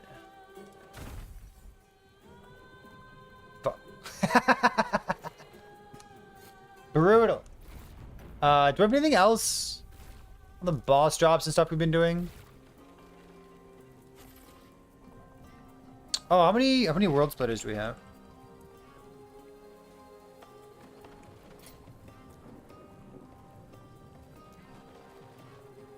One.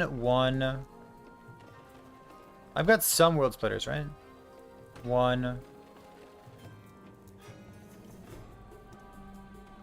Are the Nemesis all of these? That's so brutal.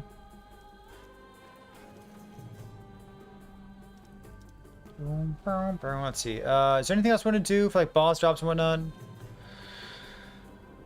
Osirians. Sacrificial embraces. Shattered chains? Pause chat. Wait.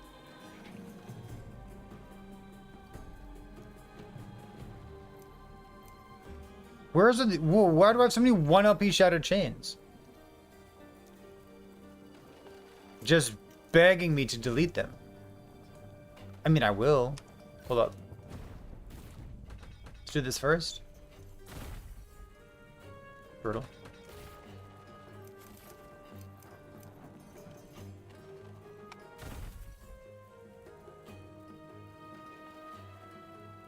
Brutal. Why is everything brutal, Chad? I want those shattered. Wait, I want to keep this in my inventory real quick. Shattered world.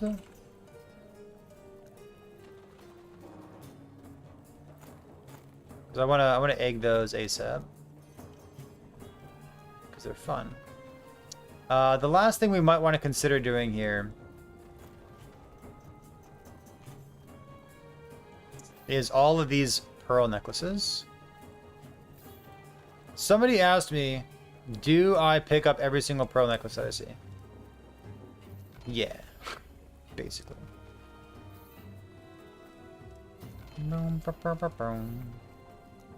Yeah, I basically do. Like, what 2 LP? Let's not do that. I'll keep the 2 LP. That's pretty neat. We can delete these items as long as we're at it. Another 2 LP. Wow.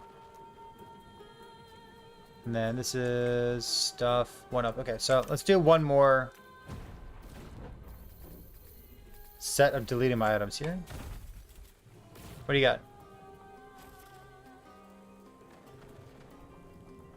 Not a single one? Yeah, boy.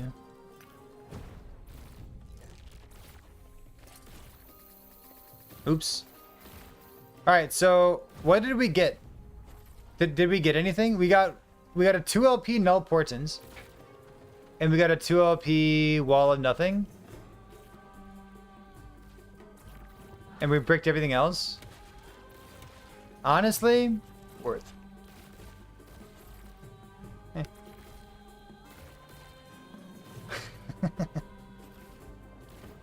Cool. So let's go egg some stuff. Look at all these items that are no longer cluttering my inventory. I'm sacrificing them. What? Cool. Thanks, game. Enormous girth. You've never seen something so girthy in your life. Well.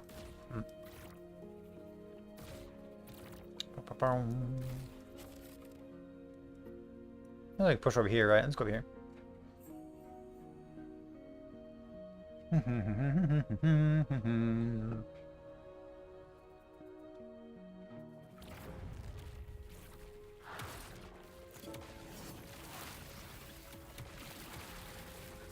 Stand down or die. I just want... Am I supposed to Rune of Ascendance? Chat, Rune of Ascendance is just like the worst.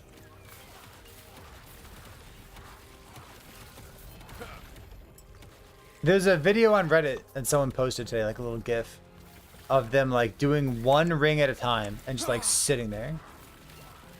Like trying to hit a red ring. But like if you do that, like, you're not even gonna get LP on it. It's so brutal.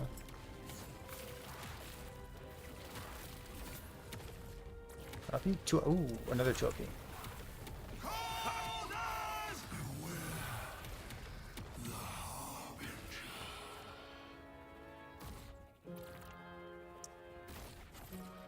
Almost cool.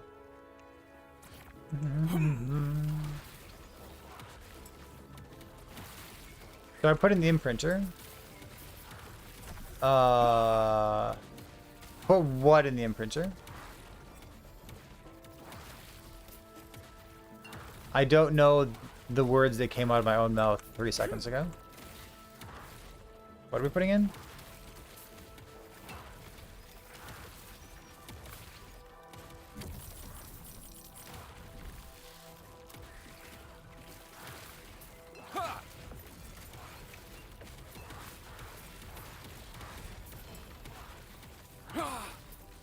I just took my imprint of a red ring out. I feel like I've got enough of them, you know what I mean?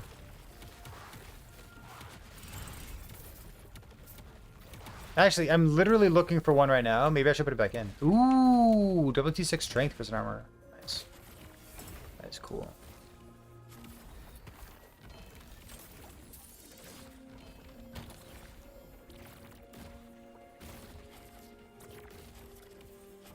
This one's perfectly rolled. Other than the implicit, which is fine. Sure, what's this thing? This is armor weapon. Armor jewelry and slide. When you okay, it's like this.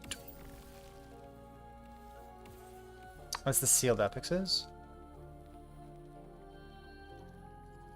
Armor weapon for lost caches. Armor or weapons? Okay. It's another 2 LP. It's nice to have. Dunk.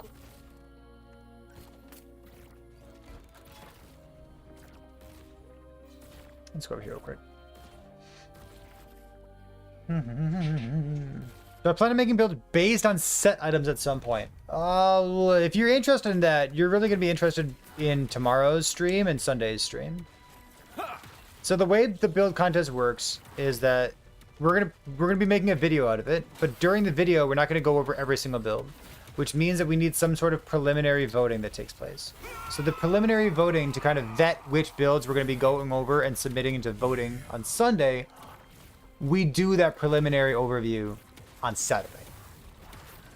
You will take my. I must. So on Saturday's stream, we'll be going over all the builds. Not just the good ones, not just the bad ones, all of them. Not just the ones that look good after, you know, reading them for 3 seconds. But we'll be looking at everything. Stand down or die.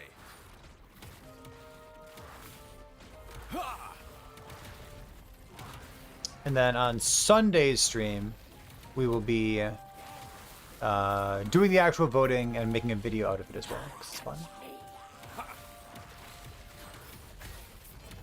Bunk.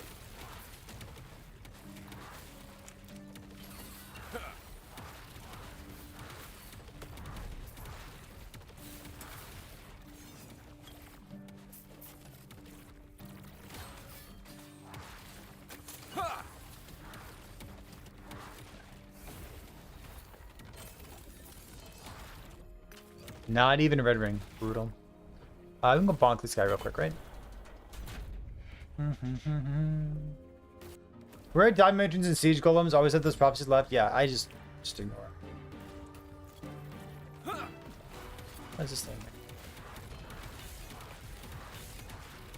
Technically, that information is available to you with something like Tunk Labs. Tunk's website listed there in chat has a monolith, or has a timeline by timeline breakdown of where all the monster types can be found. And then there's also a bestiary tab that you can click on to get a different angle, figuring out where you ought to be. Realistically, the best approach is just get lucky, and as a follow-up, don't be unlucky.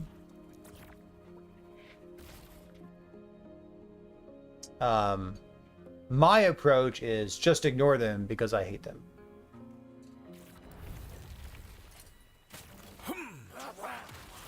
Yeah, that Time Rat Javelin build is like I won't go. super reasonable build, huh? Looks great. I did nothing wrong. 2, 2, 2, 2. Yeah.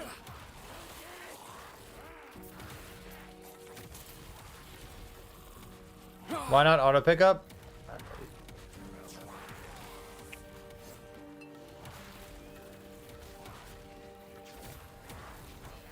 Minion. Ugh. Ugh. Alright, add a second stat so I can use it for 2 LP purposes. Punk. Stand down or die. You're dead, kid. You're dead.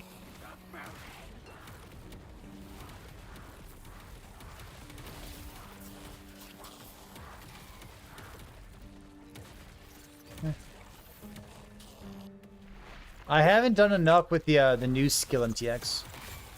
Like, we played a little bit of Lightning Blast, but like, did we? Did we really?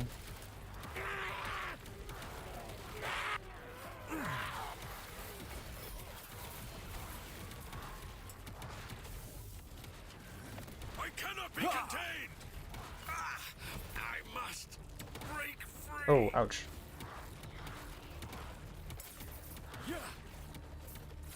Like, there's Maelstrom. My brilliance is unequal. Out of mana. Maelstrom, Rip Blood, Lightning Blast, Hammer Throw.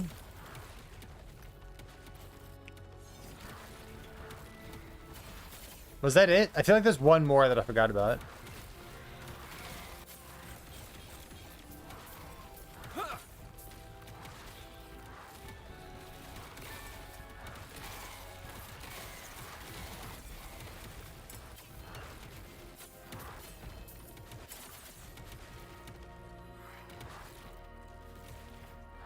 Shuriken not a hammer. No, hammer has MTX as well. Stand down. Okay, so Shuriken was the one that I missed. No Spark Charge MTX. Wild. Why not?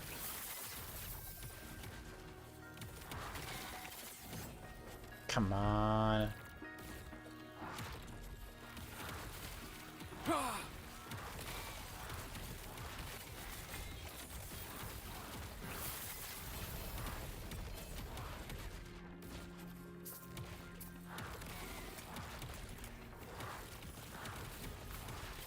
Never fixes Blade Dancer. Does Blade Dancer need fixing?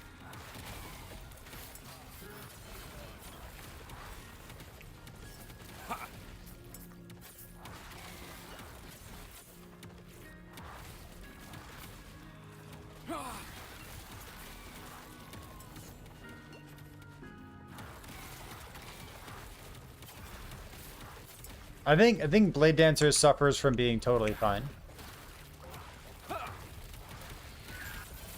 And like when it comes to buffing stuff, like why would you bother buffing something that's totally fine?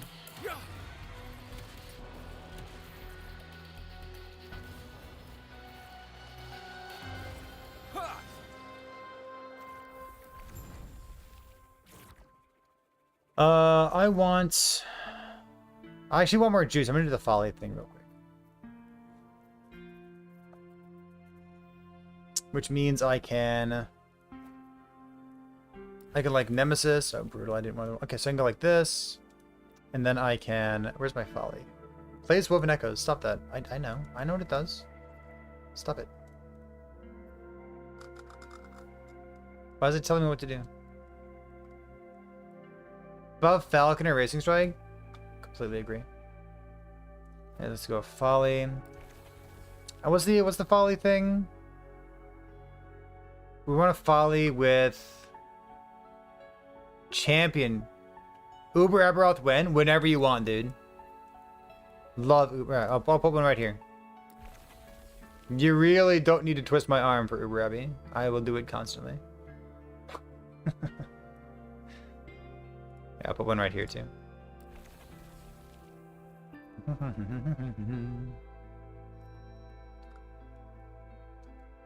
Really don't need to twist my arm.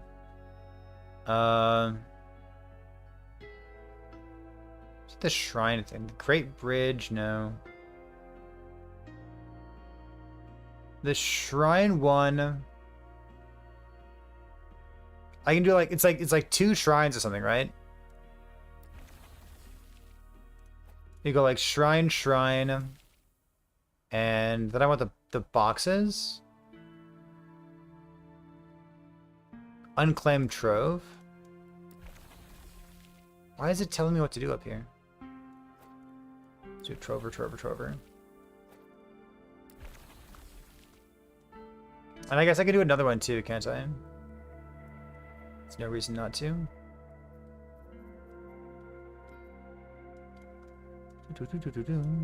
Where is it? Profale here.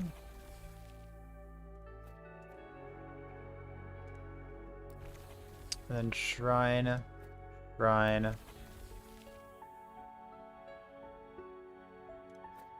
Trove. Okay. Uber Aberoth when? As if I do anything else.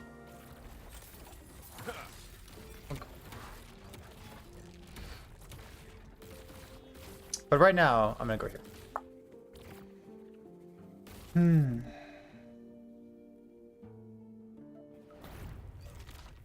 Alright, what do you got?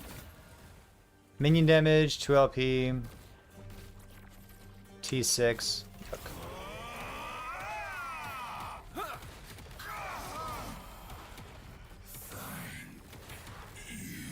mean, I'll take it. I'm just like not happy about it. Let's go here, click. The next Shattered Worlds. I see you coming from YouTube over to Twitch. Yeah, those chat commands don't work on don't work on YouTube. I'm not even sure if YouTube has chat commands. But I do try to pay attention to both platforms. Mana courses through me. I must break free. Punk. T4 damage over time, baby. Alright. Yeah.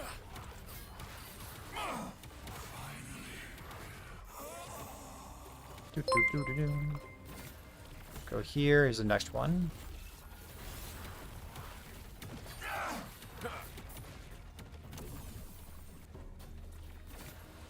Oh! Ooh! It worked.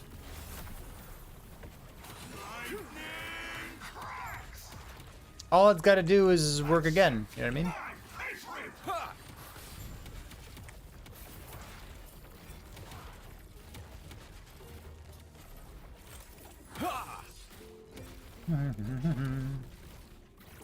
Go this way.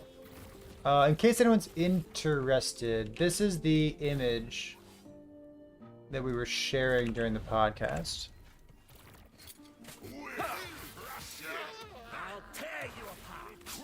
Stand down or die. Ew. Fuck.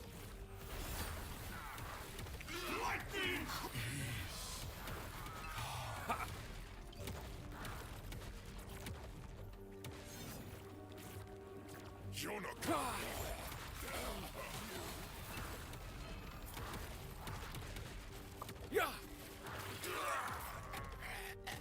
Finally got to 100, immediately rerolled. It is a little bit slow. It's good.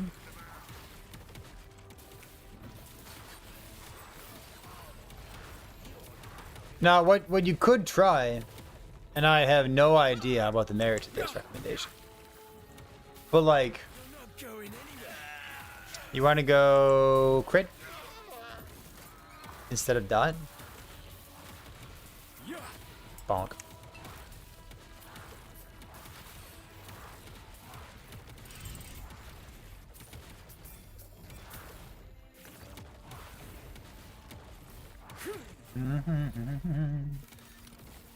Is that Uber Abby's hardcore kill? No, that's I think that's Uber Abby's killed per unique character.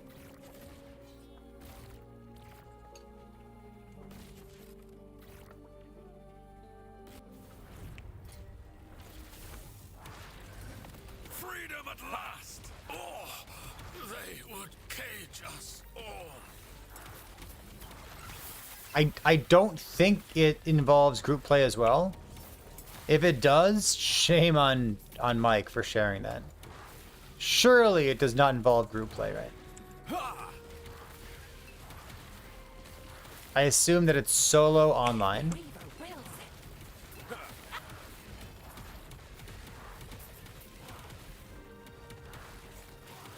Isn't that a racing track with extra steps? I mean, totally different, dude.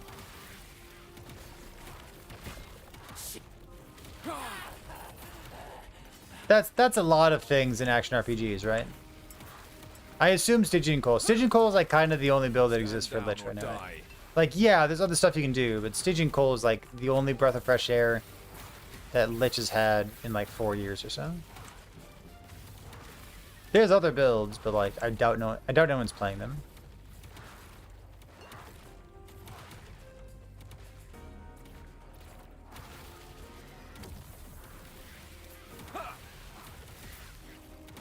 Imperfect.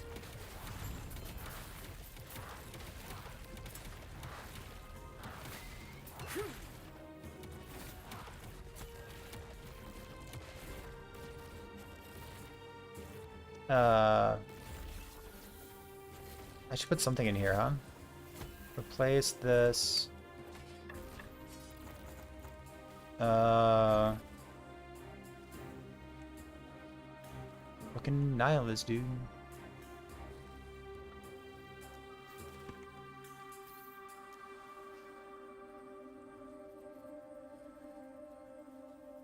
There's a 1 LP. Oh, did I miss a 1 LP? Oh, that's so brutal. Oops.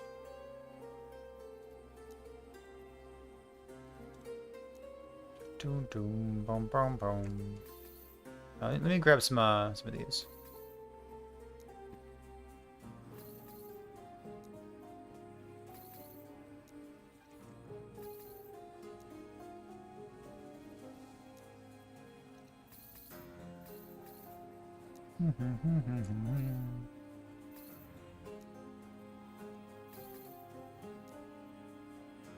Okay. Go here. Bonk. Terrible. Got it. Alright, done. Bonk.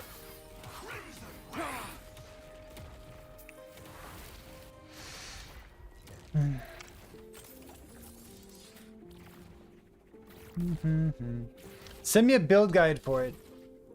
For crit? I have no idea. No clue.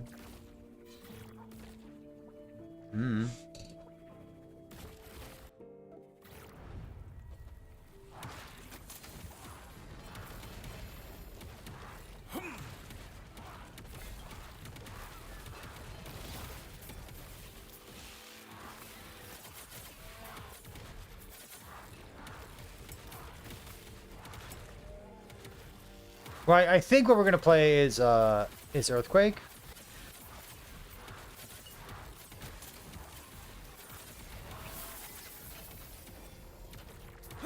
If we come up with anything else to play instead, we'll play anything else instead.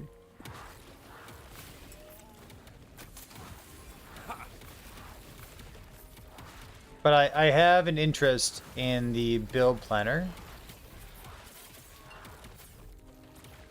that someone shipped me for EQ. Looks neat. Like my only hesitancy against playing it is like it's EQ, and someone's gonna be like, EQ, isn't that just Erasing Strike with extra steps? And like, shut up. I'm not just gonna play Erasing Strike for the next 4 months. I think.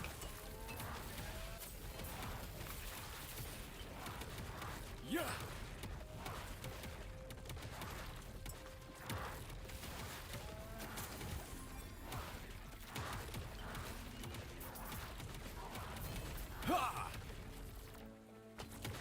So I want a 1 LP red ring before we play the next build.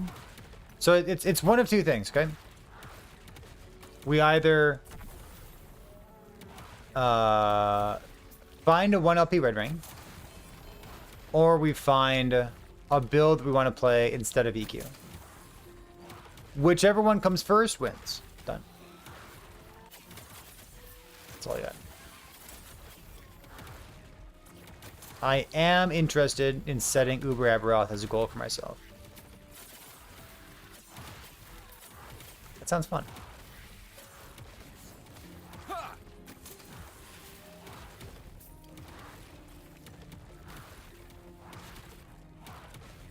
When you kill Uber Abbey, one of the drops will be a Woven Echo.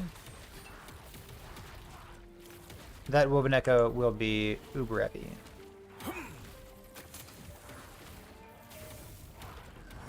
I won't go back. Ah, I did nothing wrong.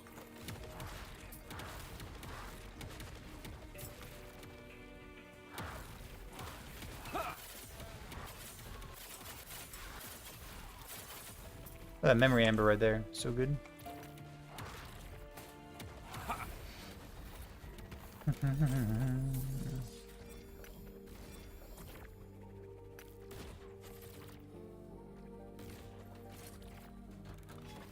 Dirt, dirt, dirt.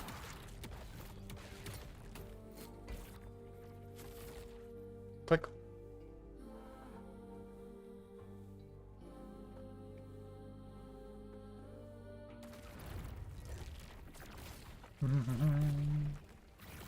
You're seriously considering it. It looks faster than Judgments.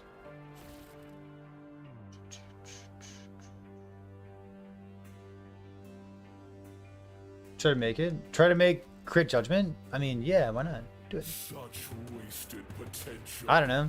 Orobis would have welcomed you. Sounds like fun.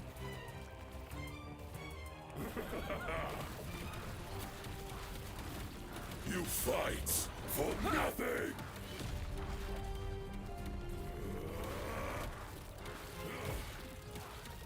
Weak and worthless. Are we the bad guys? Maybe Uber Abbey's the good guy? The void comes. See the beauty we were denied. Itera turned her back on us. Maybe. Darkness reigns. Greater than Orobis. Whoops. This is the worst anomaly I've ever placed. Aberon. Lie to us.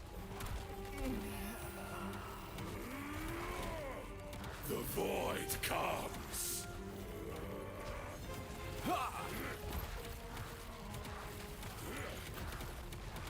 Weak and worthless. The gods tore our world apart. They deserve their fate. Oh shit. Ooh, oops. Glad that thing was there. Embrace oblivion.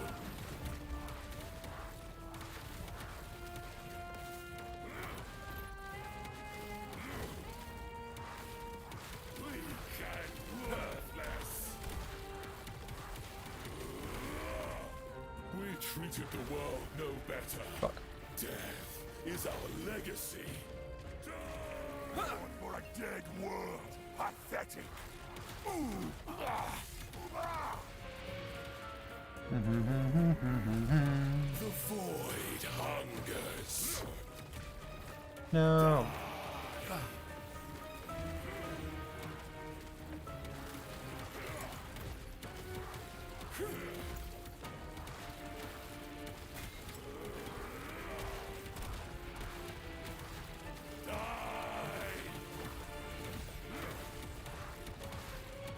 The world called to Orobis.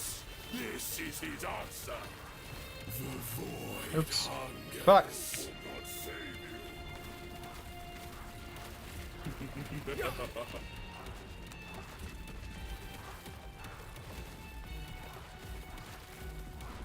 You fight for nothing.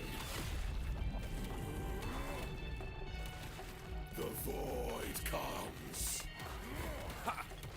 Weak and worthless. No escape.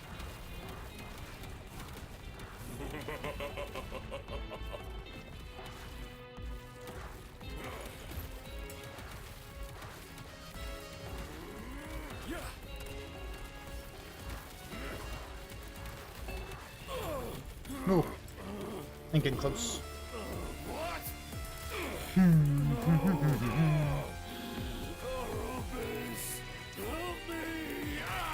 Where's my 2 OP? Come on. Never lucky. Yeah. 1 increase. Whoa! It's only +1, which means it's garbage. Got it. I gotta remind myself. that it's actually trash. Never mind.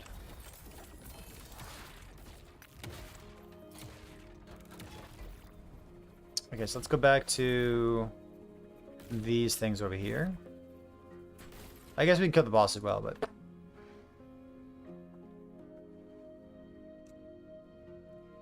this...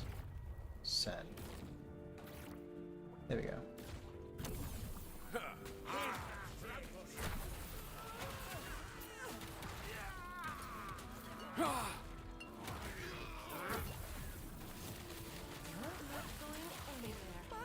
So the shrines are here because of the monster density, yeah?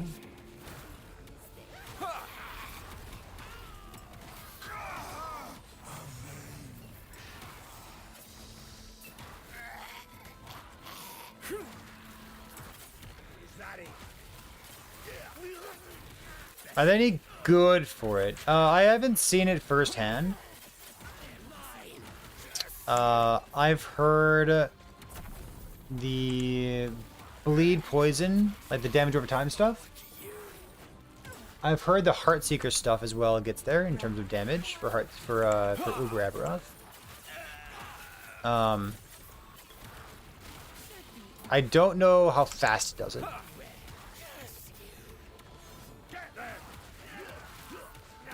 Don't know that information.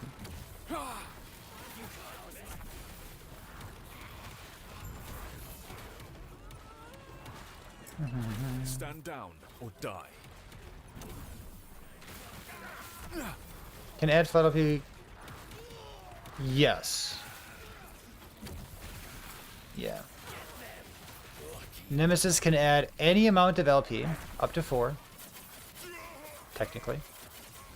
And it can add up to 4 affixes as well. It's unlikely that it's going to be 4, but technically it can happen. Stand down or die.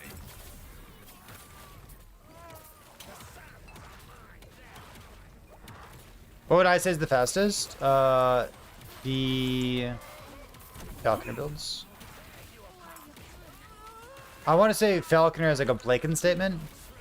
I don't know. Whatever the Falconer build is, but it's definitely the fastest.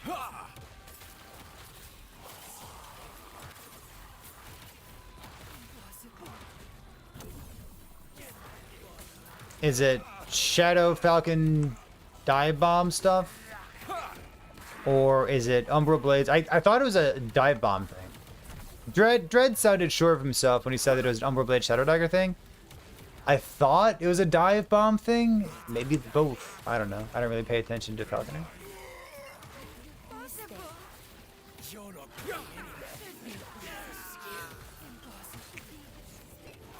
Maybe both. Who knows?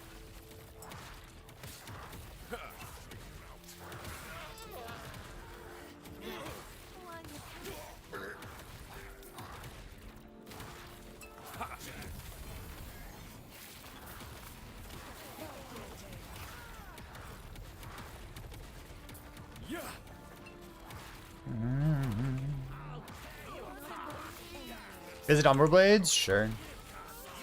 Check their Falconer builds. They all kind of blend together.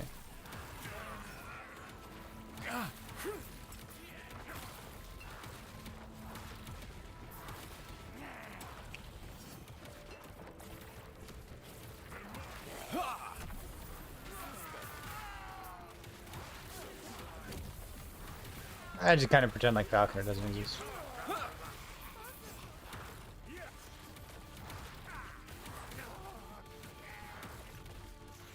It's just so far outside the realm of normal. Oh, that's kind of cool.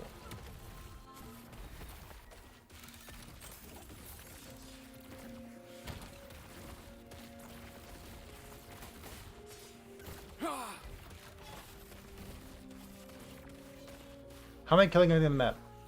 Because my understanding is that that is a good choice for me to farm Memory Amber. Which is the point of me doing this right now.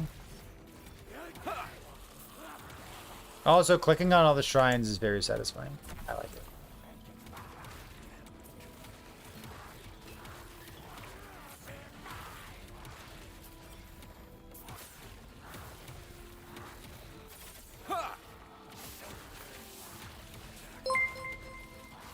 Boom, boom, boom, boom, boom, boom.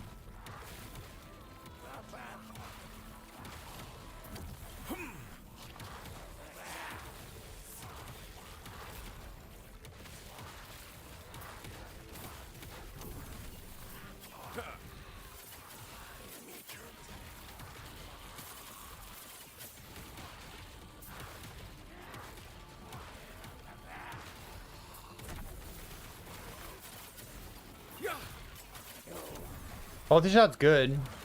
I'd be very surprised if it's Uber Aberrod good. Like, it's definitely good. Stand down or die.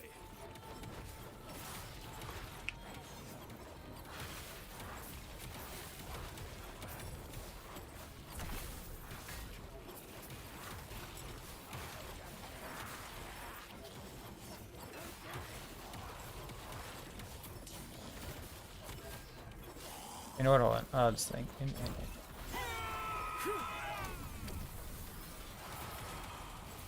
Come on, shrines are just like literally so much fun to click on. What do you want me to do?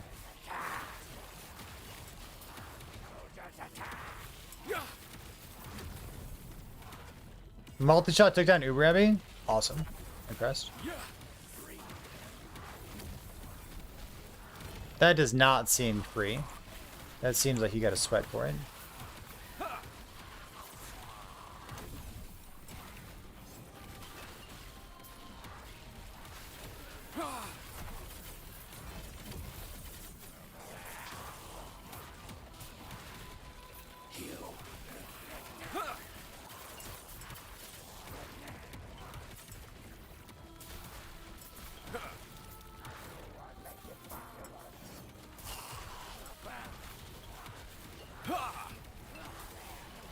Yeah, normal Abbey is like super reasonable, in my opinion, for any new player to set as a goal for themselves.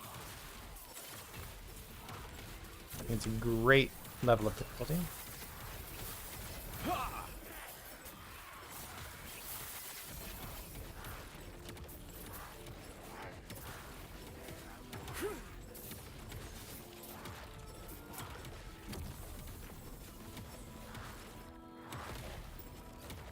I'm just gonna assume the rest of it's good.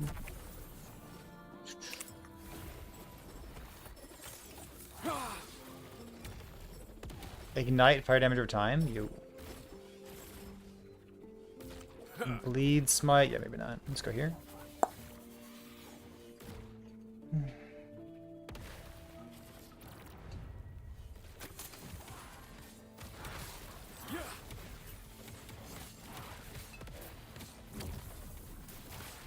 And then this echo we're doing because of Memory Amber and hopefully getting a red ring. We'll see.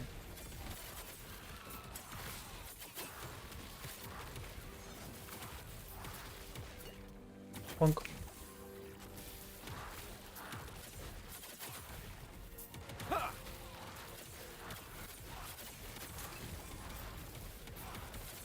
Stand down or die.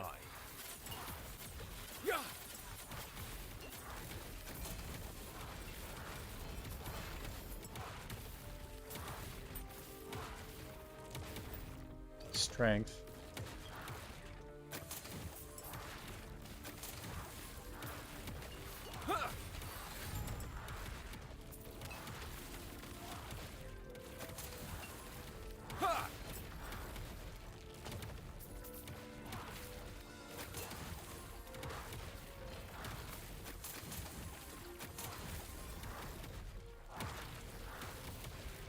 Would a red ring show up on my mini-map as well? Yeah, I guess it's a unique item, right? So it should. Stand down or die.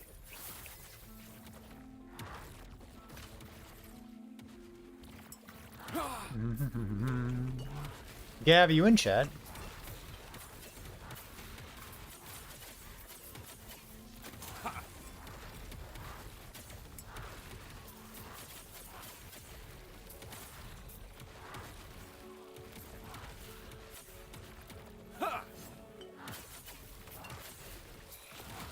Is there one more box? stand down or die. Yeah. My box, come back.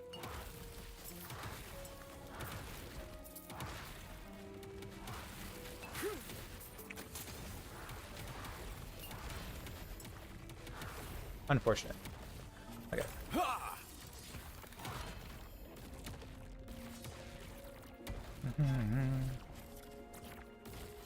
How does this map increase your red ring chance? It's a woven echo thing. So up here we have imprinted weapon or jewelry item to imprint it. Have a small chance of dropping a pile of similar items when killing enemies in your regular echoes. This one is for lost caches, armor or weapon. So I guess the caches might drop like triple exalted Praetorian belts, which I think would be good. This one is when you receive echo rewards, you get a red ring. It's like these two. I guess like this one is the one that scales with lost caches. Having just like multiple exalted stuff there. Yeah, the triple exalted belt's pretty good.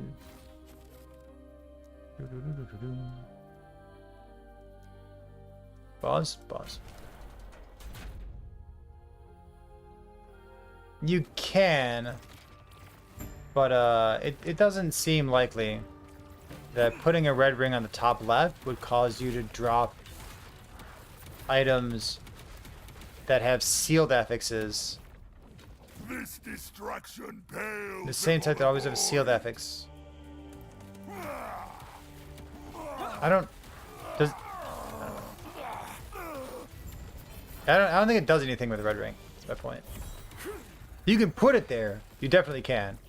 I don't think it does anything.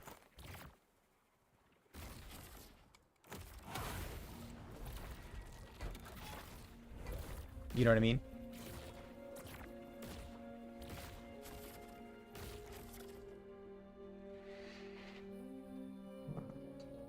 Why can you put it there? I mean, because it's a ring, so like you're allowed to put it there. But like, wouldn't it be neat if like you put it up there and then like you just dropped like an opal ring that had a sealed affix that said 10% less damage taken if you have at least 180 total attributes?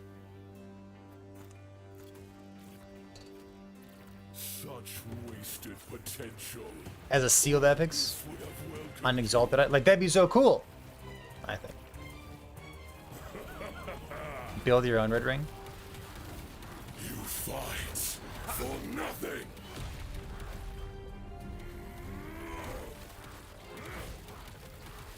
Weak and worthless. Stop leaking. I'm so sorry. The void hungers. See the beauty we were denied. Itera turned her back on us. He finally found peace. Pity.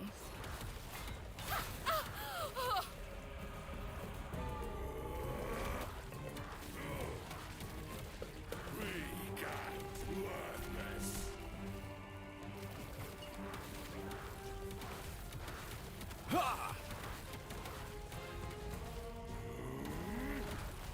The void comes.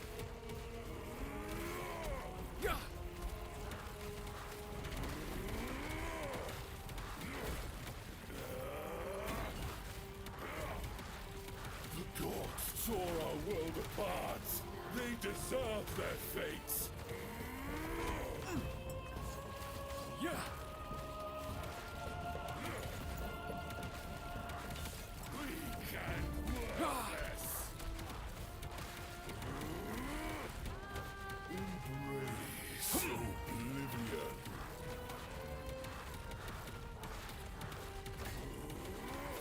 The void hungers.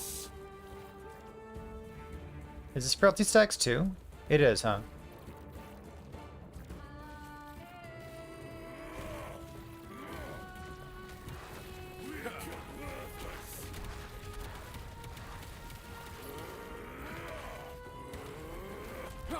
The void hungers. Darkness reigns. Ugh, so annoying. We treated the world no better. So I never really like need to come to the bottom again, right? Our Not for a dead world. Pathetic.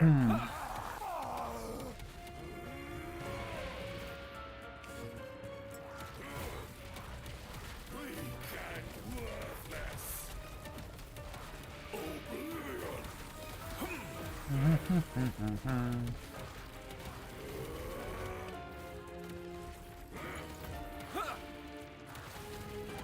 Weak and worthless. Die.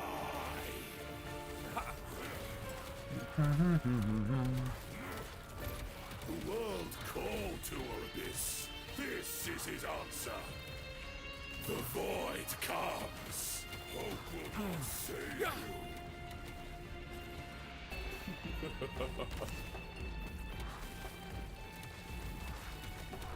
You fight for nothing.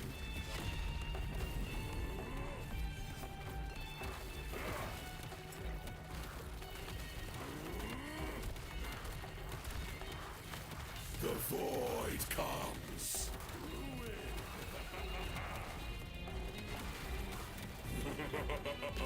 Oh fuck! Whoa, buddy.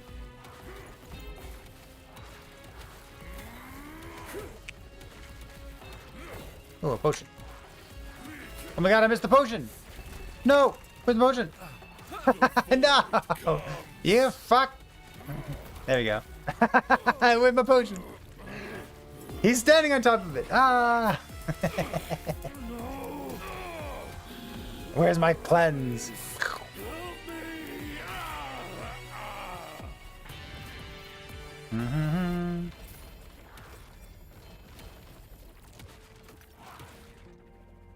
Relic? I don't see relic in here. I see some things though.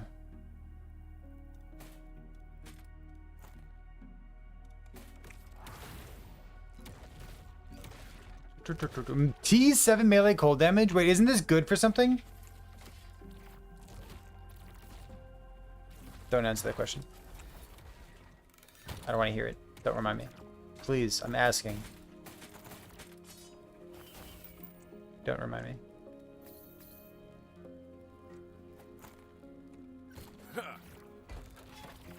T7 melee cold damage and a spear? What's he talking about?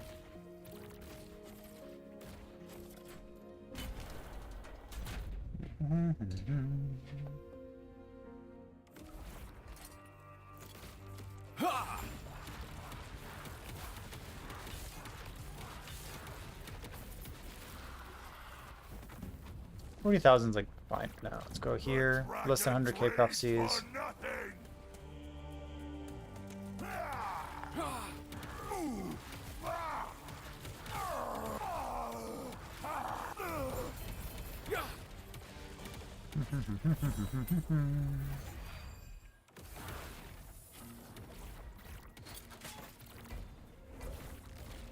So let's see. What are we doing at this point? I'm still interested in rings. You know what? I got no prophecies. Let's go make a prophecy run real quick. Which throwing skill would I recommend for rogue until Umbral Blades? You got Hard Seeker. Wait, until Umbral Blades. Until Umbral Blades. You just you're asking like how do you level any rogue? Bleed puncture with a bow?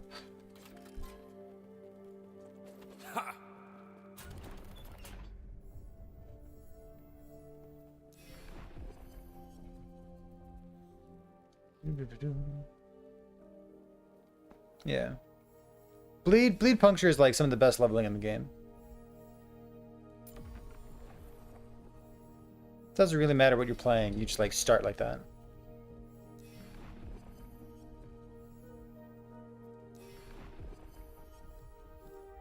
It's like all the middle nodes in puncture, they give you a global buff. They're called Bleeding Fury. I could do Architect Liaf. Okay.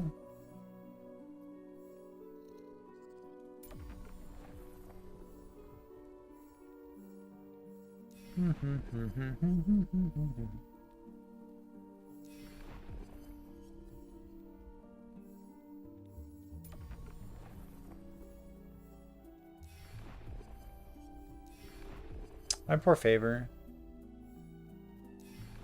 I guess it doesn't help that I do so many. I guess I could do Cremoris. It's pretty fast these days. It certainly doesn't help that I do so much Uber heavy.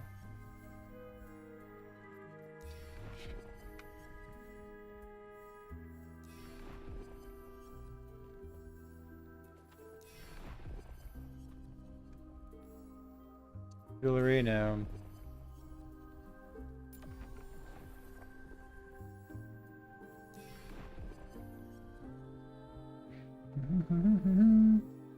I guess so. I do double twice though.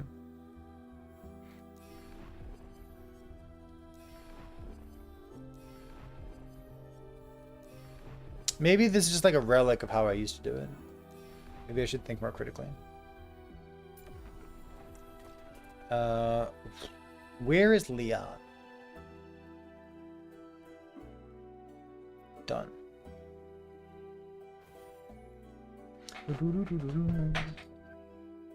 Nalo, I loaded in right next to you today.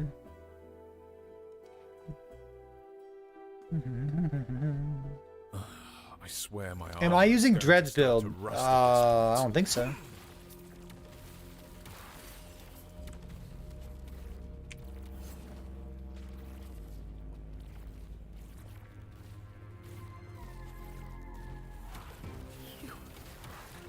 You fool. Lagan is unpredictable. Unlikely. I was trying to protect everyone.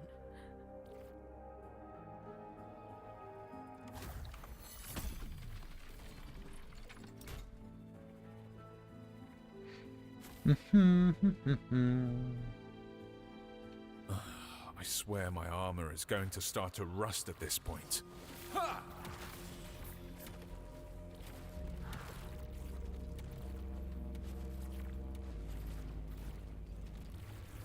You locked in the reroll. Melee ignites. I mean, I can't stop you. Lagan is unpredictable. I was trying I can't make you not to play that. protect everyone. Click.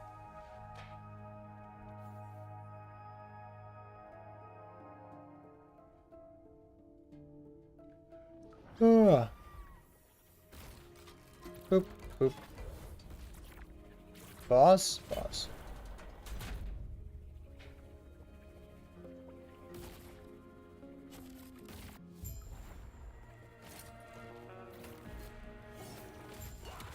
Yeah. What time is it? 9 o'clock? Perfect. The dawn of the Black Sun. Do you think my defeat changes anything?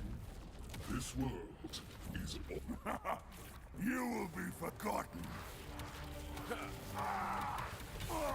Blackened sky.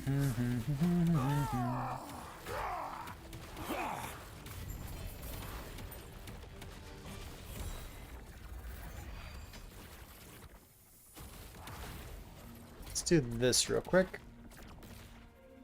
I have 471 NVs. Can anyone beat that? It's a lot of NVs.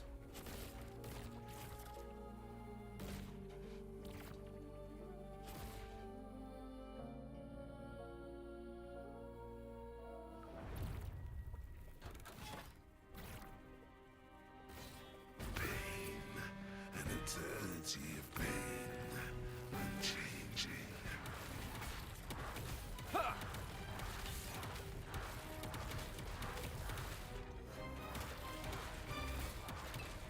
Flesh is temporary. This means nothing. The end will come. Go here, grab this. Go try to find some rings. I do kind of feel weird, like I haven't found a red ring in a while.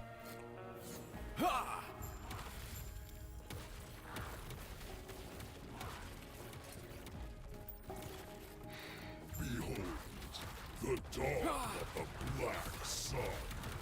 Do you think my defeat Come on. changes anything? This world is all. A dead god for a Do I know of a companion build that doesn't need snapshot to kill Uber Elder? Yes.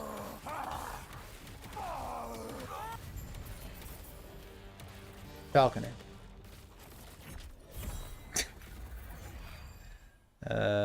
Hmm.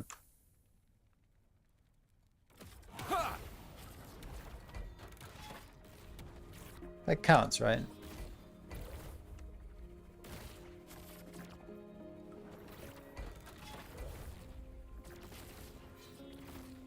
I think it counts.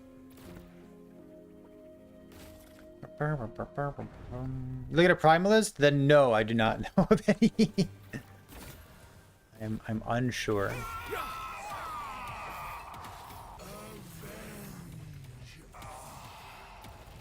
Those rings. Are there any zeros that I care about other than Red Ring? Like, there's no Syrian, but let's be real.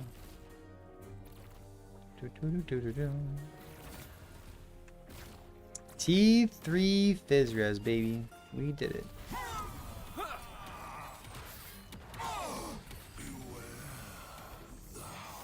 We're like 3, 2, okay. Any good uniques for self-cast Meteor? Self-cast Meteor.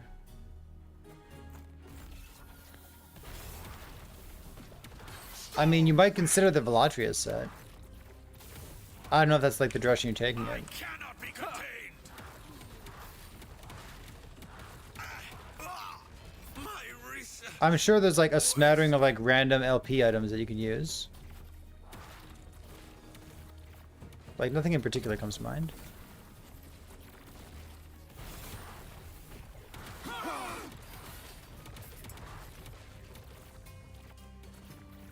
Nothing in particular. These are not OP items, Sven.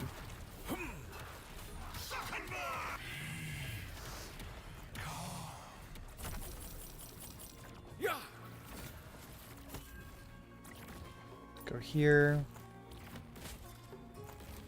Ditch all of those.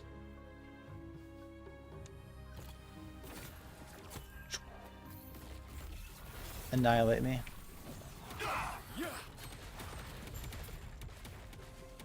I will tear you apart.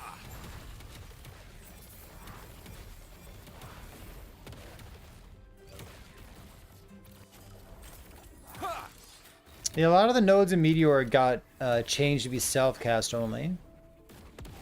So if you're going like for damage, don't think the belt's gonna do much for you.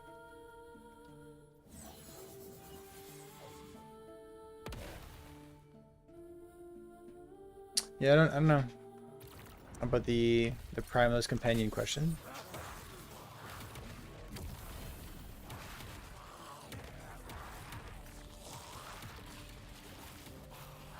Do-do-do.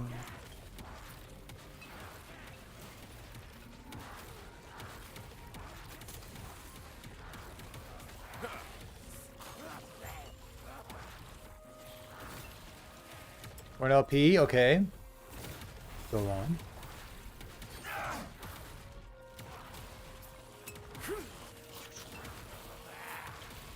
Phil, go on. Welcome. Stand. You believe 3 LP? Can you imagine?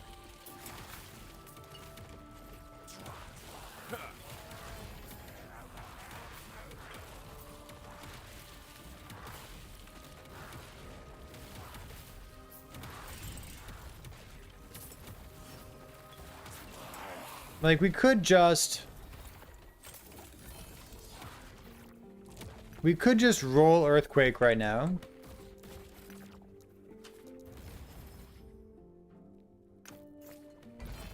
And like farm along the way, which is fine. I'm kind of using this as like a delay, right? Like, is there anything else I want to play instead? What's the next build? Well, that's what we had been talking about. It's either going to be like Stand down. Earthquake's the fallback. So we either farm like probably maybe like one singular, like one LP red ring, or we come up with like a different build that we want to play instead. Oh, 2 LP, sick. Or we come up with like a different build that we want to play instead. So I'd be happy with either outcome. Like I'm interested in the EQ build At last, that I've got pulled up. of my research wasted. But like, I mean, it's just EQ, right? Like it's EQ. EQ didn't get changed too much, and then it's like another bonky skill, right? Well, pardon me, I apologize. Audience is unequaled. Out. And like going from one bonky melee skill to like another bonky melee skill, it's not the hottest thing, you know what I mean? I'm interested in trying it out, but I'm interested in maintaining the interest level of Twitch chat as well. You know what I mean? What's EQ? EQ is earthquake.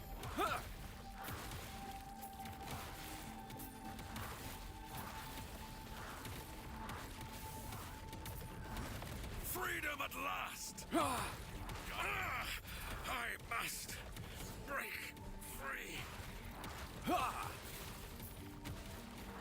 But given the infographic, the Excel sheet that we just looked at a moment ago, like, I don't know, not a lot of primalists, like Beastmaster, basically just exclusively Beastmaster taking down Uber Aberon. I'm like, I don't know, it'd be fun to do otherwise.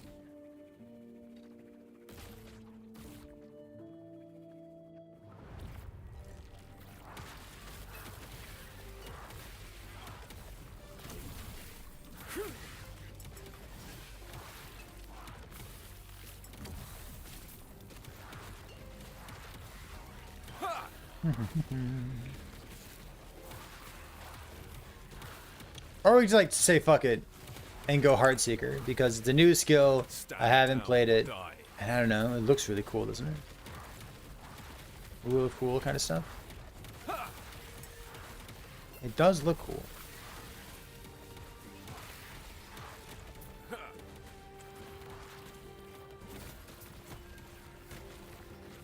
Two LP. It's so sick.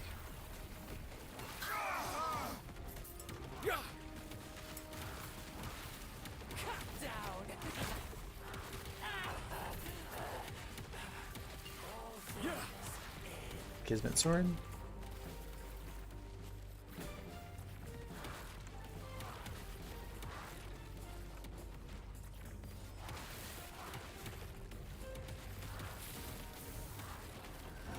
You will take. I did nothing wrong.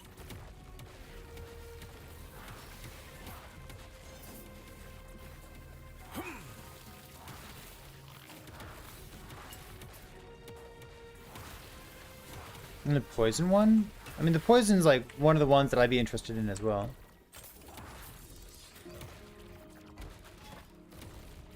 Is chat? I gotta trust you once again. Is there like a poison Heartseeker build out there?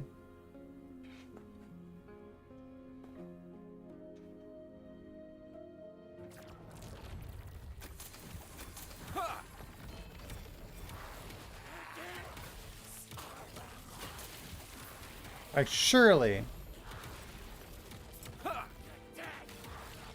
Like there's no way there's not, right? Stand down or die. Bleed Poison. I think Bleed Poison and then like Morning Frost. Those are like the two established ones, right? And then Frostbite's like kind of bougie. I'm not even clear if Frostbite's better or worse than the other one. Than the other dot thing.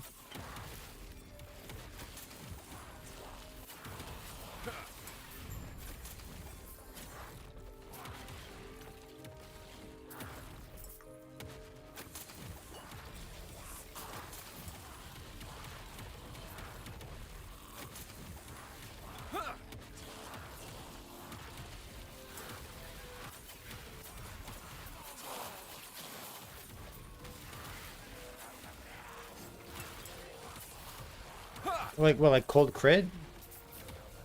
Stand down or die.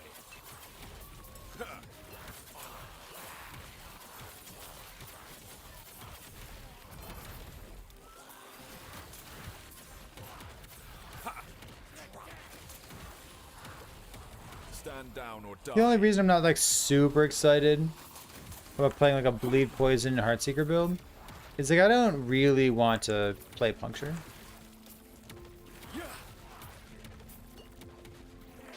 Puncture.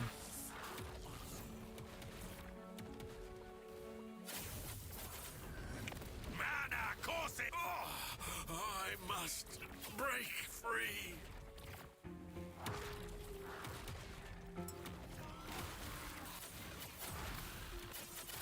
Ha!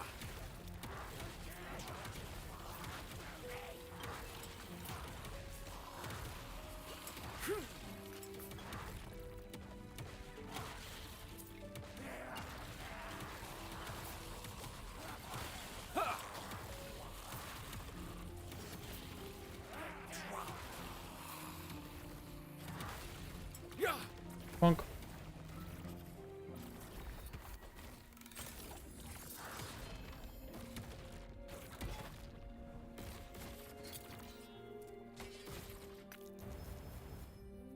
Ooh, T7 poison damage. That's kind of sick.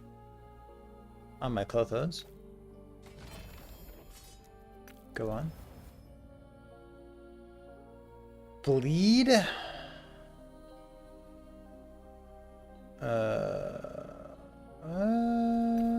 Nah. What's this? Jade the product. What's going on? +2 good implicit mana, more -4 all res. But it's 2 LP. It's kind of cool, isn't it? Do like that. Jay, we're talking about next builds, dude. What time is it? It's 9:30.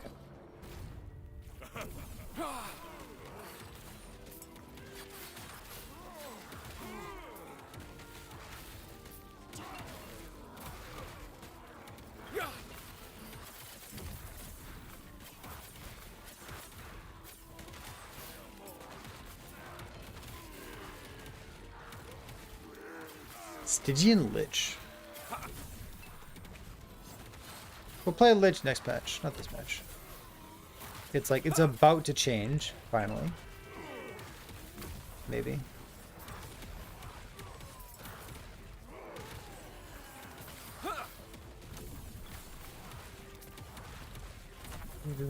Oh, really? Yeah. So 1.3, for those of you out of the loop.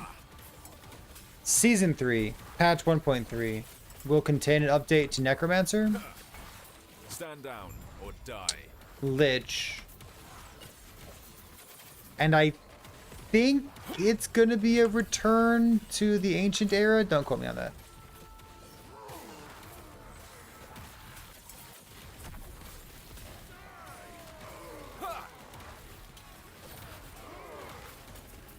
Erasing Strike was too good. Had to play Warpath instead. Completely understand. Stand down or die.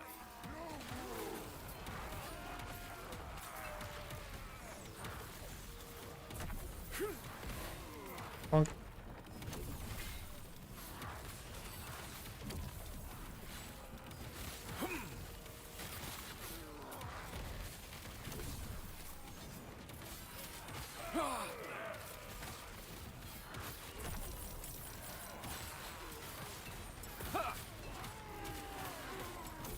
I don't think we have any timeline for season 3. Unless Twitch chat knows something I don't know. Maybe they talked about it on the dev stream today.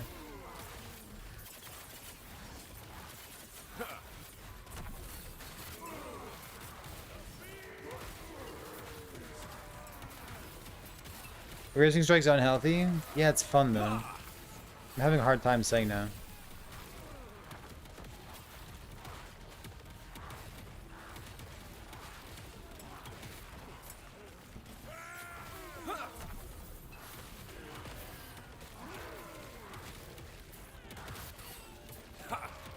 Stand Stand down or die. Not coming out tomorrow, thank God. Holy moly, that'd be a bad idea. For me.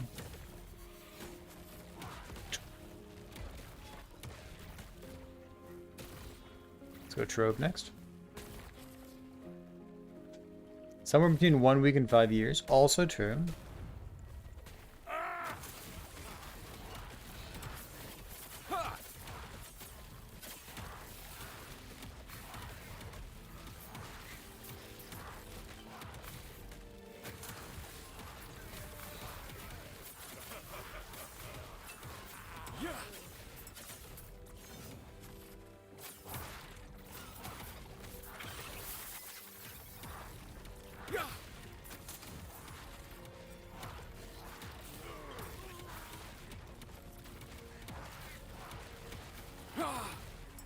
Stand down or die.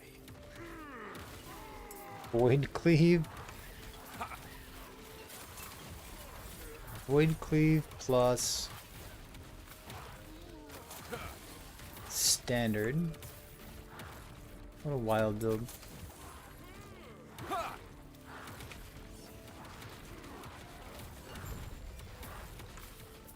Spark Champion? Ooh.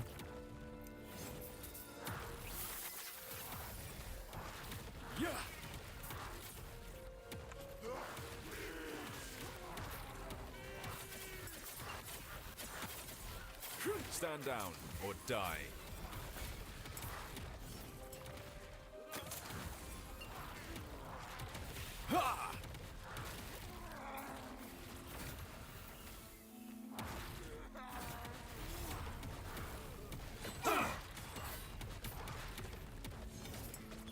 Stand down or die. I guess I'd also be interested in like a ward build. Potentially building like the new ward affixes to see how those feel.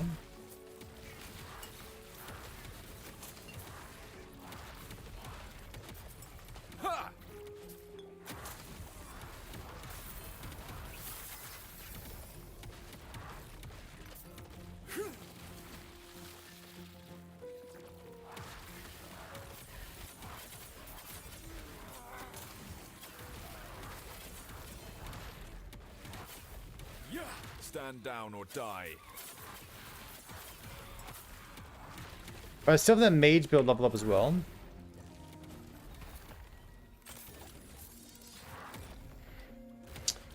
What we could do is spend some time on mage looking like spark charges.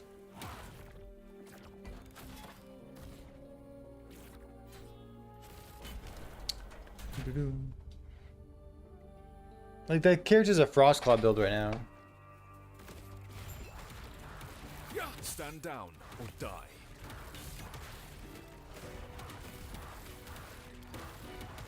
I got the wrong boots on. Oops. T6, huh? Destruction pales before the void. No escape.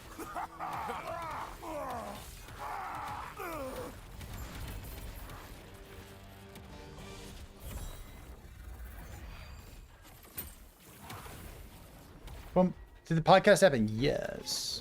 It was a good podcast. I enjoyed it. Any dungeon. Let's go here. That was good. It's all like you can immediately watch the VOD on YouTube.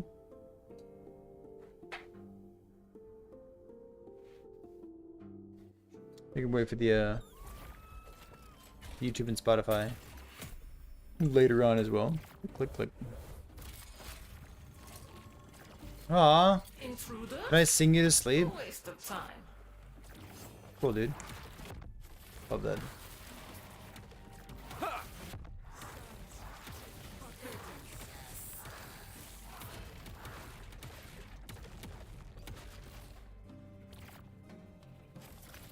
Too many 2 LPs. Not enough 4 LPs.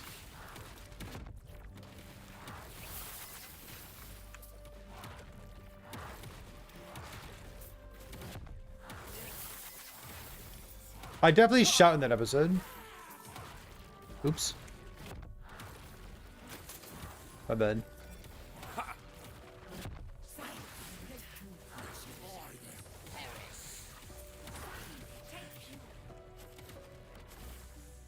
Ooh, where's this? 2, 2, 2, 2, 2. Brutal.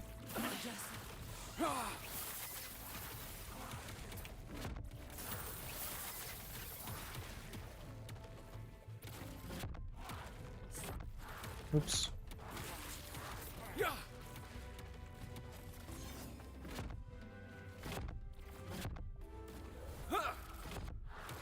Anyone? Rares? Yeah. Click.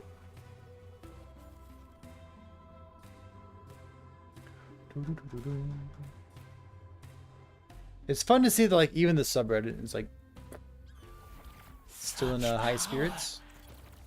There is only one explanation.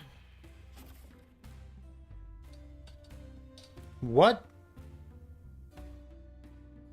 Season 3 teasers.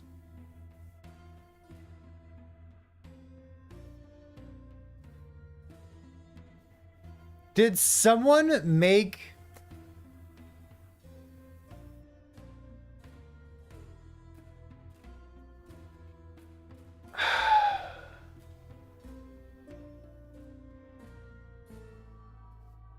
someone made a post on Reddit? I'm sorry. I'm so sorry for saying that I thought Reddit's attitude was good lately. Someone made a post on Reddit called "The Case Against Minion Snapshotting."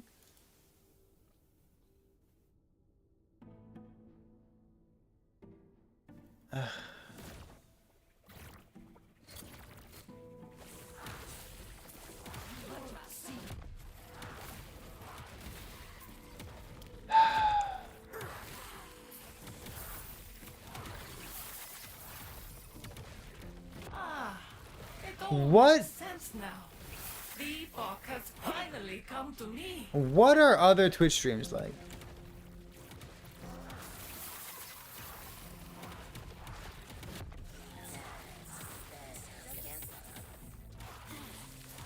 Are there people out there in other streams who think that it's like worthwhile in any capacity to make a Reddit post arguing against snapshotting? Who the fuck are you arguing against? Like, it's not even a straw man. It's just like your cat or something. Who's taking the other position? Stand down or die.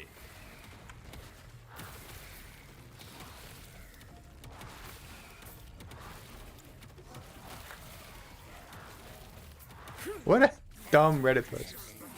If that person's in chat right now, I'm not trying to hurt your feelings, but that was a really dumb Reddit post. So maybe I'm trying to hurt your feelings. I don't know.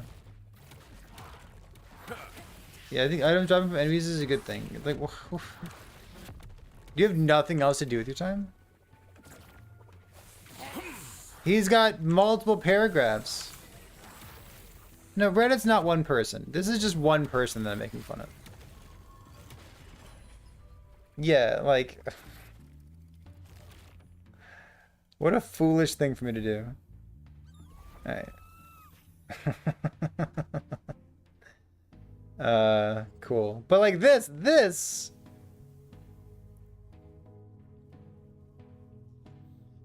Look at this! What is this? Did I miss something from the stream? Obviously, because I didn't watch it. That's why I missed things from the stream. Season 3 spoilers? They're introducing Roa feathers? And rose tulips?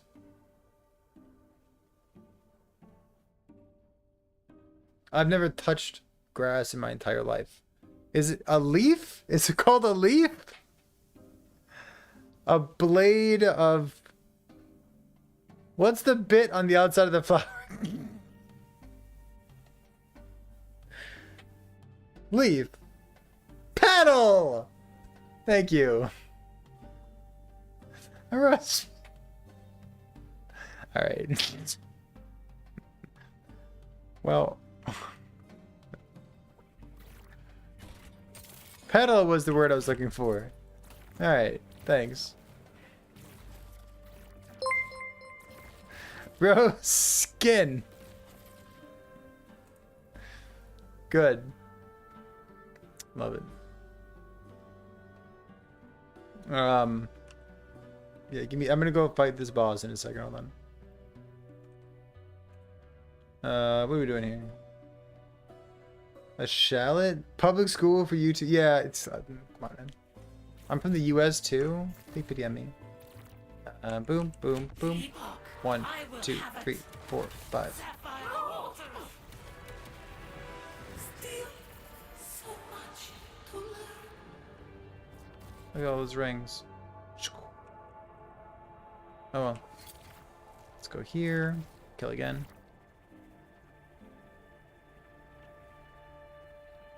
Did I see the eggs? No. What are you talking about?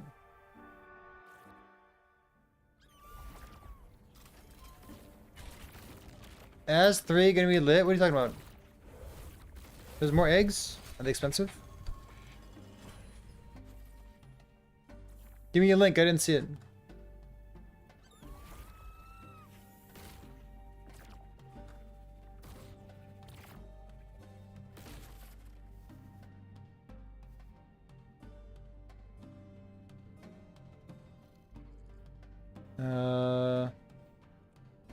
Let's see it.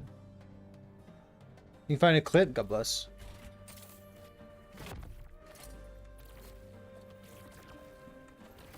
The epoch, I will have it.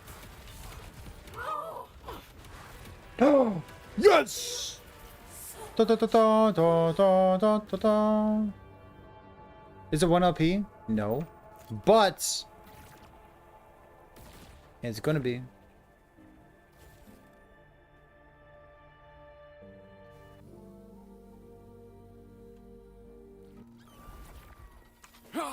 Egg, egg, egg. Don't we have an egg emote?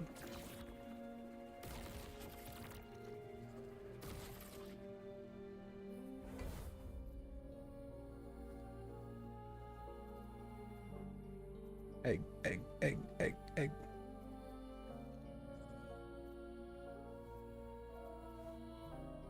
Over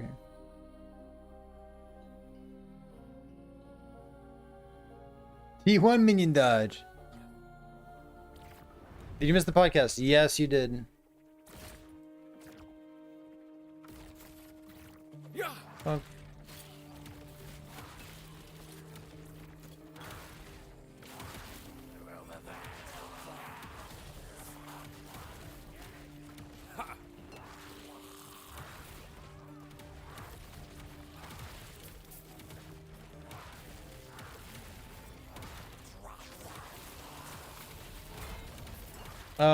Both my idols have shred on them. I have about 90% armor shred in this build.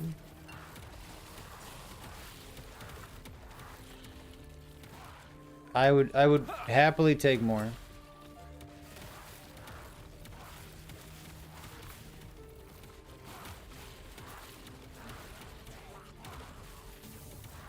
I know this is gonna sound weird, but like my gear is really not that good. I must break free.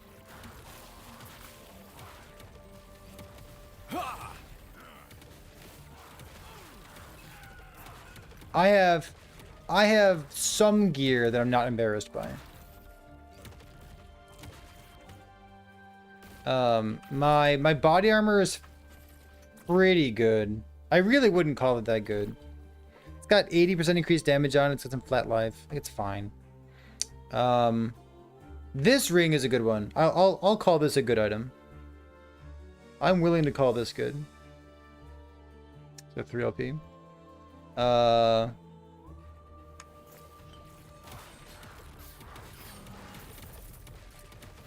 Like my belt's nuts. My belt's T7 hybrid with cleanse on it.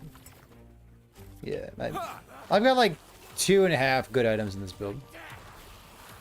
The rest of them are just like 1 LP uniques, basically.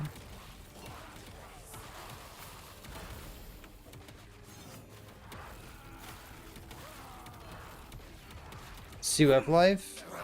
Have you heard the story, Jay, about my my gloves that I was using before I killed Uber Abbey so I could take his gloves instead?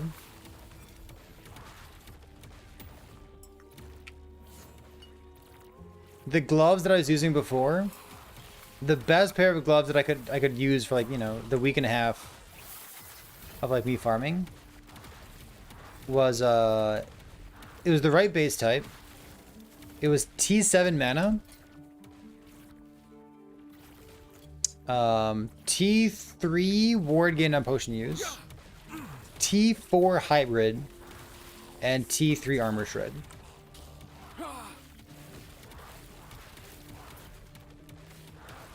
That was the best pair of gloves. That's the pair of gloves that I killed Uber Abbey with.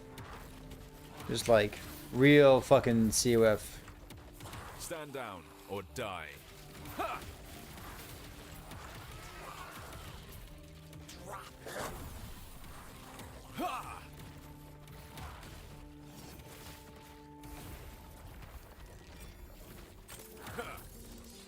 Grab this, I guess.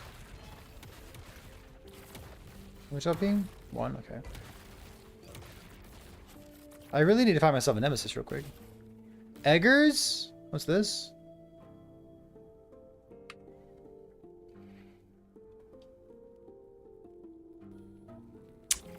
Okay.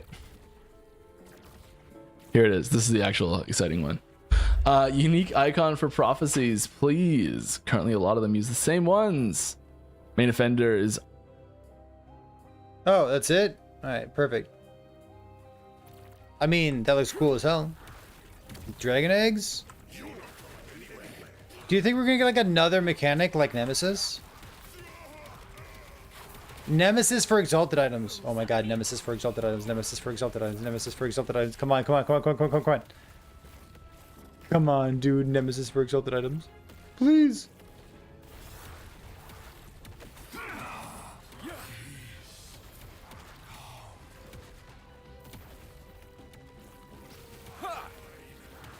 Ooh. Stand down or die.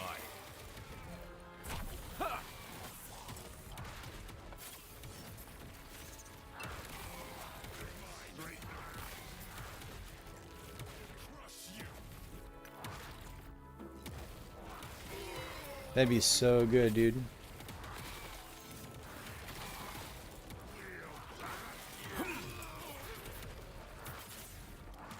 A new item type? What does that mean?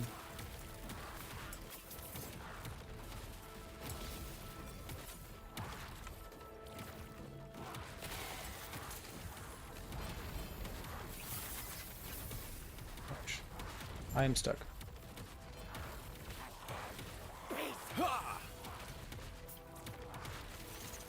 Yeah, primordial uniques.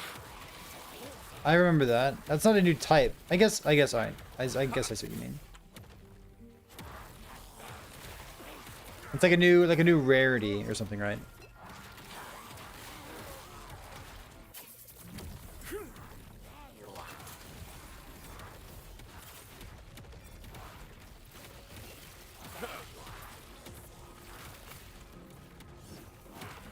I gotta find a nemesis.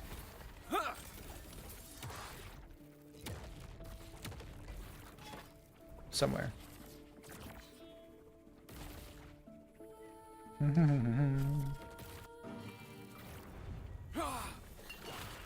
Just let me put the red ring in and get 1 LP. That's all I need. God, what if it gets 2 LP? What if, chat? Stand down or die.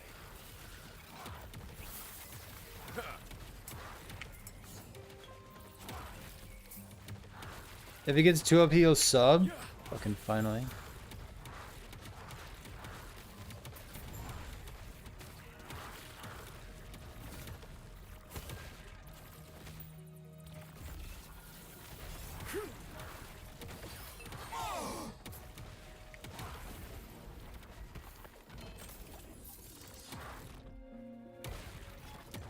What if I don't get minion dodge?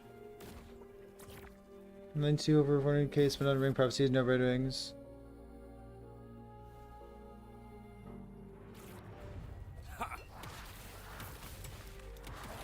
The best way to farm cool items in Last Epoch is very similar to the best way to get rich in Path of Exile. My brilliance is unequal. I did nothing wrong. Stop rerolling. I know that's gonna hurt when you realize that it's true.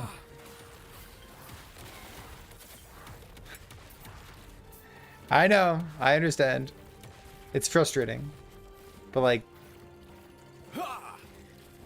you want to know how people make a mirror in like the first 3 days of a new league or something in PoE 1? They're still on their first build. That's why.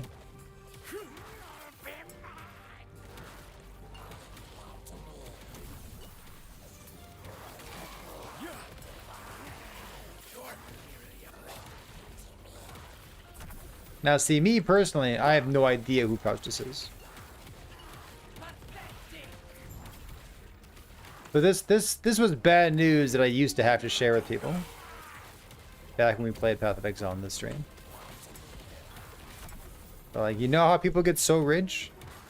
Because they play the same build for more than 1 day, more than 2 days, maybe even more than a week.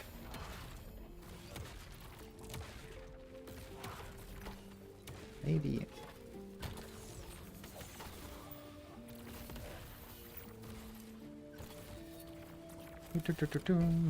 Enigma. I think Enigma multi-strike sounds like a not good choice. I wish Secker. Like, listen. They put one tiny little pre-nerfed node onto Explosive Trap. And it was like, it wasn't an S tier build, but it was an A tier build, and it was fun as fuck. Intelligence.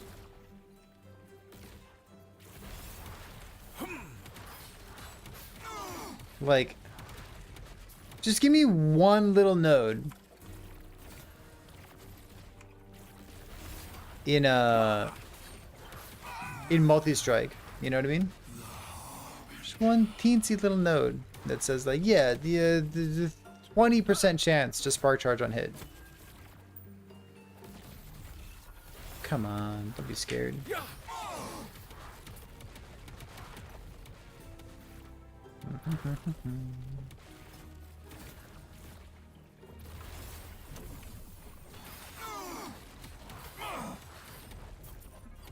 Give me one teeny tiny itty bitty node. Oh yeah, so I think that'd be really bad choice. First of all, you're giving up a shield.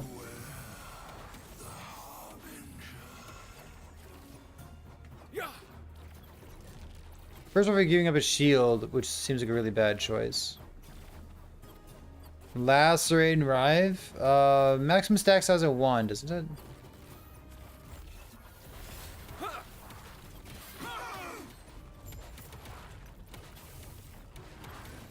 My brilliance is unequaled.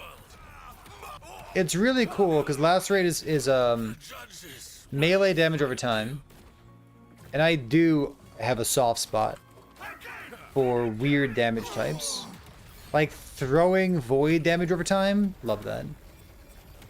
Huge fan. I'm never gonna use this in my life.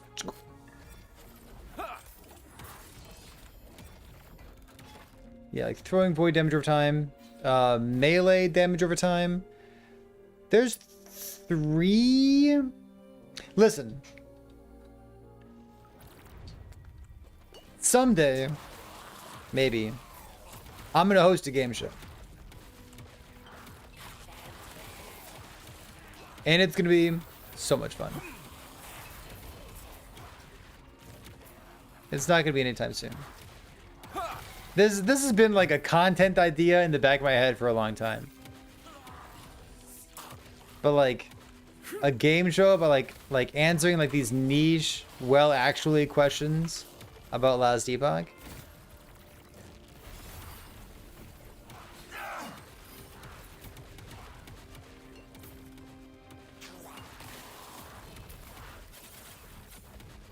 Yeah, there's so many good ones. I think it'd be awesome.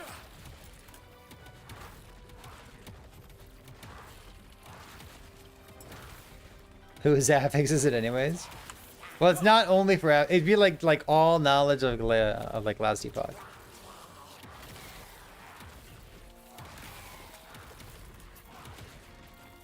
See, what you'd have to do is the first time you do this game show, you'd have to make it like good enough that the next time you want to do it, you could get like Carve or Mike or something to participate as well. You know what I mean?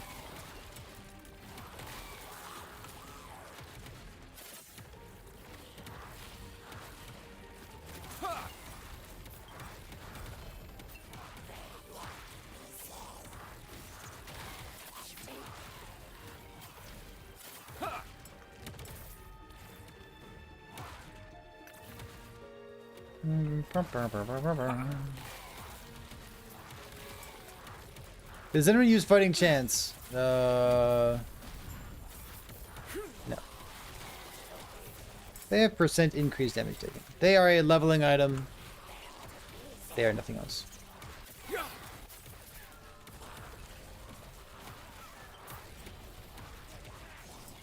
Stand down or die.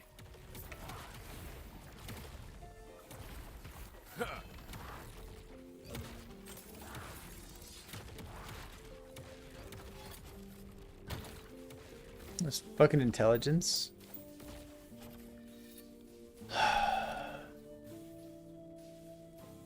I found 4 1LP red rings. And I've slammed all 4 of them. I'm not using a single one of them.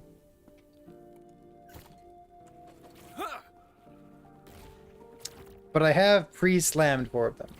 It's a great question. Why do you want Armor Shred if you still deal void damage?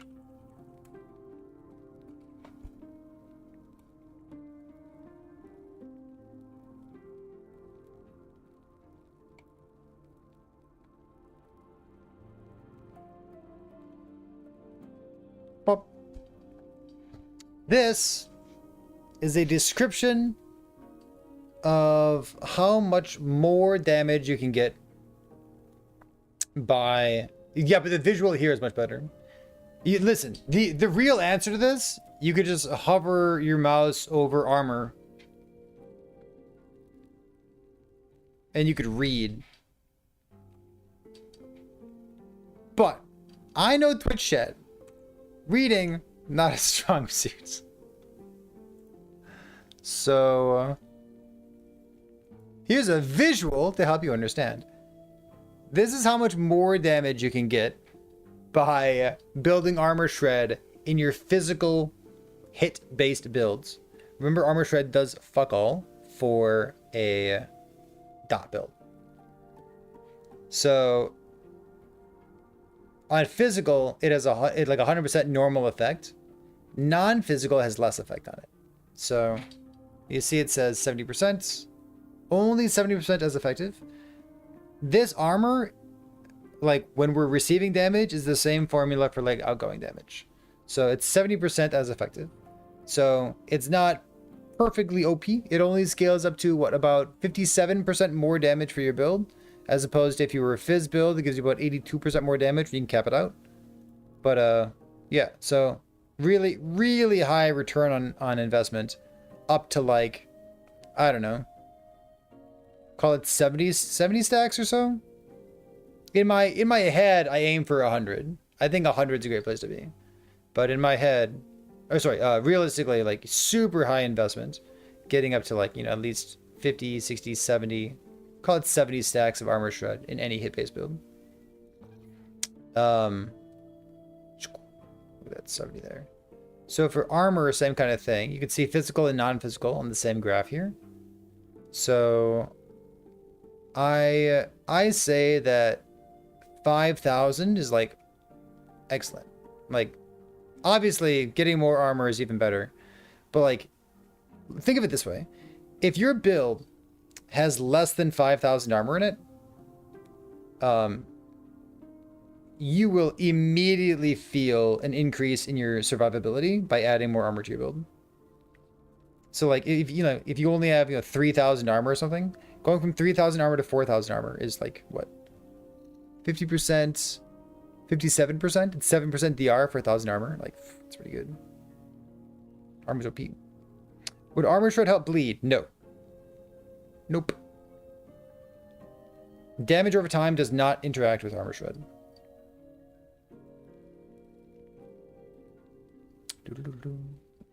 You're getting 900 armor shred. I mean, it depends, like, what's your damage uptime, how fast are you getting those, how much are you realistically getting those on, like, an Uber boss or something. But yeah, so you said 900 stacks of armor shred? So, I mean, nice. But your 900 stacks of armor shred are about equal to, I don't know, 200 stacks. Yeah. Doesn't change much. 200 stacks is like, yeah, it's pretty fucking high. Even going down to like 130 stacks is like basically the same damage. Click. Oops. There you go. Bonk. Bonk. Dude, numbers on boss armor. Most enemies in Last Epoch, unless explicitly stated otherwise, have no armor, no resistance.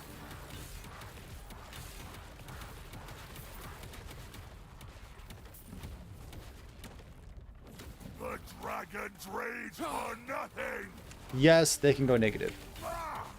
To answer that question before it shows up.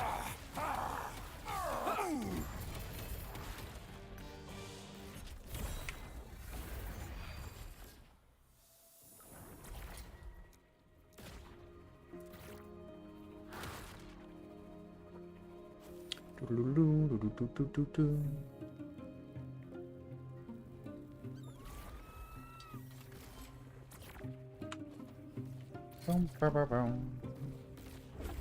gonna go punch this guy. I'm in a mood, Chad. I wanna punch this guy.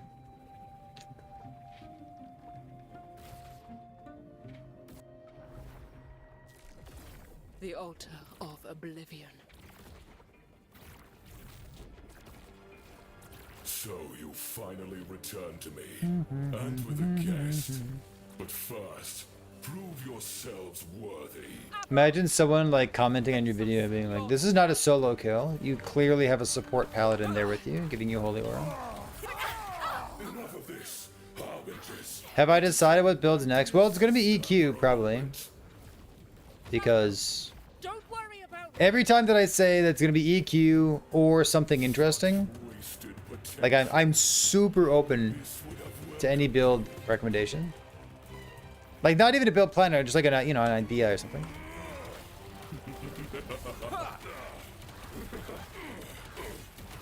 Okay. Cliff of Dominion. Serve their fates. We treated the world no better. Death is our Bonk, legacy. bonk, bonk. The world called to Orbis. The world called to Orbis. His answer. I'm really disappointed that like Uber Abbey isn't just like the dog or something. Cause like this guy got stomped on, and he squishes him, and like the dog runs away. So like I think the dog should be the Uber, just without the guy. I don't know. No. I had hopes and dreams. Atros. You can They didn't pan out.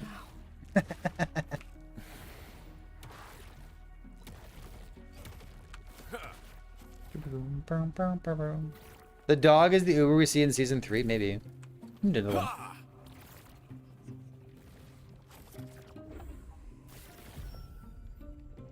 Doggeroth? True. The altar Melee of Cinder oblivion. Strike. Yeah. Man, poor Cinder Strike. Finally It's so returned cool. to me, and with a guest. But first, prove yourselves worthy. Face us yourself.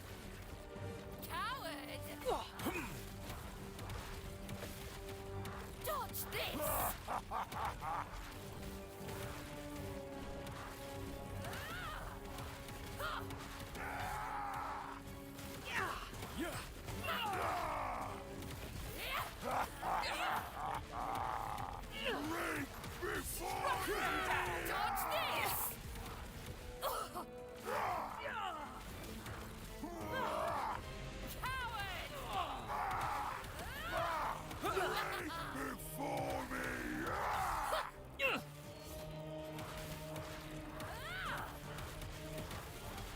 Can you check with the champion epics and Ruby Red Venom? What's the champion epics? Enough of this. Harbinger, Can I do this? I can do this, right? dear sister, for a moment. Traveler, don't Abby and Ubi? How about Abby and Webby? I think Abby and Webby. Wasted potential. Uber Abby. Oropis would have welcomed you.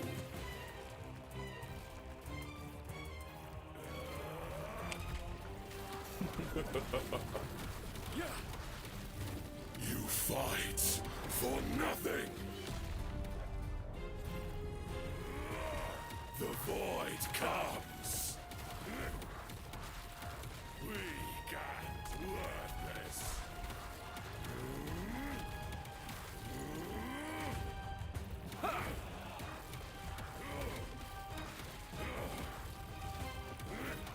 Damn it. Weak and worthless. Can I take it? You fight for nothing. Woo! See the beauty Oh! you Ow! were Ouch! denied. Ah, we're fine. Terror turned her back on us. Fuck him. Alright. Darkness reigns. The gods tore our world apart. They deserved their fates. We treated the world no better. Death is our legacy. The world called to Oropis. This is his answer. So hardcore now.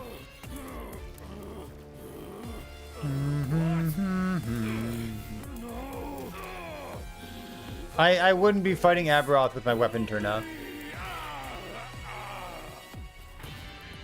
That's not a joke that I would make. Maybe it is. I don't know.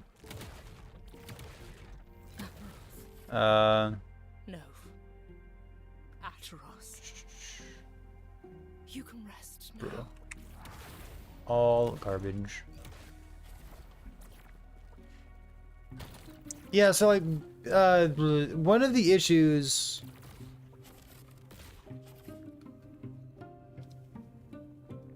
Is penetration huge for the damage you're dealing? 1% penetration is 1% more damage. So yes. It's additive with things like shred. Like void shred or something like that, right? Yeah, Cinder Strike, Champion Epics, and Ruby Venom. I think what you would find, Nayla, is that your build would lack damage because it doesn't really multiply at all. Cinder Strike is a really good source of flat damage for throwing attacks, for example. It can generate mana, I think. Pretty sure it can generate mana. It can do stuff.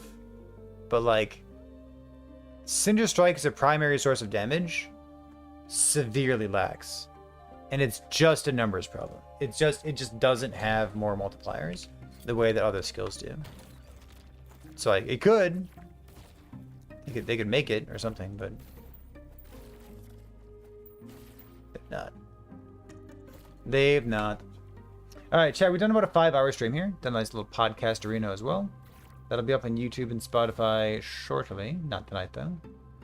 In the meantime, let's give someone a little host arena here. I don't want to go till midnight because I want to wake up in the morning. I got stuff that I want to do. Very excited to do stuff. Boom, boom, boom, boom. If you're interested, I don't know if you were here during the podcast itself, but we spent some time after the podcast looking at this YouTube video.